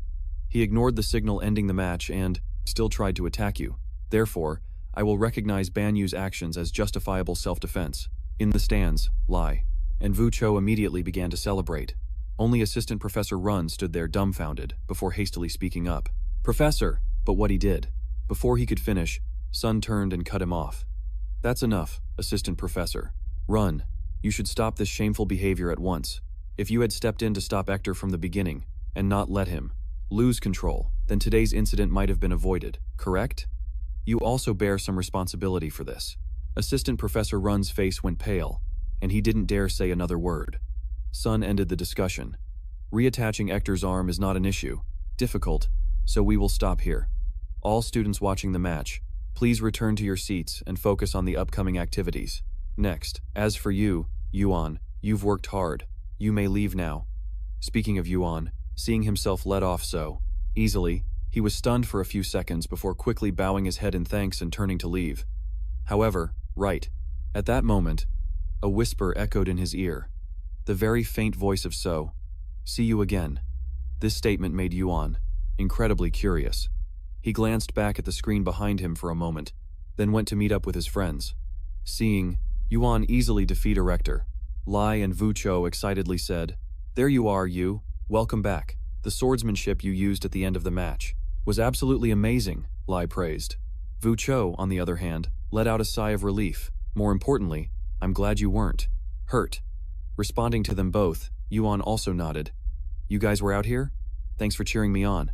Fighting those elite monsters in the tower was really helpful, wasn't it? On another side, the swordswoman Ho-Jan also spoke up, chiming in. I really enjoyed the match. You've gotten stronger again, haven't you? How does it feel to gain new power? Is it more useful? Hearing this, Yuan scratched his head and turned to her. Thanks, it's all because you often train me with those mysterious exercises of yours. However, Ho-Jan cut him off, her tone turning serious. Not that guy's arm. You absorbed it, didn't you? Ho-Jan's words made Yuan's face stiffen, and he began to recall the event that had just happened. Yuan had decided to absorb the energy from a rector's arm, thinking it was better to take a little just in case. First, Yuan thought to himself and quickly pressed the confirmation button. Immediately, the system displayed a notification. Depriving. Life Force 22.9, Body 27.9, Titan 14, Volcano 14, Super Strength 14. Giant and Volcano are attributes that humans cannot possess. After reading it, Yuan was stunned for a few seconds. Returning to reality, he admitted to the group, Until now, I still can't control the attributes of living beings at will, but it seems I can deprive specific body parts by severing them. So, in the end, I chose to absorb the power from a rector's right arm, Yuan said with a sad expression on his face. Seeing that look, Ho-Jan coldly reminded him, Isn't that a good thing? Why do you look so drained of life? Yuan explained. At first, I was happy about getting stronger, but after thinking about it, I felt that something was being wrong.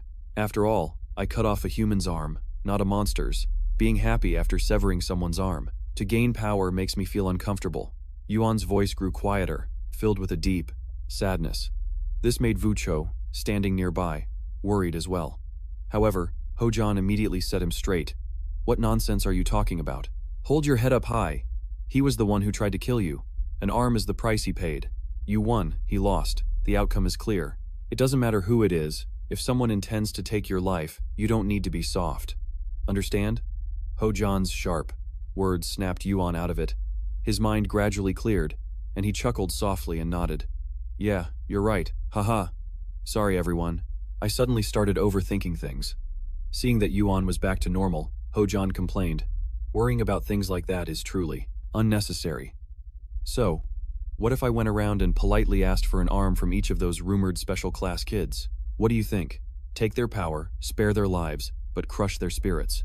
Hearing this terrifying intention, Yuan could only force a smile. Ha, you scared me. Lai also shook his head disapprovingly at Yuan. Don't worry, compared to H. John, you're still more human. This made H. John angry, and he glared at them both. Hey, what are you talking about?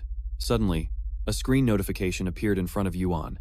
He exclaimed, Oh man, what is it now? His cry attracted the attention of the other three people. Before Yuan was a notification about a class taught by Professor Zhou. This made him break out in a cold sweat. Oh no. It's a mandatory supplementary course, with no right to refuse, Professor Zhou's Babylon Constellation for final year students, from the 4th year and up. Professor Zhou's voice echoed from the screen, how to attract support from the constellations, how to negotiate contracts with constellations more skillfully, useful knowledge and preparation to avoid the wrath of a constellation, how to easily change constellations, and so on. This course especially welcomes the participation of Class 11. Time passed quickly, and Yuan's group was slowly on the move, but the people around them looked at them with unfriendly gazes. Look, the underclassmen group is coming this way. Look at that guy walking so smugly. It's such an eyesore, so irritating. One person spoke up, however, another had a different thought. Really? Even though he's an underclassman, he looks pretty good, and his dueling was quite sharp. But why are they coming through here? This is the 4th year's floor. Someone wondered aloud.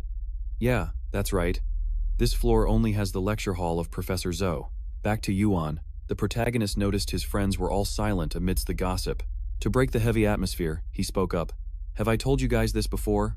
In my world, there's a saying, the more you're cursed, the longer you live. In response, Heijin gave him a doubtful look, as if she were looking at a 3-year-old. Huh? Then you must be immortal, right? She mocked. Meanwhile, Lai scowled. Criticizing those cowards talking behind our backs, do they think we're deaf or something? Vivi, the petite girl, tugged on Yuan's sleeve and whispered, Are you okay? After what happened yesterday, I was worried everyone would avoid you. They don't even know you and they're already spreading nasty rumors. Her eyes welled up as if she were about to cry. Yuan realized that perhaps Vivi was the one who needed comforting. It's okay, Vivi. It's a bit upsetting, but it's better than being looked down on like before. Thanks for worrying about me. As he spoke, he patted her head, which made her mood gradually improve. However, the happy moment didn't last long before the sound of Heijin grinding her teeth echoed. Ha ha. You two go out for one weekend and you're already this chummy? Her words made Lai shudder and quickly step aside. Heijin glared at Vivi and asked, You like that outfit Yuan gave you that much? If you want to be all lovey-dovey, do it somewhere else. Monster, Vivi unexpectedly retorted. Are you jealous? Her words surprised Yuan, while Heijin became furious like a cat with its fur on end. Wasn't getting beaten in the duel enough for you? Monster, Heijin growled. Vivi quickly hid behind Yuan, but her eyes were still full of determination. Yuan had no choice but to step in and mediate. Wait a minute. Calm down, Heijin. Class is about to start. Let's not fight. Vivi glanced at Heijin, smiling and said, You're acting as if you didn't bully me first. Her words made Heijin tremble with rage, while Yuan glared at Vivi. You too. Time flew by, and the group made their way to the Babylon Constellation Lecture Hall. Before entering, Yuan asked, This is the Babylon Lecture Hall, right? We're not late, are we? Lai said worriedly. There was also a class last week. If underclassmen like us join halfway through, what will the seniors think? Yuan smiled. You're worried. Worried about this? Of course. They'll think we're genius underclassmen, right? You opened the door and walked in, and immediately, The gazes of all the students in the class fell upon them, creating considerable pressure. John admitted, just as expected, they were upperclassmen, and even he couldn't underestimate their abilities. In contrast to John's composure, Vucho nervously gripped Yu's arm, his face pale with worry. Compared to his friends, he noticed many more things. Good heavens. I knew this was a class for exceptional students, but what is this? Before Yu's eyes appeared countless unclear notifications, revealing the terrifying power of the upperclassmen. Yu's current strength was not enough to assess their power. The system announced, "You have successfully understood and interpreted a portion of the concept held by a transcendent being. Your understanding of the Book of All Poisons has reached 137, unable to read Yu's thoughts."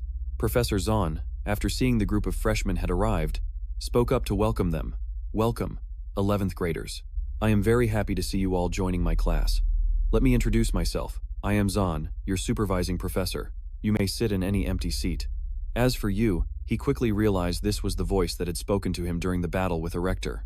After Yu's group settled into their seats, the vice principal began the lecture in the syllabus I've handed out. The goal of this course is very clear: to understand the origin of the tower and the constellations. Since today we have the participation of our underclassmen, we will first learn about the tower. At first glance, the tower may seem to have no rules or an endpoint, but in reality, it is like a living organism. When climbing the tower, we must overcome trials and discover the hidden treasures within. You might think you receive rewards for overcoming the trials, but that's not actually the case. It's not that you are hunting for treasure, but rather the tower itself has prepared them for you to receive. The purpose is to select the most elite individuals with more precious items, more special treasures, and more transcendent magic. The tower is searching for those who can comprehend it, and revealing more secrets to those who understand it is a fundamental condition of any intelligent being with higher reasoning abilities. Returning to Yu, hearing the vice principal's words, he inwardly scoffed. What nonsense! A fragile system that can be overturned by an unusual invader through unorthodox means, and he's talking about the tower choosing people. Isn't that a gross exaggeration? How can anyone believe this? But then, Yu suddenly became pensive. He began to recall the events that occurred while climbing the tower and thought, wait a minute, the period when the principal's letters were sent out en masse was not long after an invader entered the tower, so we assumed the unusual phenomenon with the swarm of spiders, but thinking about it now, the difficulty on the first floor was quite strange. The thing that instantly killed Lu Wai was definitely an elite monster. If the tower only started to get weird after the group reached the 4th room, and the invader started causing trouble, then the hell-level difficulty in rooms 1, 2, and 3 makes no sense. What on earth is going on here? Could the tower really be like a living organism? This assessment sounds crazy, but if I change the premise, suppose the tower's difficulty didn't change because of the invaders, but due to another reason. Could it be because of that? Just think, was that hell-level difficulty really set by the tower itself for us? Or was it perhaps because I'm a descendant of the tower's master? Is that why it happened? Gosh, that sounds so narcissistic, it doesn't make any sense. The more Yuan thought about it, the more confused he became, so much so that his hybrid friend next to him had to ask, "What's wrong, Yuan?" At the front, although Vice Principal Zhou was still lecturing, his eyes were constantly on Yuan. Seeing the boy's restless expression, he suddenly gave a mysterious smile, turning back to Yuan, who was still stroking his chin in thought. There's no need to overthink it. If the tower itself chooses its climbers, as the professor said, then there's no better environment than this. At the very least, our class faced a more difficult challenge and a different situation compared to everyone else. They say high risk, high reward. The reward prepared by the tower must be on a completely different level. Tsk. Why can't I grasp this idea? What is this class really about? Across the room, Vice Principal Zhou met Yuan's confused gaze and said in astonishment, "Have you already discovered it? The barrier layer surrounding it. Some students don't notice it even after many years. Yet you discovered that orb on your first day of auditing the class." "That's right, you're very sharp, Ban Yuan. It's surprising. Even as a first-year student, you are completely worthy of attending this lecture." As he spoke, the professor reached into the air and pulled down a purple orb that was floating above the class. He continued, "I have a question for you, Ban Yuan. What do you see inside this orb?" The cryptic question made Yuan observe the orb intently, but his system only showed vague information. Yuan answered awkwardly, "I don't see anything." Hearing this, So smiled. "You need to focus more. Check again." Still nothing. Yuan shook his head. "Try to focus again. There must be something you can see. Try to uncover the secret of this orb." No encouraged. After a moment of careful observation, Yuan began to notice a few concepts inside. Shield, sever, protect, but he couldn't grasp anything beyond that. He said with a confused look. Zhou realized he had reached his limit and didn't ask for more. Very good, you can close your eyes and rest now. Yuan let out a sigh of relief. So couldn't help but be surprised. I didn't expect you to discover 3 of the orb's abilities. You're truly not ordinary at all. Now I understand why the principal has taken such an interest in you. He continued to ask. Do you understand what this is? Not at all, Yuan answered bluntly. The response left the vice principal a bit flustered. You're very honest, but you should think more carefully. I want to emphasize to all of you that in your studies and in life, expanding your thinking and nurturing your imagination is extremely important. Expanding your mind is directly related to expanding your power. If you want to use your abilities at a higher level, you must develop your thinking ability and strive to direct it. You must train your ability to think. Even if the results aren't immediately apparent, you must never stop thinking. These words made Yuan feel confused, constantly thinking, what does that have to do with the orb? He thought to himself before asking directly, if someone has high perceptive ability or a powerful imagination, can they control this orb? The question surprised Exo, but he nodded. Precisely. One day, if you can understand the structure of all things, analyze it, and develop the ability to expand upon it, this orb will turn you into a god. The entire class fell silent, seemingly deep in thought. Zhou laughed. It might be hard to understand now, but through the process of learning, you will gradually come to understand. This is the core content of my lecture, and it is closely related. Let's get to the main topic, the Constellation War Simulation. Today's class ends here. For homework, I want you to imagine the possible applications of this. See you all next week. As for Yuan, he still hadn't grasped much from the lecture. He scratched his head and muttered, this is too complicated. A god is a god, but what's a pseudo-god? A godlike being or a false god? What's the principle behind becoming a god? Is it because we're in different school years? This class is way too hard, Yuan thought, his brain about to explode. Meanwhile, the students began to leave the lecture hall. Lai turned to the others and said, let's get going. After they went outside, Yuan still didn't understand anything from the lecture and wanted someone to explain it. Can anyone explain that lecture to me again? His question made Lai's eyes go wide. Huh? I thought you'd be the one to naturally summarize it for us. Just then, a familiar voice rang out from beside the group. So the lecture's over already? Hearing this, Yuan jumped and turned to shout, Tima, what are you doing here? In response, the blonde noble shot him a contemptuous look. You lowly creature, shut up. I'm the one asking the questions here. He glanced around and asked, where is she? The whole group was confused. Lai vaguely spoke up, her. You don't mean. The image of a certain person immediately popped into their heads. Just then, Hojan's voice rang out, what's all this noise about? She walked over, curiously looking at the crowd, but her gaze quickly landed on Optima. She commented nonchalantly, oh my, I thought something serious was happening. Across from her, upon seeing Hojan, Optima immediately walked over. He looked her straight in the eye and said in a serious voice, you're Hojan, correct? Hearing this, Hojan calmly crossed her arms and replied, that's right. So what? Optima continued, I have some business to discuss with you. His words slightly annoyed the swordswoman. You want to challenge me to another duel? If you have a death wish, I won't stop you, but it's difficult to have a duel inside this academy. However, Tima's next move truly shocked everyone. He suddenly dropped to one knee, pulling a magnificent bouquet of roses from his inventory. He held the bouquet out to Hojan and declared solemnly, Hojan, I want to ask you out on a date. After saying it, his face flushed red with embarrassment. Yuan's friends, standing behind them, stared wide-eyed, breaking out in a cold sweat. They were worried for Tima, who dared to say such a thing to Hojan. And as for Hojan, her face darkened, radiating a murderous aura that seemed ready to swallow everyone whole. No one could believe their eyes. His and Lai's faces turned pale. They couldn't believe this guy had such strange taste. He's actually into the girl who beat him to a pulp? Lai calmly said, the answer was right there in your question. Yuan exclaimed in horror, it can't be, with a look of helplessness. Meanwhile, Jian calmly said, you guys are all the same, so stop arguing. I'm very curious to know what his plan is. The three of them immediately looked at her with question marks over their heads. What plan? Jian then calmly said, you guys really don't get it? Then she walked over, explaining as she went, he must have some other ulterior motive, because I don't see any romantic interest in his eyes. Yuan lazily glanced back and replied, no way, it's not what you think. You're looking pretty cute yourself. Upon hearing that, Jaeon, who gets flustered easily, began to get shy. Her whole body trembled as she stammered, "You! Why are you suddenly complimenting me like that? I already know I'm beautiful, you don't have to shout it." Someone beside her advised Joan, "Don't pay any attention to his flirting. That guy is a total bad boy." John replied shyly, "Of course, I know that." "All right, you don't have to say it." Beside him, Ducho wondered to herself, does he really have another motive?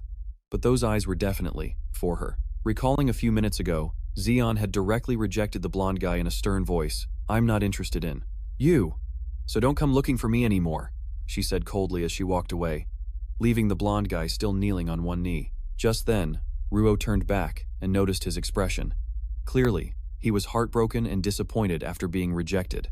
He looked completely dejected as he struggled to get back on his feet. Why bother with love at this age? It's so exhausting, you're better off just watching recaps.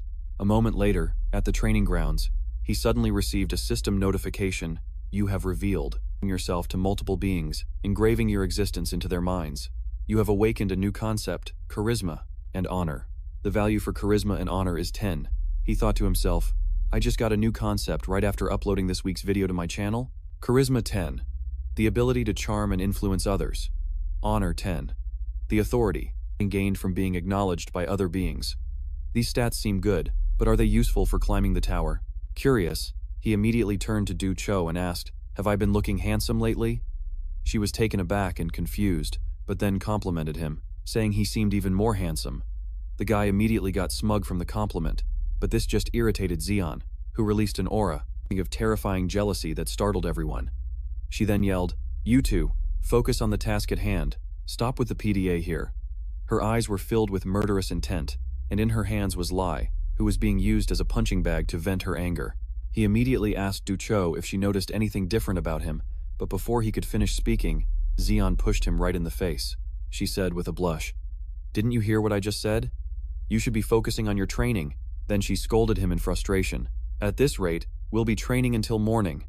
Yuun saw this and called Ruo over to practice. Meanwhile, Lai looked like he was about to cry. "Please let me rest for a bit." His wish was granted, and he collapsed onto the floor. In the training yard, Yuun was sparring with Ruo. They moved and parried attacks with incredible speed, and her combat skills were steadily improving. The force of their clashing techniques was immense. From the sidelines, Lai offered his assessment. "Ban, you've gotten a lot stronger. I think it might be time to move on to more advanced training." But Zeon immediately shot that down. "Not yet." Leaning against the wall, she explained, "He has gotten stronger, but he's still a far cry from you two. The only reason he's able to keep up is because Ruo is holding back." She watched him fight, her mind filled with calculations. "Tomorrow we enter the tower anyway. Have you figured out a way to deal with that monster Ban? If not, it'll be a repeat of last time. If we don't find a solution soon, we'll just fail again." Meanwhile, Yuun activated his all-seeing eye. Golden sparks flashed in his eyes as he thought to himself, "After training with Ruo for a week, I'm starting to understand her. Her rage is triggered by her emotions, and her state changes depending on which emotion is fueling it. When negative emotions like anger are used as fuel, she becomes much harder to control. But on the other hand, when fueled by positive emotions like joy, her rage subsides and she becomes stable again. But in the heat of battle, feelings of rage are almost inevitable, and that's the reason she can't control her power."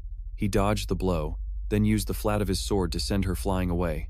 With a loud thud, Ruo's body was knocked back and lay flat on the ground.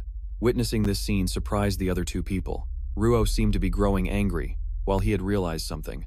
At that moment, his hands formed a magic circle as he silently calculated. He had spent the entire week with Ruo, collecting a bit of her emotions from when she was happy, relaxed, and quiet. Not the fake emotions, but what she truly felt, or her very own feelings. In his hand were those emotions. He quickly lunged forward to attack Ruo with her feelings of happiness, silently thinking it would definitely work. However, just as his hand was about to touch her, Ruo knocked it away. She bared her teeth, then quickly tackled him, causing them both to fall to the ground. Yuun couldn't fight back in this situation. He could only watch helplessly as the furious Ruo immediately swung her sharp claws at him, causing the other two to rush over in a panic. Just then, the little snake's chains quickly wrapped around her arms and sealed them to her sides. No matter how much Ruo screamed, she couldn't break free. Fortunately, she returned to normal, and Yuun breathed a sigh of relief. Thank goodness that berserk state didn't last too long. But, do we have to do it like this? It's too dangerous every time we fight. Something has changed. But what is the condition for it to happen? Just then, she put on a cute act. Thank you. Because of you, she can fight more freely. This alone was a huge step forward. I'm so glad you're here. He was thrilled to have helped her, because helping has its rewards. John suddenly appeared, startling Yuun, who explained, "We're just training hard, not flirting, or fooling around." She just calmly replied, "I know. It's a good thing no one got hurt. More importantly, everything was." She suddenly stopped, not finishing her sentence, which left everyone confused. What's with her today? That's all for today's training. The next day was the day they would enter the tower again. What happens next will be revealed in the next part. That's it for part 1. Alright everyone, don't forget to like and subscribe to support the channel.